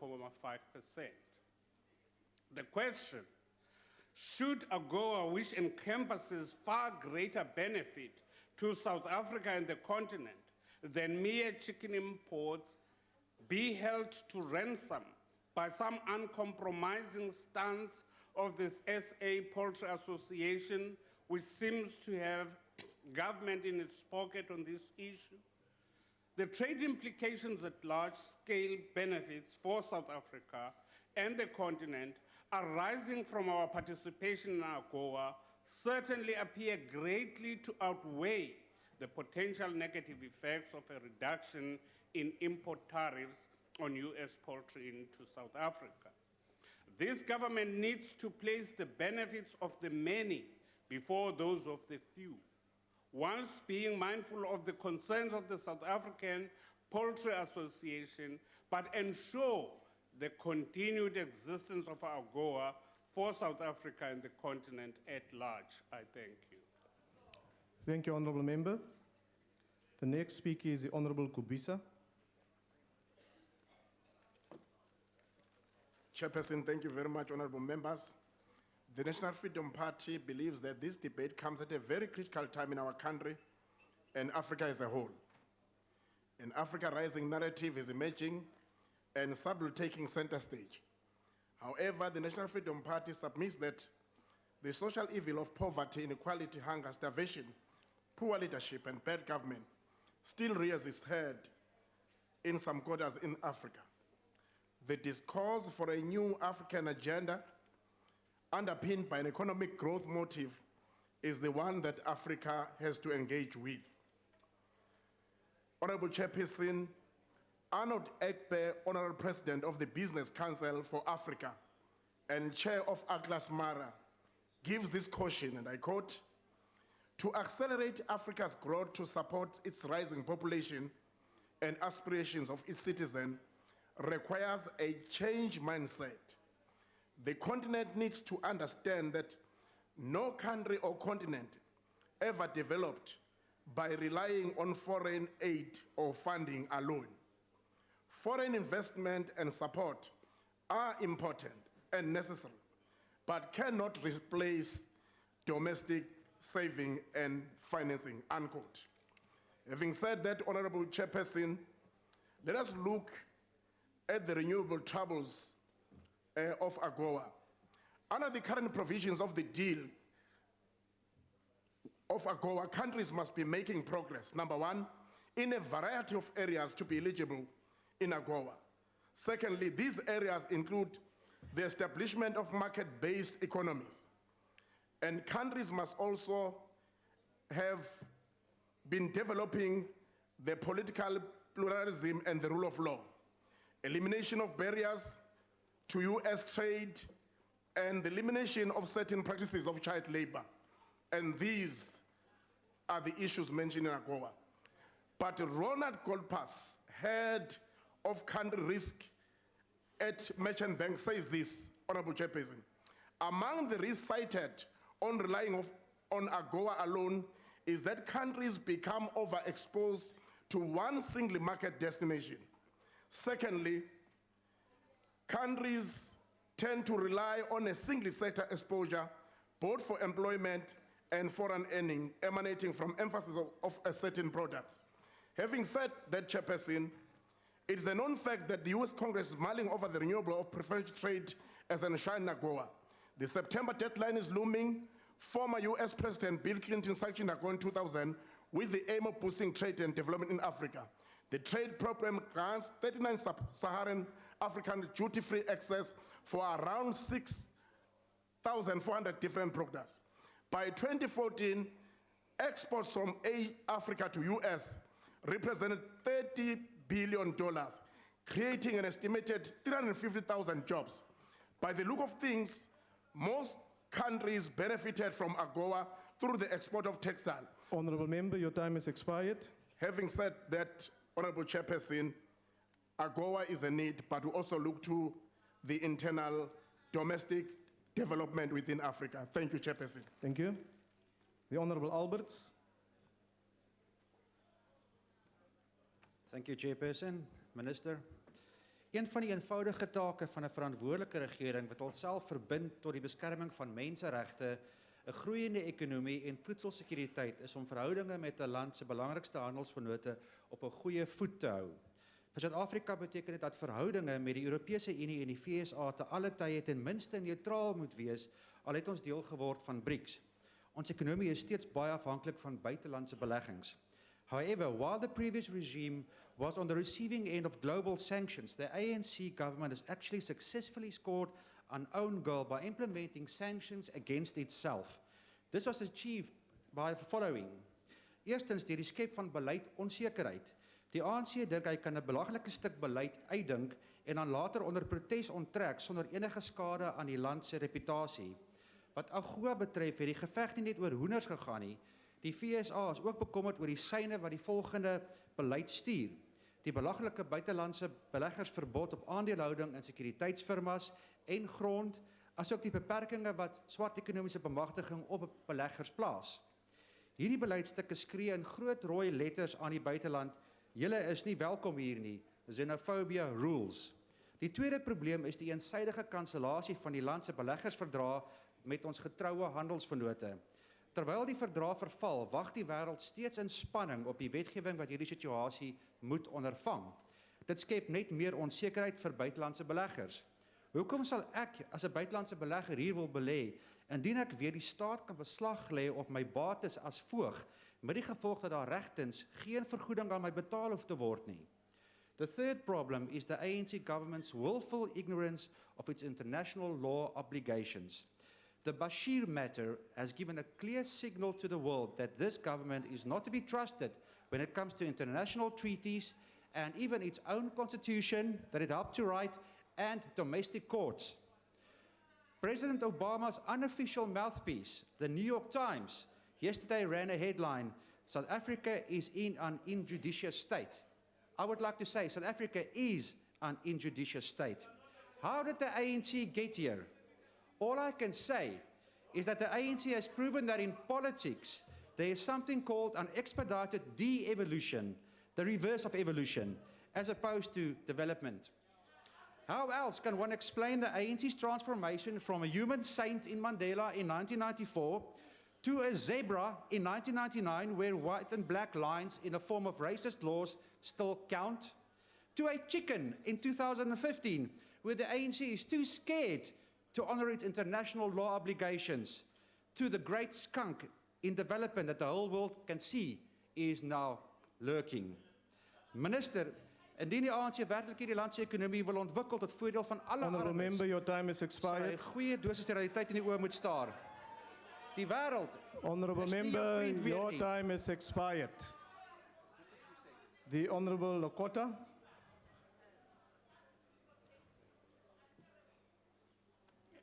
Thank you, Chairperson of the House. I think that the merits of the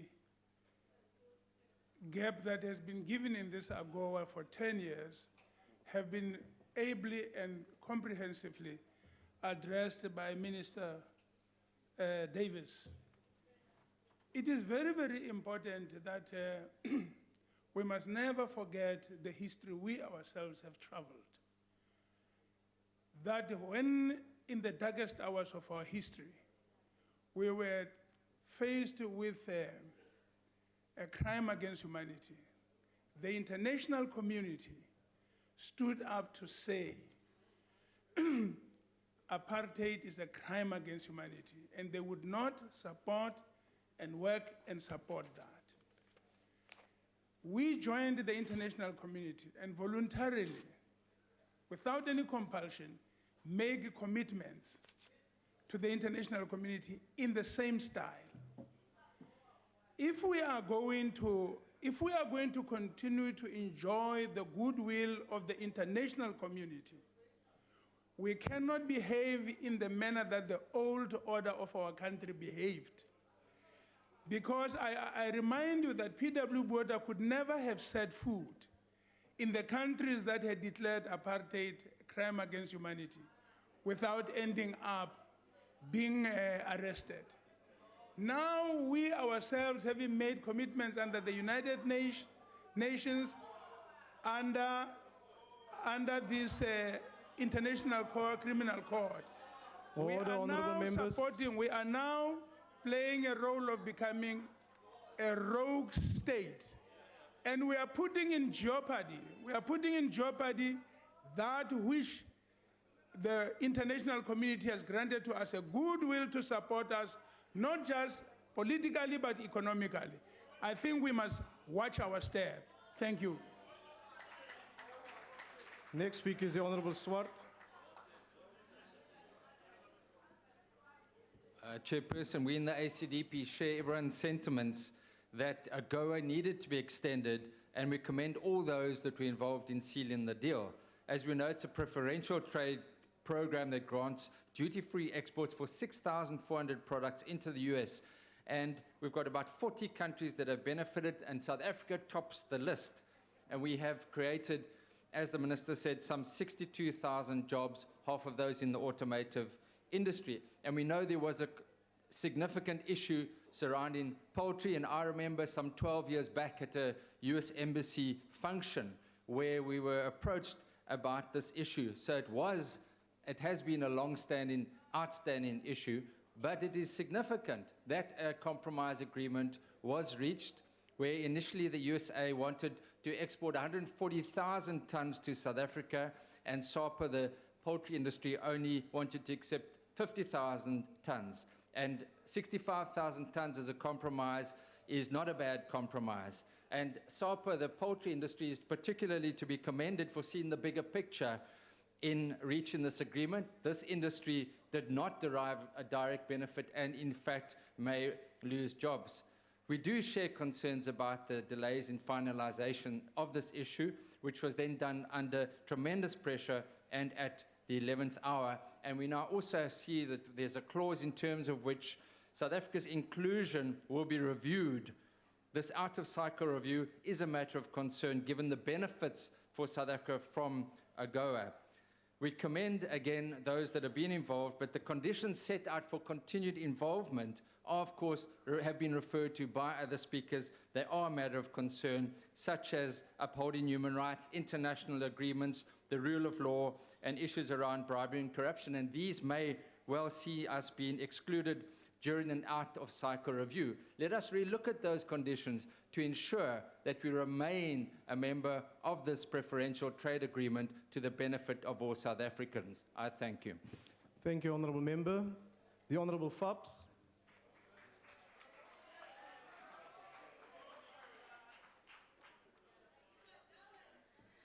Honourable Chairperson, honourable members of this House, colleagues, but most important of all, people of South Africa, because that is why we are negotiating this Agoa with the United States. When I say negotiating it, never let us forget it was a unilateral preferential trade offer.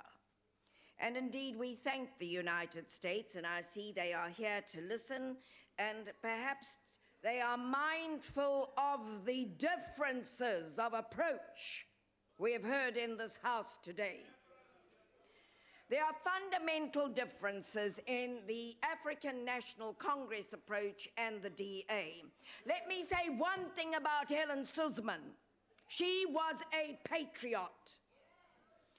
The DA believes we should simply, when we talk about an agreement, what we should do is say, okay, give us what it is, what do you want? Okay, no problem, here's my signature.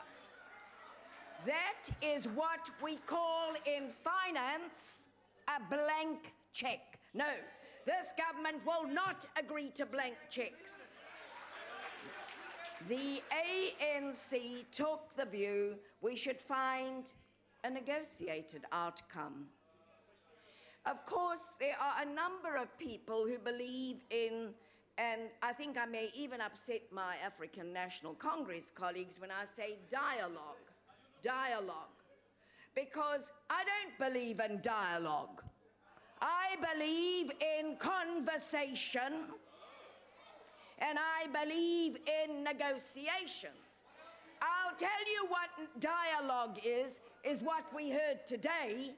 It's one person consumed by his own view talking to himself, and another person consumed by their own view talking to him or herself.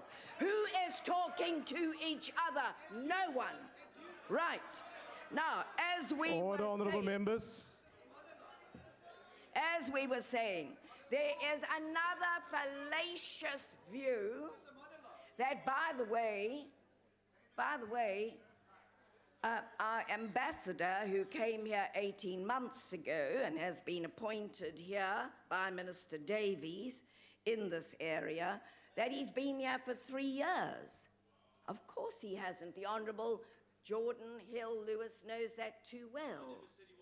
No, we know that, and I'm glad you're stating that now. But nevertheless, we hear that the negotiations which began 2011, 2013 with Minister Davies was actually masterminded by the Ambassador Faisal Ismail. I need to correct that argument. The other thing is we're also told repeatedly, notwithstanding, in 2013 there was a meeting of trade and industry on the 23rd of August, of which Honourable Jordan Hill-Lewis was a member. And during that time, everyone applauded the minister's negotiating stance. It was a unanimous support. And all members of the committee have given their full support for Agoa to be extended. The minister, we give him our support because he will be visiting the United States next month to further strengthen our economic ties. Well, of course, their memories are far too short. Now, let me tackle something else. We have not abdicated our duties. The Minister of Trade and Industry and this government has consulted extensively with the South African Poultry Association, and we brought them together because they said, we could lose so many jobs. Please, can you? We said, okay, guys, hang on. Yes, we did, as a matter of fact. And of course, there were a number of women, but I'm among the women who don't mind being called a guy. So there we are, we consulted. Then, of course, there was the Poultry Association and the eggs, etc. But of course, it's quite true, empty vessels do make the most noise. But let me continue. The United States Poultry Group, and guess what? Initially, they were both of diametrically opposed views. If we agree to this, then we're going to lose so many jobs. And our own association was of the same opinion. In fact, I honestly thought when I was listening to the Honourable Hill-Lewis, tell me, did you recently talk to Senator Coons and Senator Isaacson? And I take it, you were obviously briefed. Well done. Fine.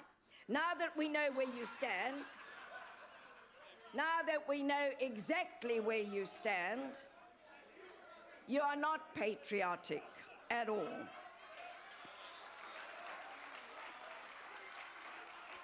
Point of order. Honourable Chair, let me come to the actual issue. Please take your seat. Let me listen to what is the point of order? What is the point of order, Honourable Member? Speak, Honourable Member. What's the point of order? You issued an instruction to the member to take a seat. Yes, but speak. Go ahead, yeah. Take your seat, Honourable Honourable Lewis is an honourable member of this House, and I think it's most unfortunate and it's incorrect for the Honourable Fubs to declare an honourable member unpatriotic.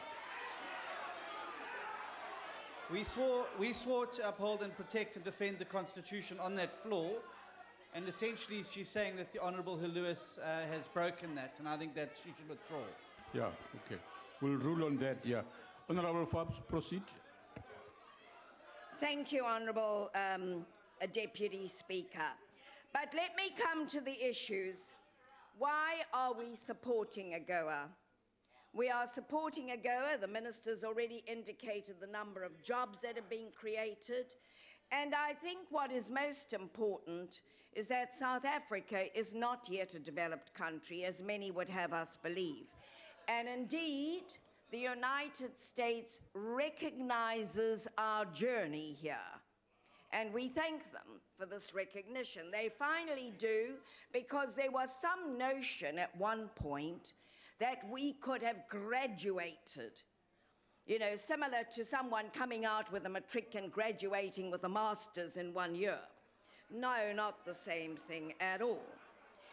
Now, South Africa remains a developing country with massive challenges, which is why we have said we do need FDI, Honourable Maxson, we do.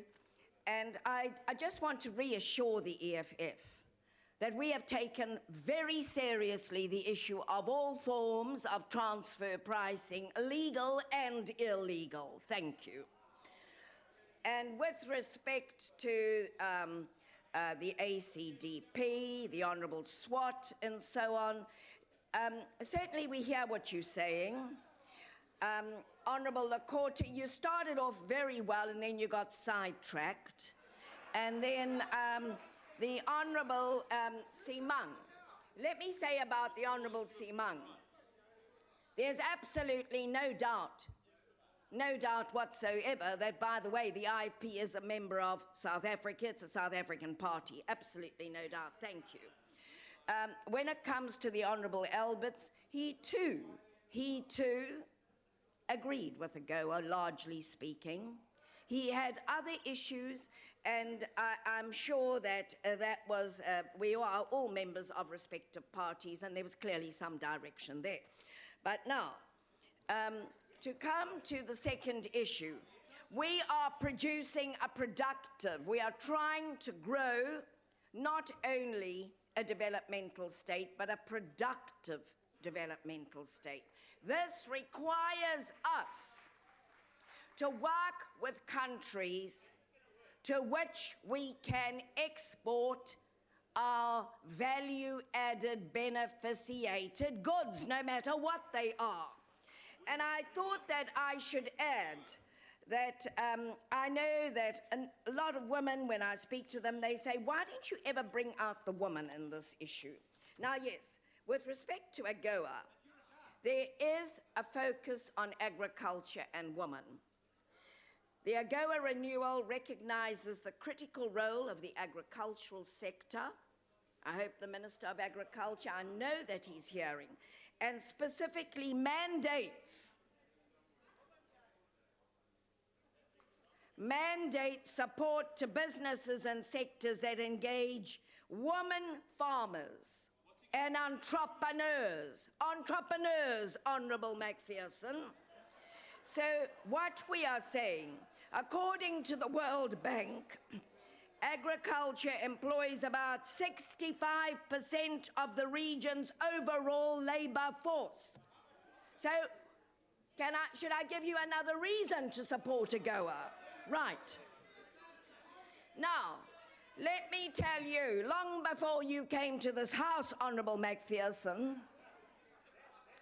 the African National Congress had signed very successfully with the United States Agoa. In fact, we had indicated our appreciation long before you came. So, oh yes, but what we are negotiating is an extension, that's all. And thank you very much, we now have it. But we have jobs, we will have a BBBEE issue, really intrinsically spelt in. I know, again, the EFF said this is going to benefit only a few. I agree, it would have, but now we've got the BBBEE, and we're going to make sure that this is broadened, beyond that elite group, yes. We also have the localization program, the designations, and I'd like businessmen. I would like businessmen to actually implement the localization issues. Thank you. I really would, because that is what's going to help us. But before that... Chairperson, Deputy Speaker, would you recognize... Yes, what are you raising on, Honourable Member? Would the Honourable Member take a question? Honourable Fobbs, will you take a question? Honourable Deputy Speaker, I'd love to over coffee, thanks. Okay. Now, on no, the I issue... don't do coffee with go ahead. strangers. No, take your seat. Take your seat. Right. What we would like to say as well is that it offers us an opportunity for both countries to develop a stronger relationship that recognizes our priorities. We would like the United States to recognize our priorities, and I have no doubt they would like us to do the same. But what we are going to do is we are going to work together on this, but we are going to do it to put South Africa first. Thank you. Thank you, Honourable Member.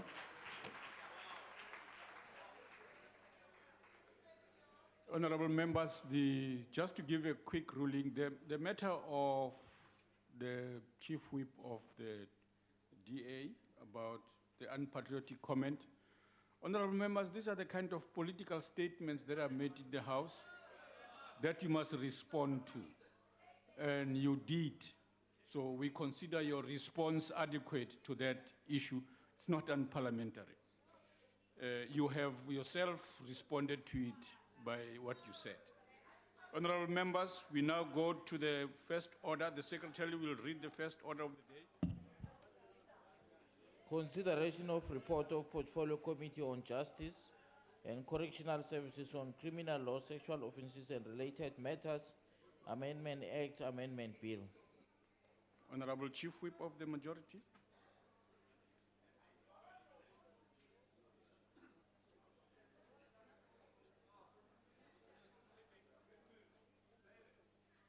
Honorable Deputy Speaker, I propose that the report be adopted.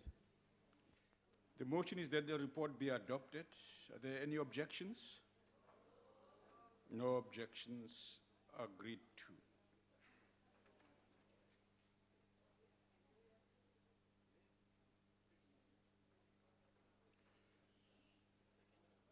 Honorable members, we read the second order. The Secretary will read the second order. Second reading debate, Criminal Law, Sexual Offences and Related Matters, Amendment Act, Amendment Bill. The Honorable Mutseha, the Chairperson of the Portfolio Committee.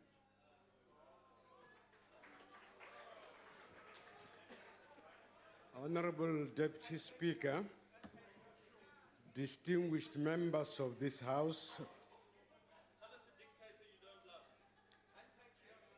the constitutional order of the apartheid colonial state was based on the doctrine of parliamentary sovereignty, which said that any law that Parliament passes has the legal force. As revolutionary Democrats, we have abolished this parliamentary dictatorship and introduced a constitutional state based on the doctrine of separation of powers.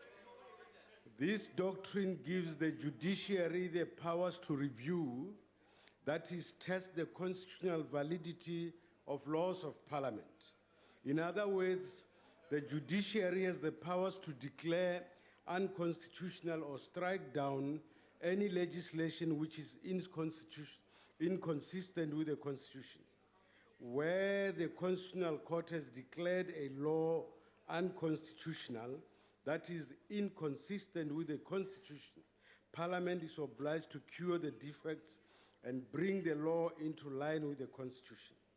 The Criminal Law, Sexual Offences and Related Matters Amendment Bill resulted from the Court's powers of judicial review.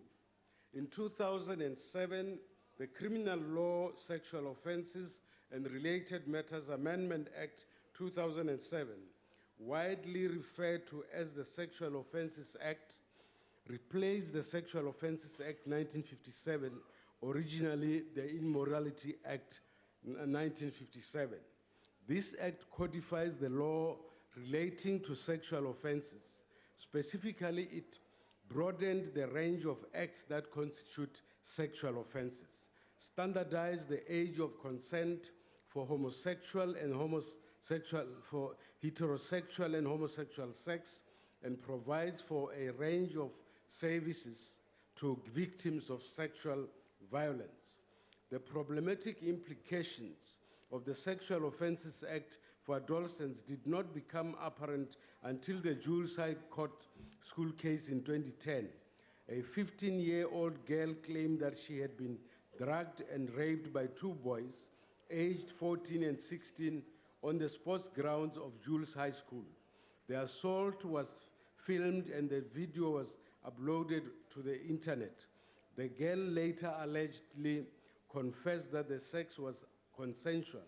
The perpetrators could not be prosecuted for rape, and all three were charged with statutory rape for contravening Section 15 of the Sexual Offences Act. This case drew attention to Section 15 and 16 of the Act, and the Teddy Bear case referred to below, followed from the High Court all this way to the Constitutional Court. The Amendment Bill. The bill emanates from two separate judgments of the Constitutional Court. The case of Teddy Bear Clinic for Abused Children and Others versus the Minister of Justice and Constitutional Development. The case of J versus the National Director of Public Prosecutions and others. In the Teddy Bear case, the Constitutional Court determined that Section 15 and 16 of the Criminal Law Sexual Offense-Related Matters Amendment are unconstitutional insofar as they criminalize consensual sexual conduct between adolescents, children between the age of 12 and 15, below 16 years of age. In the J case, the court questioned the constitutional validity of Section 52 sub A of the Act, namely the automatic inclusion of the particulars of child offenders in the National Register for Sex Offenders on conviction of sexual offenses under certain circumstances, with specific reference to the best interest of the child principle, as reflected in Section 28(2) of the Constitution. The court found that the limitation of the right of the child offenders in Section 52A of the Act is not justified in an open and democratic society. In 2013, the Constitutional Court gave Parliament 18 months to fix the legislation. The committee applied for extension to ensure that the civil society has adequate time to make further submissions. Honorable members, what we came across in this matter is that Parliament was accused of seeking to decriminalize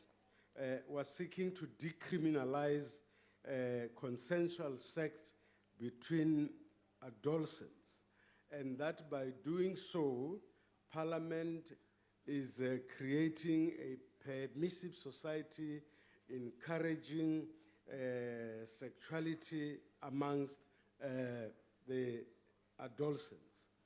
There's nothing further from the truth as that. The truth of the matter is that the society in which we live is a society in which moral degeneration is deepening for various reasons. Our children are exposed to pornography. Our children grow up in apartheid socio-economic conditions, and they are exposed to things that they should not be exposed to. And as a result, we find children that are experimenting in sex. So whether you like it or not, there is sex taking place between adolescents, consensual sex. And the question arising is whether or not we should make criminals out of children that are victims of a sick society. We, as the African National Congress, say that we cannot criminalize children for the fault of society. We, therefore, are saying we agree with the Constitutional Court that consensual sex between adolescents should be decriminalized, and therefore we should look back at society itself and say, what should society do to prevent a situation where children experiment in sex in houses of worship, in schools, at home? And we believe that the solution lies in education. They are, for instance, in traditional communities, what we call rites of passage, where children are taught to understand that between age 1 and 7, there are things that children cannot do. Between age 7 and 14, there are things that children cannot do. Between 14 and 21, there are things that children may do. And after 21, there are things that children must do. So if our society goes back to teach the rites of passage and related practices, this problem that some elements on my left want to solve by criminalizing children would not arise. And we think that this government of the African National Congress has already done much to empower civil society to deal with these matters. For instance, our icon, Honorable Mandela, in 1997, he convened a religious summit. And then that summit adopted the code of the Bill of Responsibilities. In 1999, Honorable Mandela convened a moral summit, which led to the adoption of the launch of the moral regeneration movement. Now the ball is in the court of society to solve societal challenges and not to use criminal laws against children. As the African National Congress, we believe that the best interest of the children of this country must be served, and criminal laws cannot be that means of saving the best interest of the children of this country.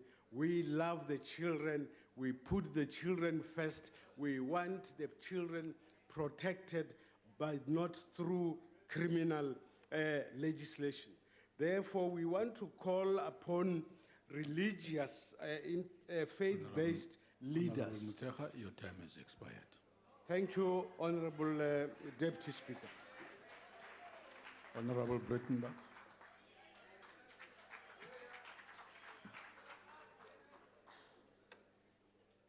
Thank you, Honourable Chair. Honourable members, much has been made of this amendment bill, and there has been an enormous amount of public interest and public participation in this process. A vast amount of positive input was received, but the bill remains somewhat controversial. This is largely because of a perception, albeit an incorrect perception, that the age of consent for engaging in sexual acts with and by minors has been lowered to 12 years of age. Such a position would, of course, be quite preposterous. It's not remotely what the bill envisages, and it is a result of misconception and misunderstanding. The purpose of the amendment bill, briefly and in common parlance, is most importantly to give effect to two judgments of the Constitutional Court, the Teddy Bear case and the J case. It is not a matter of convenience, but an imperative. Secondly, the bill seeks to ensure that children are not held criminally liable for engaging in consensual sexual acts with each other. To give presiding officers a discretion, which they currently do not enjoy, in order to decide in individual cases based on the merits whether particulars of children should be included in the National Register for Sex Offenders or not. To regulate a procedure whereby certain categories of persons may apply for the removal of their particulars from the National Register for Sex Offenders, and to regulate a procedure for the removal of particulars of children who have already been convicted for having engaged in consensual sexual acts with each other to be removed from the register, and to regulate the expungement of criminal records and of persons connected herewith. The important word to bear in mind in the consideration of this bill is consensual sexual acts between children. For the purposes of this discussion, children are defined as being 12 years or older, but under the age of 16. The provisions of the bill ensure that consensual sexual acts between children are decriminalized, and the bill allows for consensual sexual acts to be decriminalized if one or both participants are 16 or 17 years of age, and the difference is not more than 2 years. The position with regard to sexual acts that are not consensual is not modified by the provisions of this bill and remain criminal offences. The bill therefore essentially seeks to protect the position of children, to protect them from criminal sanction and to prevent them from being subjected to possible incarceration, to being placed on a list of sexual offenders and destroying their future as a result of consensual sexual activities with persons of a similar age. Although a number of participants at the public hearings indicated a distinct unease with the bill on the basis of religious objection to consensual sexual activity between children, it was encouraging to hear that none of the participants ultimately wanted to make criminals of children who engage in consensual sexual activity with each other. The bill also envisages, in specified circumstances, the removal of the names of persons previously convicted of offences now decriminalised from the register of sexual offenders, thus bringing the position of those persons in line with the provisions of the bill. This is founded in considerations of fairness and parity. The bill embodies in legislation that which is already de facto law, this position already having been decided by the Constitutional Court. It is our contention that this bill should be supported, and as a committee we should acknowledge the efforts of Mr. Bassett and his colleagues at the Department of Justice in the drafting of this piece of legislation and the assistance afforded the committee in this process. In closing, I must say, however, that I was left almost speechless, which doesn't happen often, to hear the Honourable Macheka refer to South Africa as a constitutional democracy. After the events of the past weeks, and in particular the last few days, it must be clear, even to the Honourable Macheka, that this is no longer a constitutional democracy, but the fiefdom of President Zuma, when he ignores the Constitution, the law, and the judiciary. I thank you. Honorable Moniso.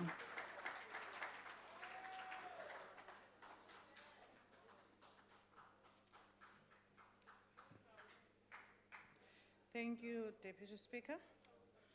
The ANC has been in power for the past 21 years, but still they are unable to develop bills and legislations that is constitutional and of acceptable quality. This bill is one of the many that have been sent back to this House because it's not constitutional. The EFF is of the strong belief that children need to be supported by their parents, caregivers, and adults in their lives to enable them to make healthy choices about relationships and the correct timing of engaging in sexual activities. Criminalizing adolescents for engaging in developmental behavior is an extreme measure that prevents them from approaching their parents, educators, social workers, nurses, and other support people for guidance, for information, for contraceptions, for treatment of STIs and HIV. For that reason, we support these amendments.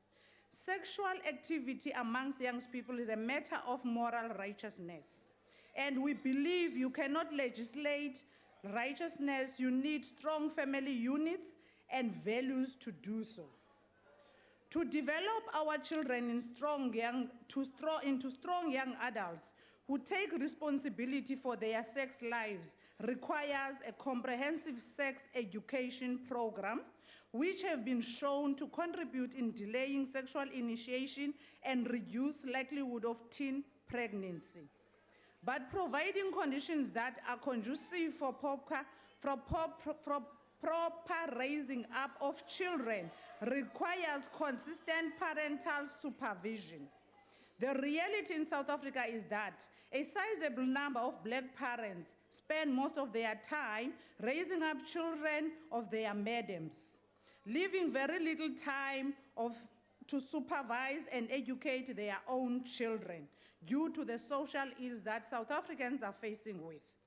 The social conditions that young people grow under, therefore, are a direct result of the limited economic opportunities for black people, which leads to parents leaving their own children unsupervised in order to go make a living.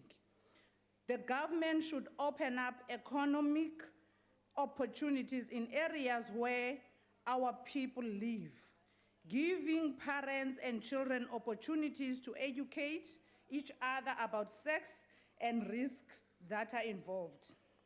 And as the EFF, we recommend that there should be a proper recourse than prosecuting young innocent children for the wrongs of their parents, who leave them to watch TV until midnight, exposing them to all sorts of porn TVs that lead to their experimental actions. And we add to say the social development and the basic education should own up to their mandate of protecting and educating our children. We support the amendment. Thank you, Honorable. Honorable Msima.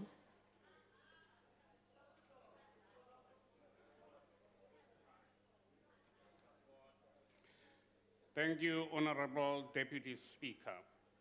This amendment bill arises through the rule of law and supremacy of our Constitution in striking down legislation that is in conflict with any of its provisions.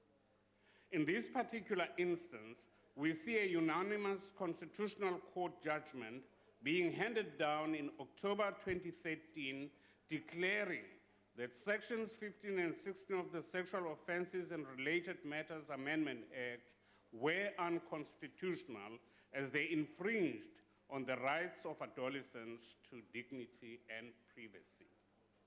It was further ordered that the necessary amendments were to be brought within 15 months of the judgment. This was, however, extended by 4 months in order for Parliament to meet the deadline, which is now 5th of August. Honorable Deputy Speaker, the IFP concurs with the court findings that the above sections 15 and 16 of Sexual Offences Amendment Act criminalized developmentally normal behavior and could possibly have a negative effect on our children for whom the act was originally intended to protect. The learned judge, in delivering her judgment, said that she was extremely doubtful that the introduction of criminal prohibitions could ever be shown to be a constitutionally sound means of preventing the occurrence of such risks as teenage pregnancy, and that there were numerous other avenues available that did not involve criminalization of consensual sexual conduct. The legal age of consent remains at 16 years of age. Non-consensual sexual activity remains a crime, but there is no longer criminal sanction for the consensual sexual activity of children between the ages of 12 and 16, and children who are between the ages of 16 and 17 years will only be liable for criminal prosecution if the age between them and the other child is more than 24 months. The Act continues with its main aim, namely that of protecting children from being preyed upon by older sexual predators. The IFP supports this bill. Thank you. Thank you. Honorable Ngabe.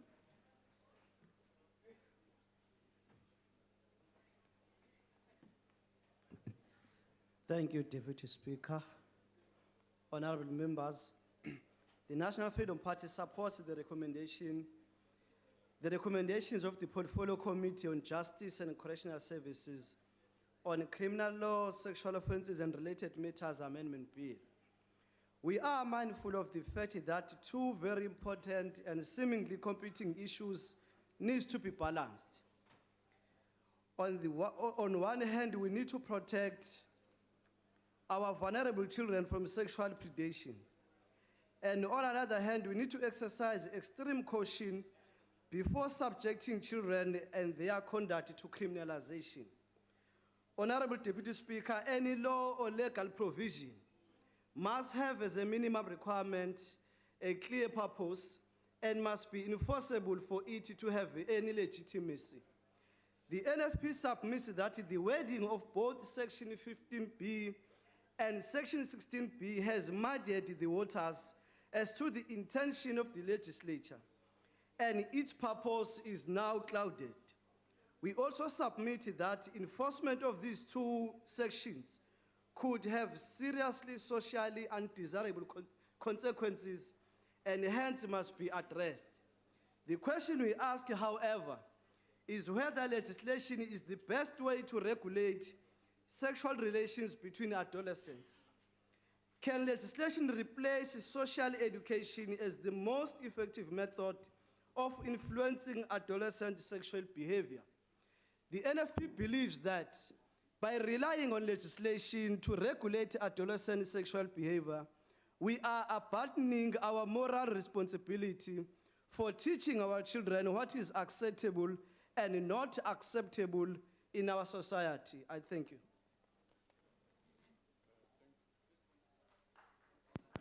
Honorable Bongo. Oh, sorry, it's Honorable Majeke. I nearly skipped you, madam. It's not your good day today. Sorry. Thank you, Chairperson. It is befitting that this House adopts this bill as part of the 39th anniversary of the National Youth Month. Indeed, if our young people are to fully enjoy their freedom, they must also be legally protected from predators. The amendments will help intensify South Africa's efforts to fight crimes against all persons and especially sexual offenses being committed against vulnerable children. We need to secure our boys and girls at all costs. We hope that the design of guidelines on prosecutor-guided investigation will indeed be enhanced and provide for a holistic management of sexual offenses matters by all role players. The United Democratic Movement fully supports this amendment. I thank you. Thank you, Honorable Member. Honorable Bongo.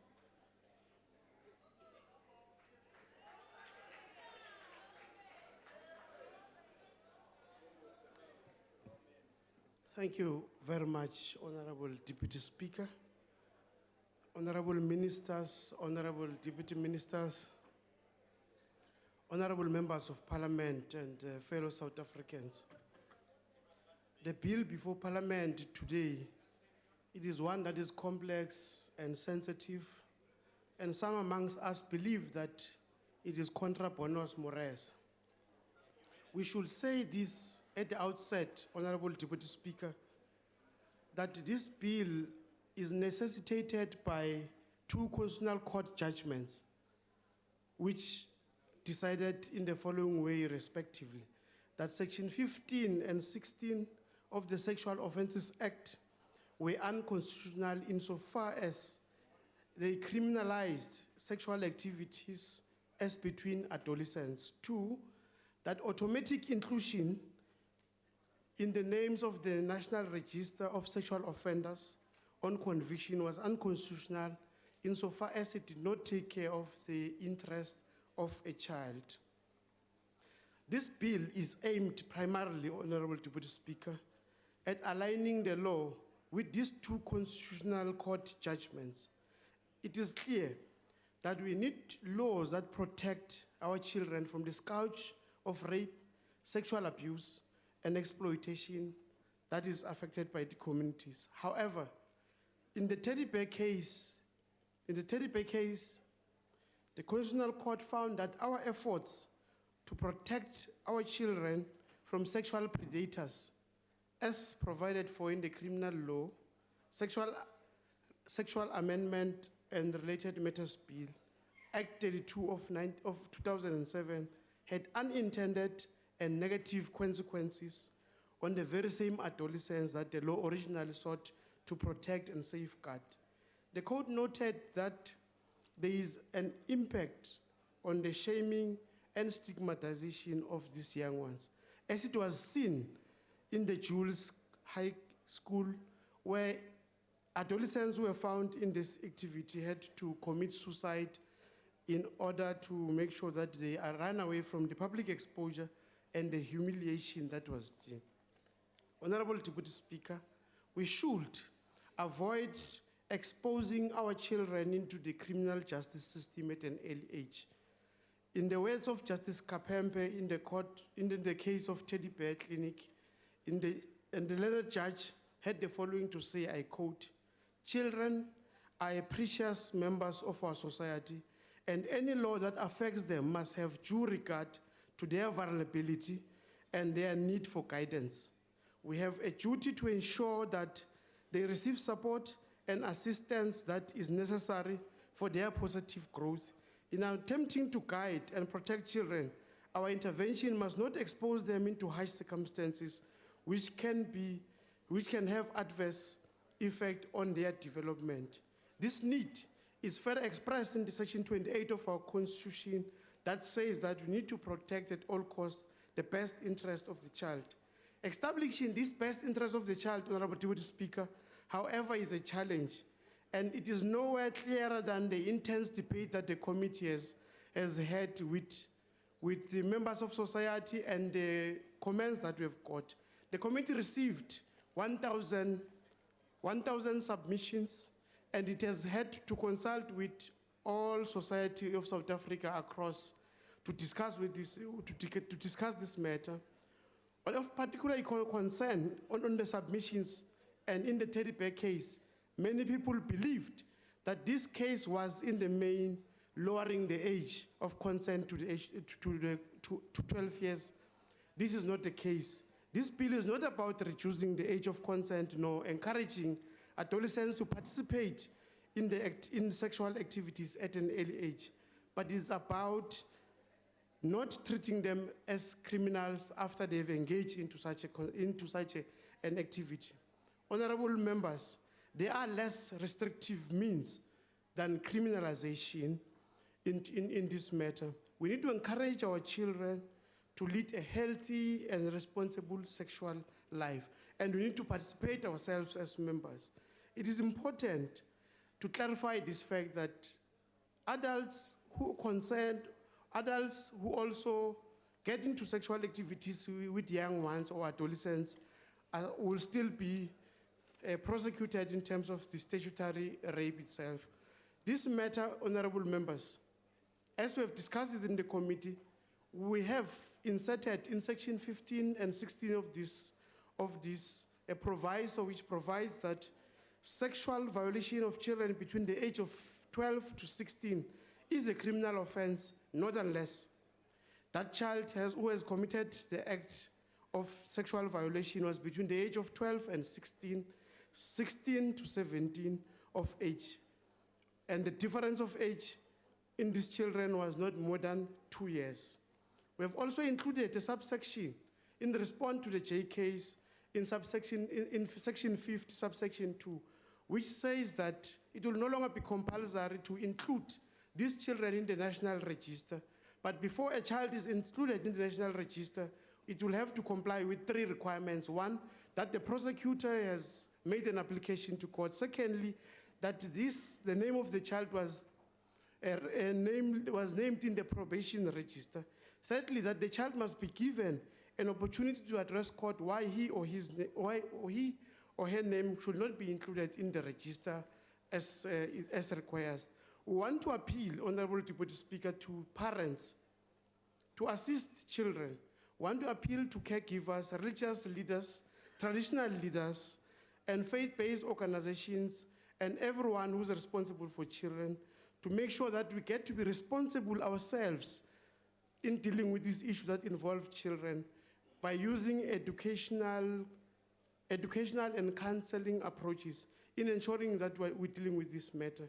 Honorable Deputy Speaker, finally, whilst I wouldn't want to see my child who's aged between 12 and 16 engaging in the sexual activity, I would also not want to see my child who's aged between 12 and 16 being arrested for having entered into that particular activity.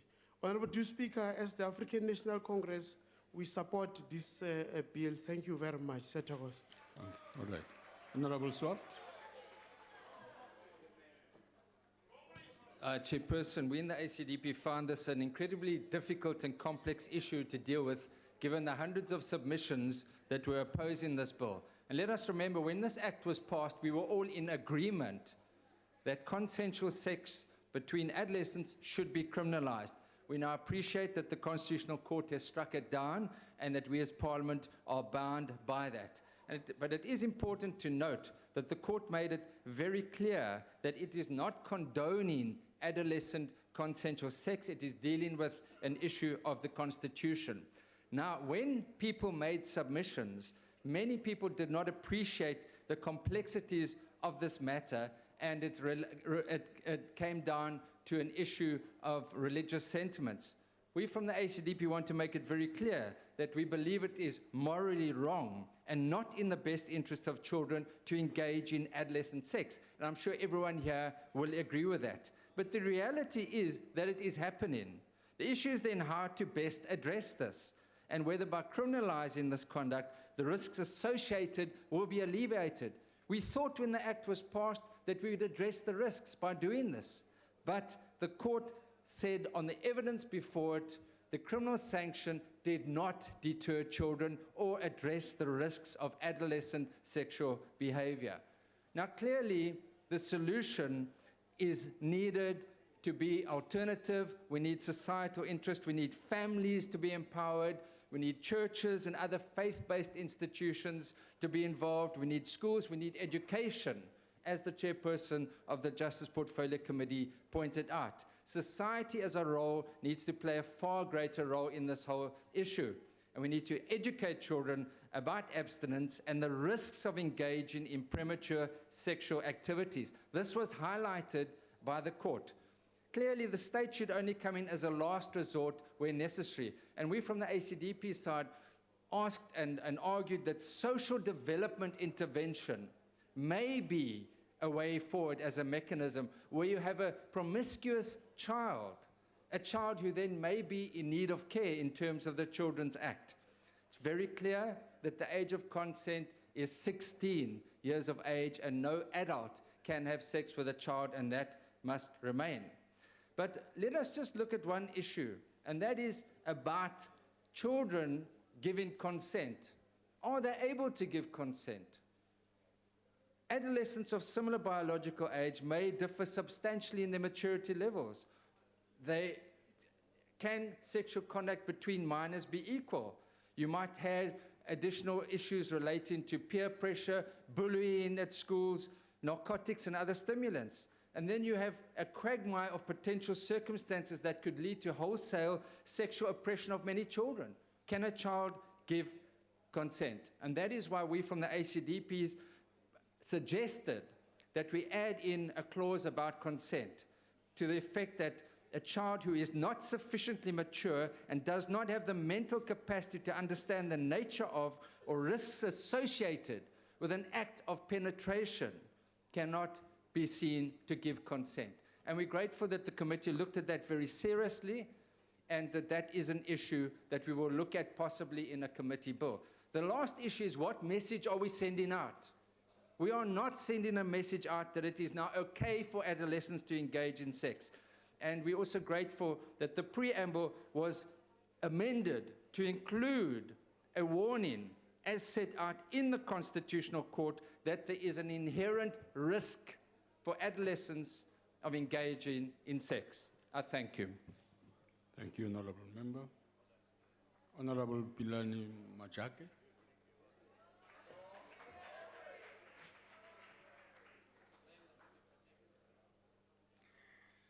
Honorable House Chairperson,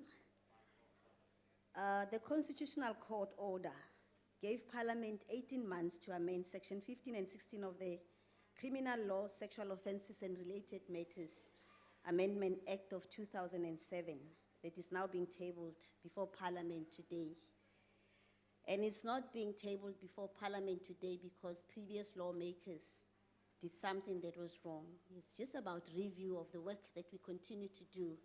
And this message is to the EFF that actually indicates that there's something that is wrong that probably maybe the ruling party might have done.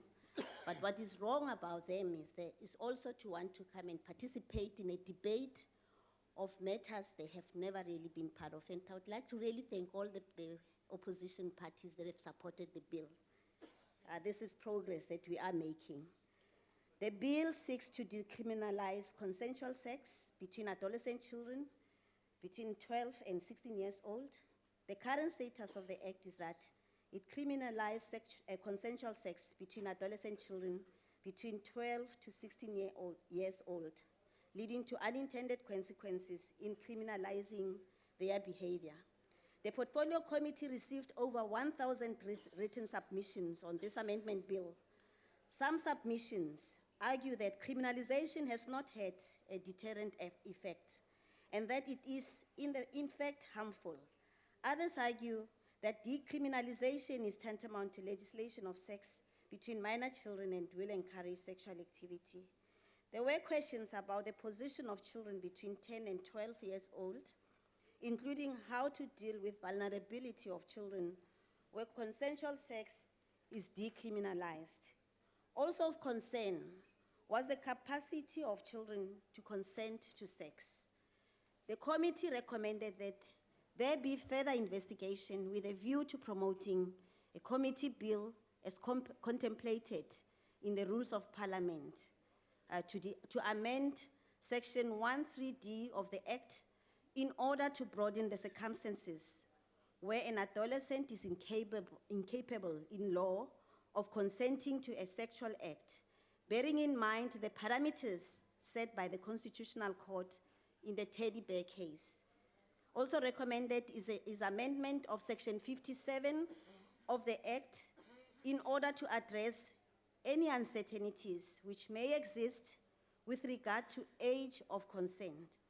The committee is of the opinion that there is a specific role to be played in protecting children from engaging in sexual activities through education, guidance, and counseling by caregivers, schools, churches, traditional institutions, faith-based organizations, etc., also recognizing the role of the state.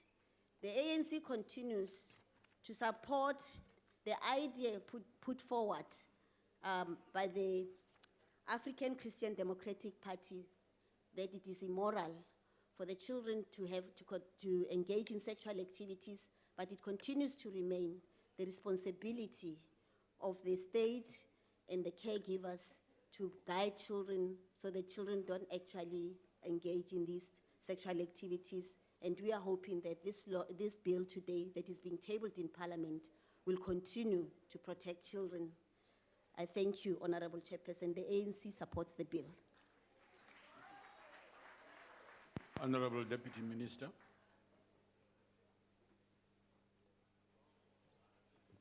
Thank you, Deputy Speaker. Honourable members, it's good to see that there is consensus largely in the House on the need for this bill. I think it has been quite a difficult bill for the Portfolio Committee, and that resulted in Parliament needing to get an extension in processing the bill. But with I think it was in excess of 900 submissions. The reason for that is that, as members have said, the issue particularly of even consensual sex amongst adolescents is an emotional one, but the key aspect is, from the Constitutional Court's ruling, is the state cannot criminalize consensual sex between adolescents. Just though to respond to a couple of issues raised, I mean, as far as the Honourable Breitenbach's earlier politicking when she spoke, I would refer her to the Chief Justice's comments earlier today at Constitution Hill regarding the general matter of the state abiding by court judgments. So I think that it's best to look at the Chief Justice than for me to try and defend it.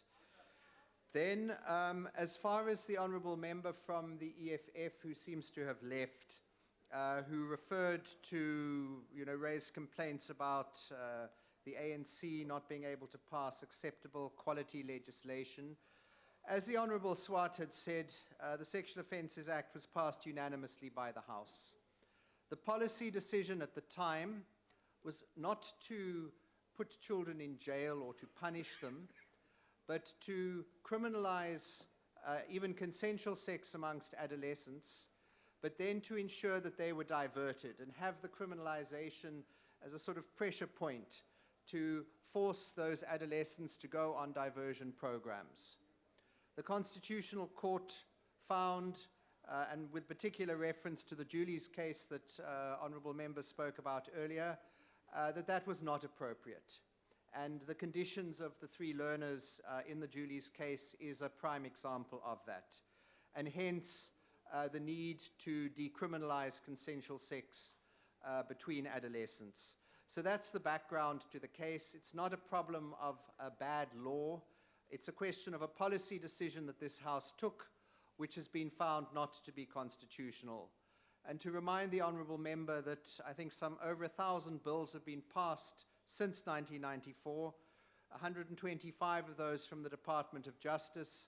Only a fraction of them have been found to be unconstitutional. But, Chair, I don't think there's much more that I need to say. Let me thank, in particular, the Portfolio Committee for the work that they did in processing this bill because of the overwhelming public interest in the matter, and to express my appreciation towards them for the patient and sensitive manner that they approached this very serious matter, especially during the public hearings. And I'd like to thank the members of the Portfolio Committee who've shown their commitment to ensuring that the end product, as far as possible, not only reflects the views and norms of the people they represent, but is also in line with the judgment of the Constitutional Court. And I thank you for your attendance. Thank you, Deputy Minister. That concludes the debate. Are there any objections to the bill being read the second time? No objections. The Secretary will read the bill a second time. Criminal Law, Sexual Offences and Related Matters Amendment Act, Amendment Bill. The bill will be sent to the National Council of Provinces for concurrence. We now take the third and fourth orders together as they appear in the order paper. The Honourable Eunice Ismail Karim. Deputy Speaker, comrades, colleagues, I'll basically take you through the report of the committee, but very briefly. I hope somebody's going to applaud there. The first point to make is that, of course, we understand as a committee the complexities and the challenges, but we believe that over time, the new development bank should have a much more developmental and consultative approach than the World Bank and the IMF. It will also need to define its role, this new bank, more specifically in view of the existence of these other multilateral institutions and the African Infrastructure Development Bank, the African Development Bank, and of course our own DBSA. And we feel that the new bank, the new development bank, should clarify its relationships with these other banks. The committee would also like to see the NDB funding more infrastructure projects in Africa with a more inclusive economic growth and development targets that contribute towards significantly reducing the inequalities both globally and domestically. The committee notes the financial implications of the new development bank for this country, and we've noted that there's some 2 billion that has to be contributed, approximately 24 billion rands at current rates. And this has to be done in 7 installments, and the committee observed in this regard the following. 1, the full details of how the country will meet its financial obligations as incorporated in the medium-term expenditure framework will be provided only later this year. Secondly, it's not clear what the cost of setting up the African Regional Center of the NDB in South Africa will be. Thirdly, the contingency reserve arrangement has a number of possible benefits for the country, which we most welcome. And fourthly, we notice that the withdrawal of funds from the foreign direct reserve for the contingency reserve agreement does not directly affect the National Revenue Fund, and therefore the constitutional provision section 213 sub 2 requiring the withdrawal of money from the National Revenue Fund to be done through an act of Parliament therefore doesn't apply, and the scope for Parliament therefore to play an oversight role is limited in this regard. We got submissions from the PBO, Parliamentary Budget Office, the FFC, Financial and Fiscal Commission, and from the Center for Applied Legal Studies. And the Center for Applied Legal Studies basically made 3 points: that the lending policy of the NDB should include human rights standards. Secondly, provision should be made for grievance mechanisms which allow victims of human rights violations in projects funded by the NDP direct access and the right to appeal. And thirdly, provision should be made for a mediation policy for victims of human rights abuses in projects funded by the NDP. We accept that. We think the values are correct, but we recognize that there are complexities of South Africa's role in the new development bank, and we have to be pragmatic and incremental about achieving these things. And while recognizing that the committee believes that the South African representatives at the NDB should over time seek to win over consensus for the values and proposals similar to those set out by the Center for Applied Legal Studies. On the FFC issues, we think that the National Treasury must engage further with them. We will, of course, monitor progress in regard to the new development bank regularly. And of course, we believe that there should be a BRICS Parliamentary Forum established. And as you will confirm, Deputy Speaker, I happened to meet with you in the basement parking. I'm not sure why you were outside your car and why you were lost, having been in Parliament for so many years. But nevertheless, I established from you that the BRICS Parliamentary Forum has in fact been established. So we commend the Parliament. Look how fast it works. Forget the executive. We said a week before the Deputy Minister went to China, formed this parliamentary forum, and there it was. So there's Parliament. Give a big applause to Parliament for doing what the Finance Committee, and for those of you who underestimate our influence, here it is. How many committees can say that within 7 days of a proposal, it happens on the international scale? I hope, Minister and members of the Executive, you're observing this. And finally, for those two ministers who harassed me to finish before time, let me tell you, I'm 45 seconds ahead of my time. I hope you will applaud me and you'll deliver, in the case of the one minister, what I asked for. Thank you. Thank you, Honourable Member. Are there any objections to the approval by Parliament of the Treaty for the establishment of BRICS Contingent Reserve? Okay. Okay. There being an objection, Honourable Members, before we go to that process, is there anybody who wants to do declarations? Okay, go ahead. Thank you, Chairperson. It was very interesting to hear the Chairperson of the Standing Committee of Finance allude to the problems with regards to the ratification of this agreement and the very vague utterances with regards to the financial sustainability of the bank. He said late in the year, we will decide how this will be funded.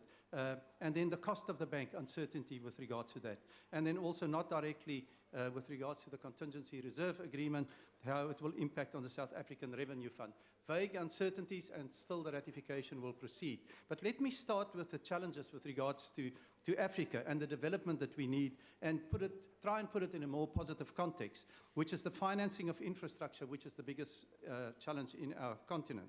The primary objective of the bank, of course, is also the fund of infrastructure, developmental projects in member and other developing countries, which South Africa stands to benefit from. So there is benefits. However, these benefits, and I'd like to allude this to the Chairperson, where there's benefits, there's always costs. Costs to which the benefits must be weighed against before making a judgment call. And I think the judgment call has been made without taking the cost implication in consideration. If the cost outweighs the benefits, the idea must be abandoned, and the DA believes this is the case that should be done here. And let me tell you why, Honourable Chairperson. The capital contributions in this regard is very clear. The new development bank will initially be capitalized by $100 billion US.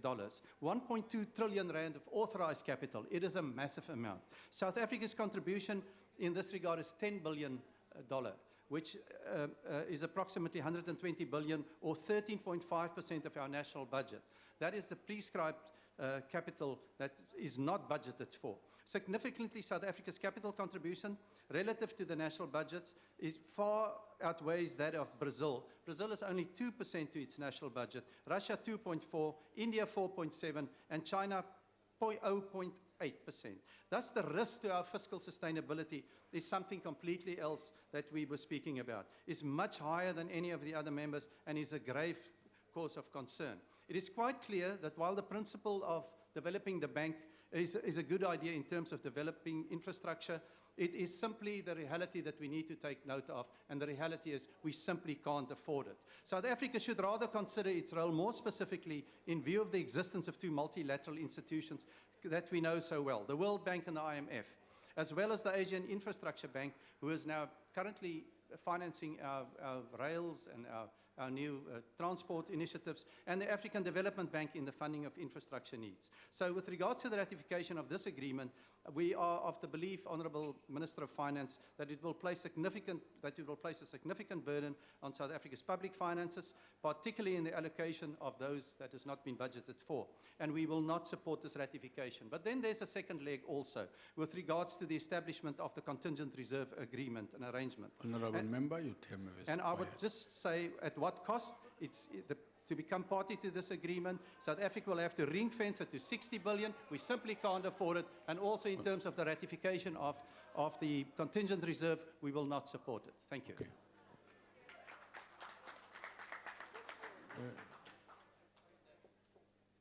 Honourable members, may I just remind all of us that because we put this together, talk to them together so in your address here, so we're not going to start back here. Go ahead. Thank you, Deputy Speaker. The Minister of Finance has himself admitted that South Africa has reached its capacity and the ceiling in terms of expenditure.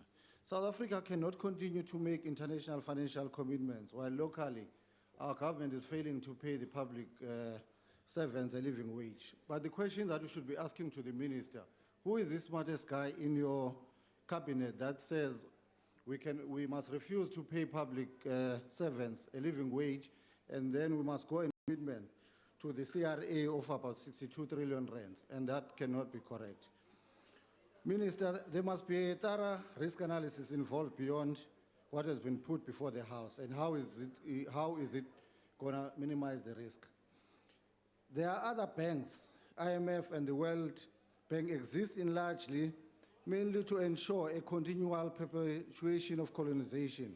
But also we have the Development Bank of South Africa. The new Development Bank must clearly define its relationship between these two banks to avoid a duplication when dealing with infrastructure. Parliament must put more stringent reporting requirements to the National Treasury to allow oversight, because currently it appears that there's not much information that is available. It's more on speculations, and we cannot work with speculations. This must be done to avoid putting the country's currency at the risk of further depreciation. Already, South African exports are having tough time with current currency conditions. So we are rejecting this arrangement. Thank you. Honourable Nkomo.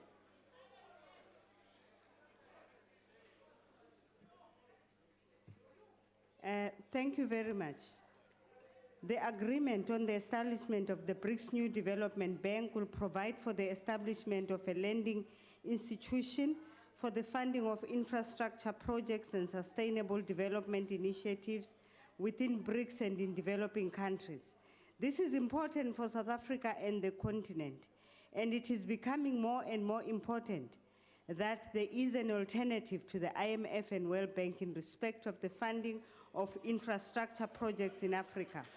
We must have access to infrastructure funding with more inclusive growth and development targets that will contribute to the reduction of inequality.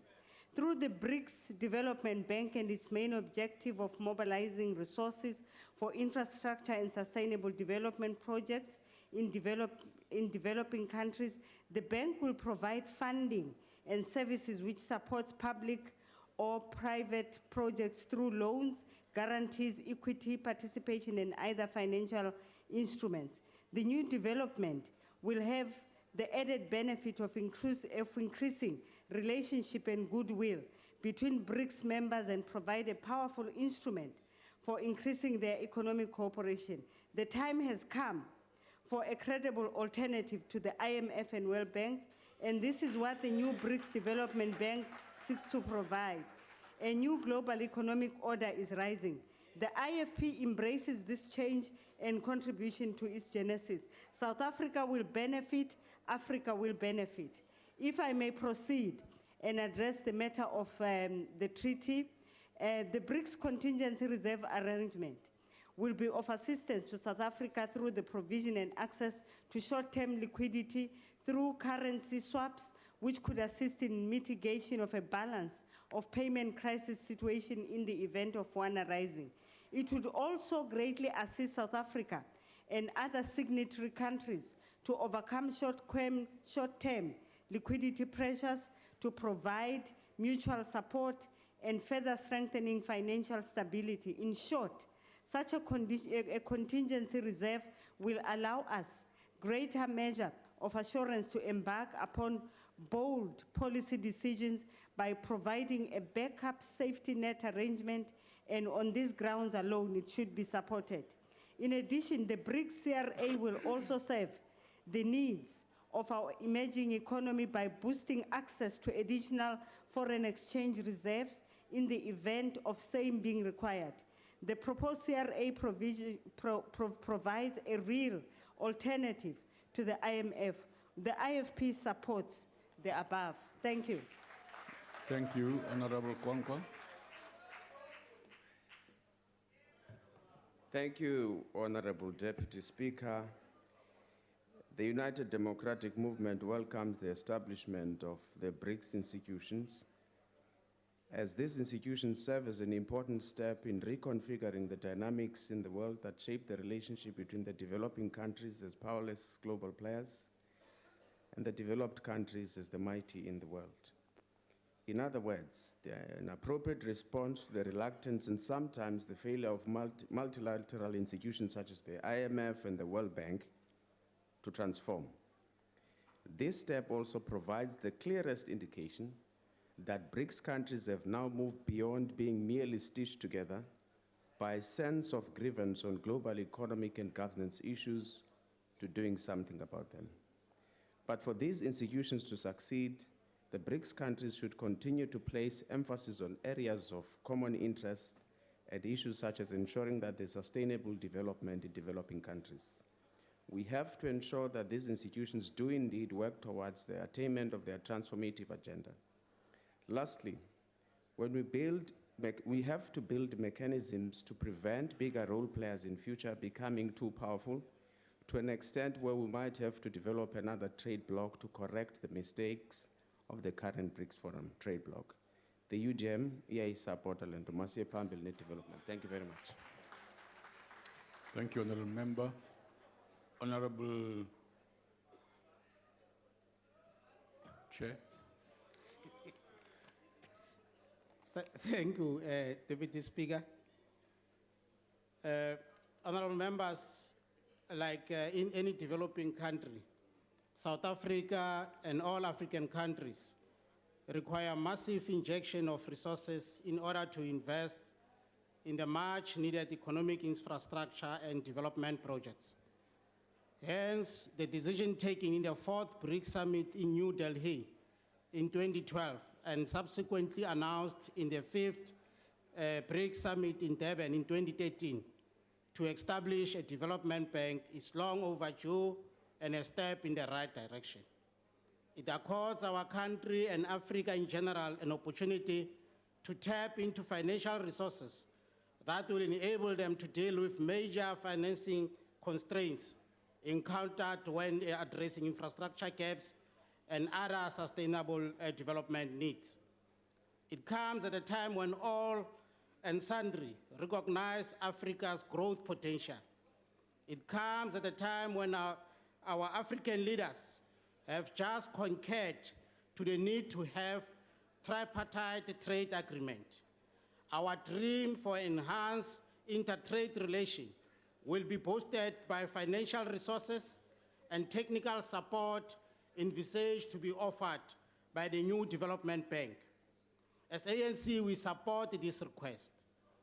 And I find it very disturbing, Honorable Deputy Speaker, that some of us, they claim to be supporting the National Development Plan. And we are all in agreement that we need massive financial resources to be injected to take the National Development Plan forward. But unfortunately, when we come here, some of us hypocritically don't support measures that are meant, to enhance and expedite the realization of the objectives of the National Development Plan.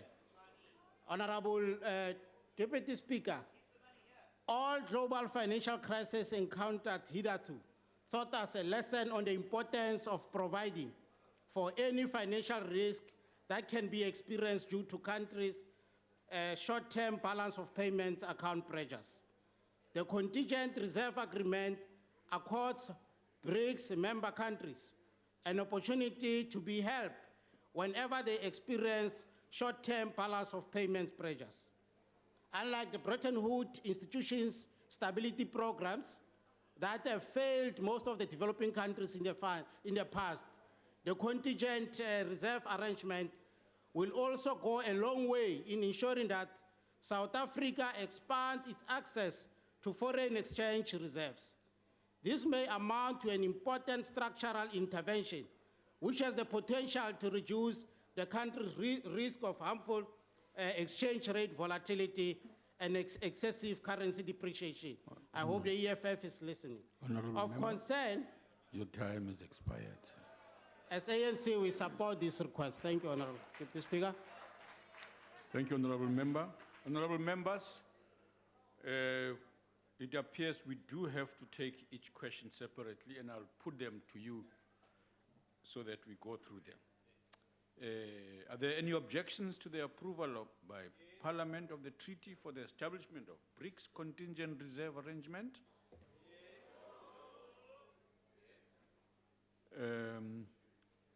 Let's ask the question. Those who agree say aye. Those who say no, say no. The ayes have it. Deputy Speaker, will you please note the objection of the Democratic Alliance? Note the objection of the Democratic Alliance. Honourable Speaker, would you also note the objection of the EFF? Will do so. Okay. Having noted the objections, we will now,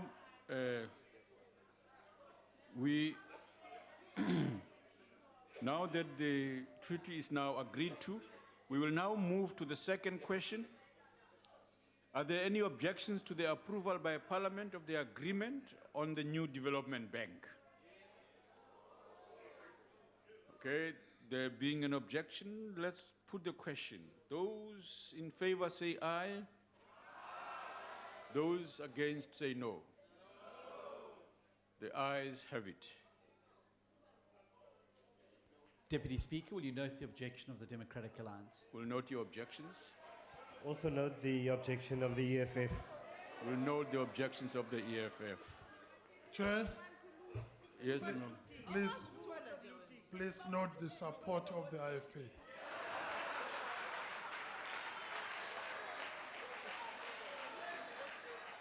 The agreement is agreed to, and that concludes the business of the day. The House is adjourned.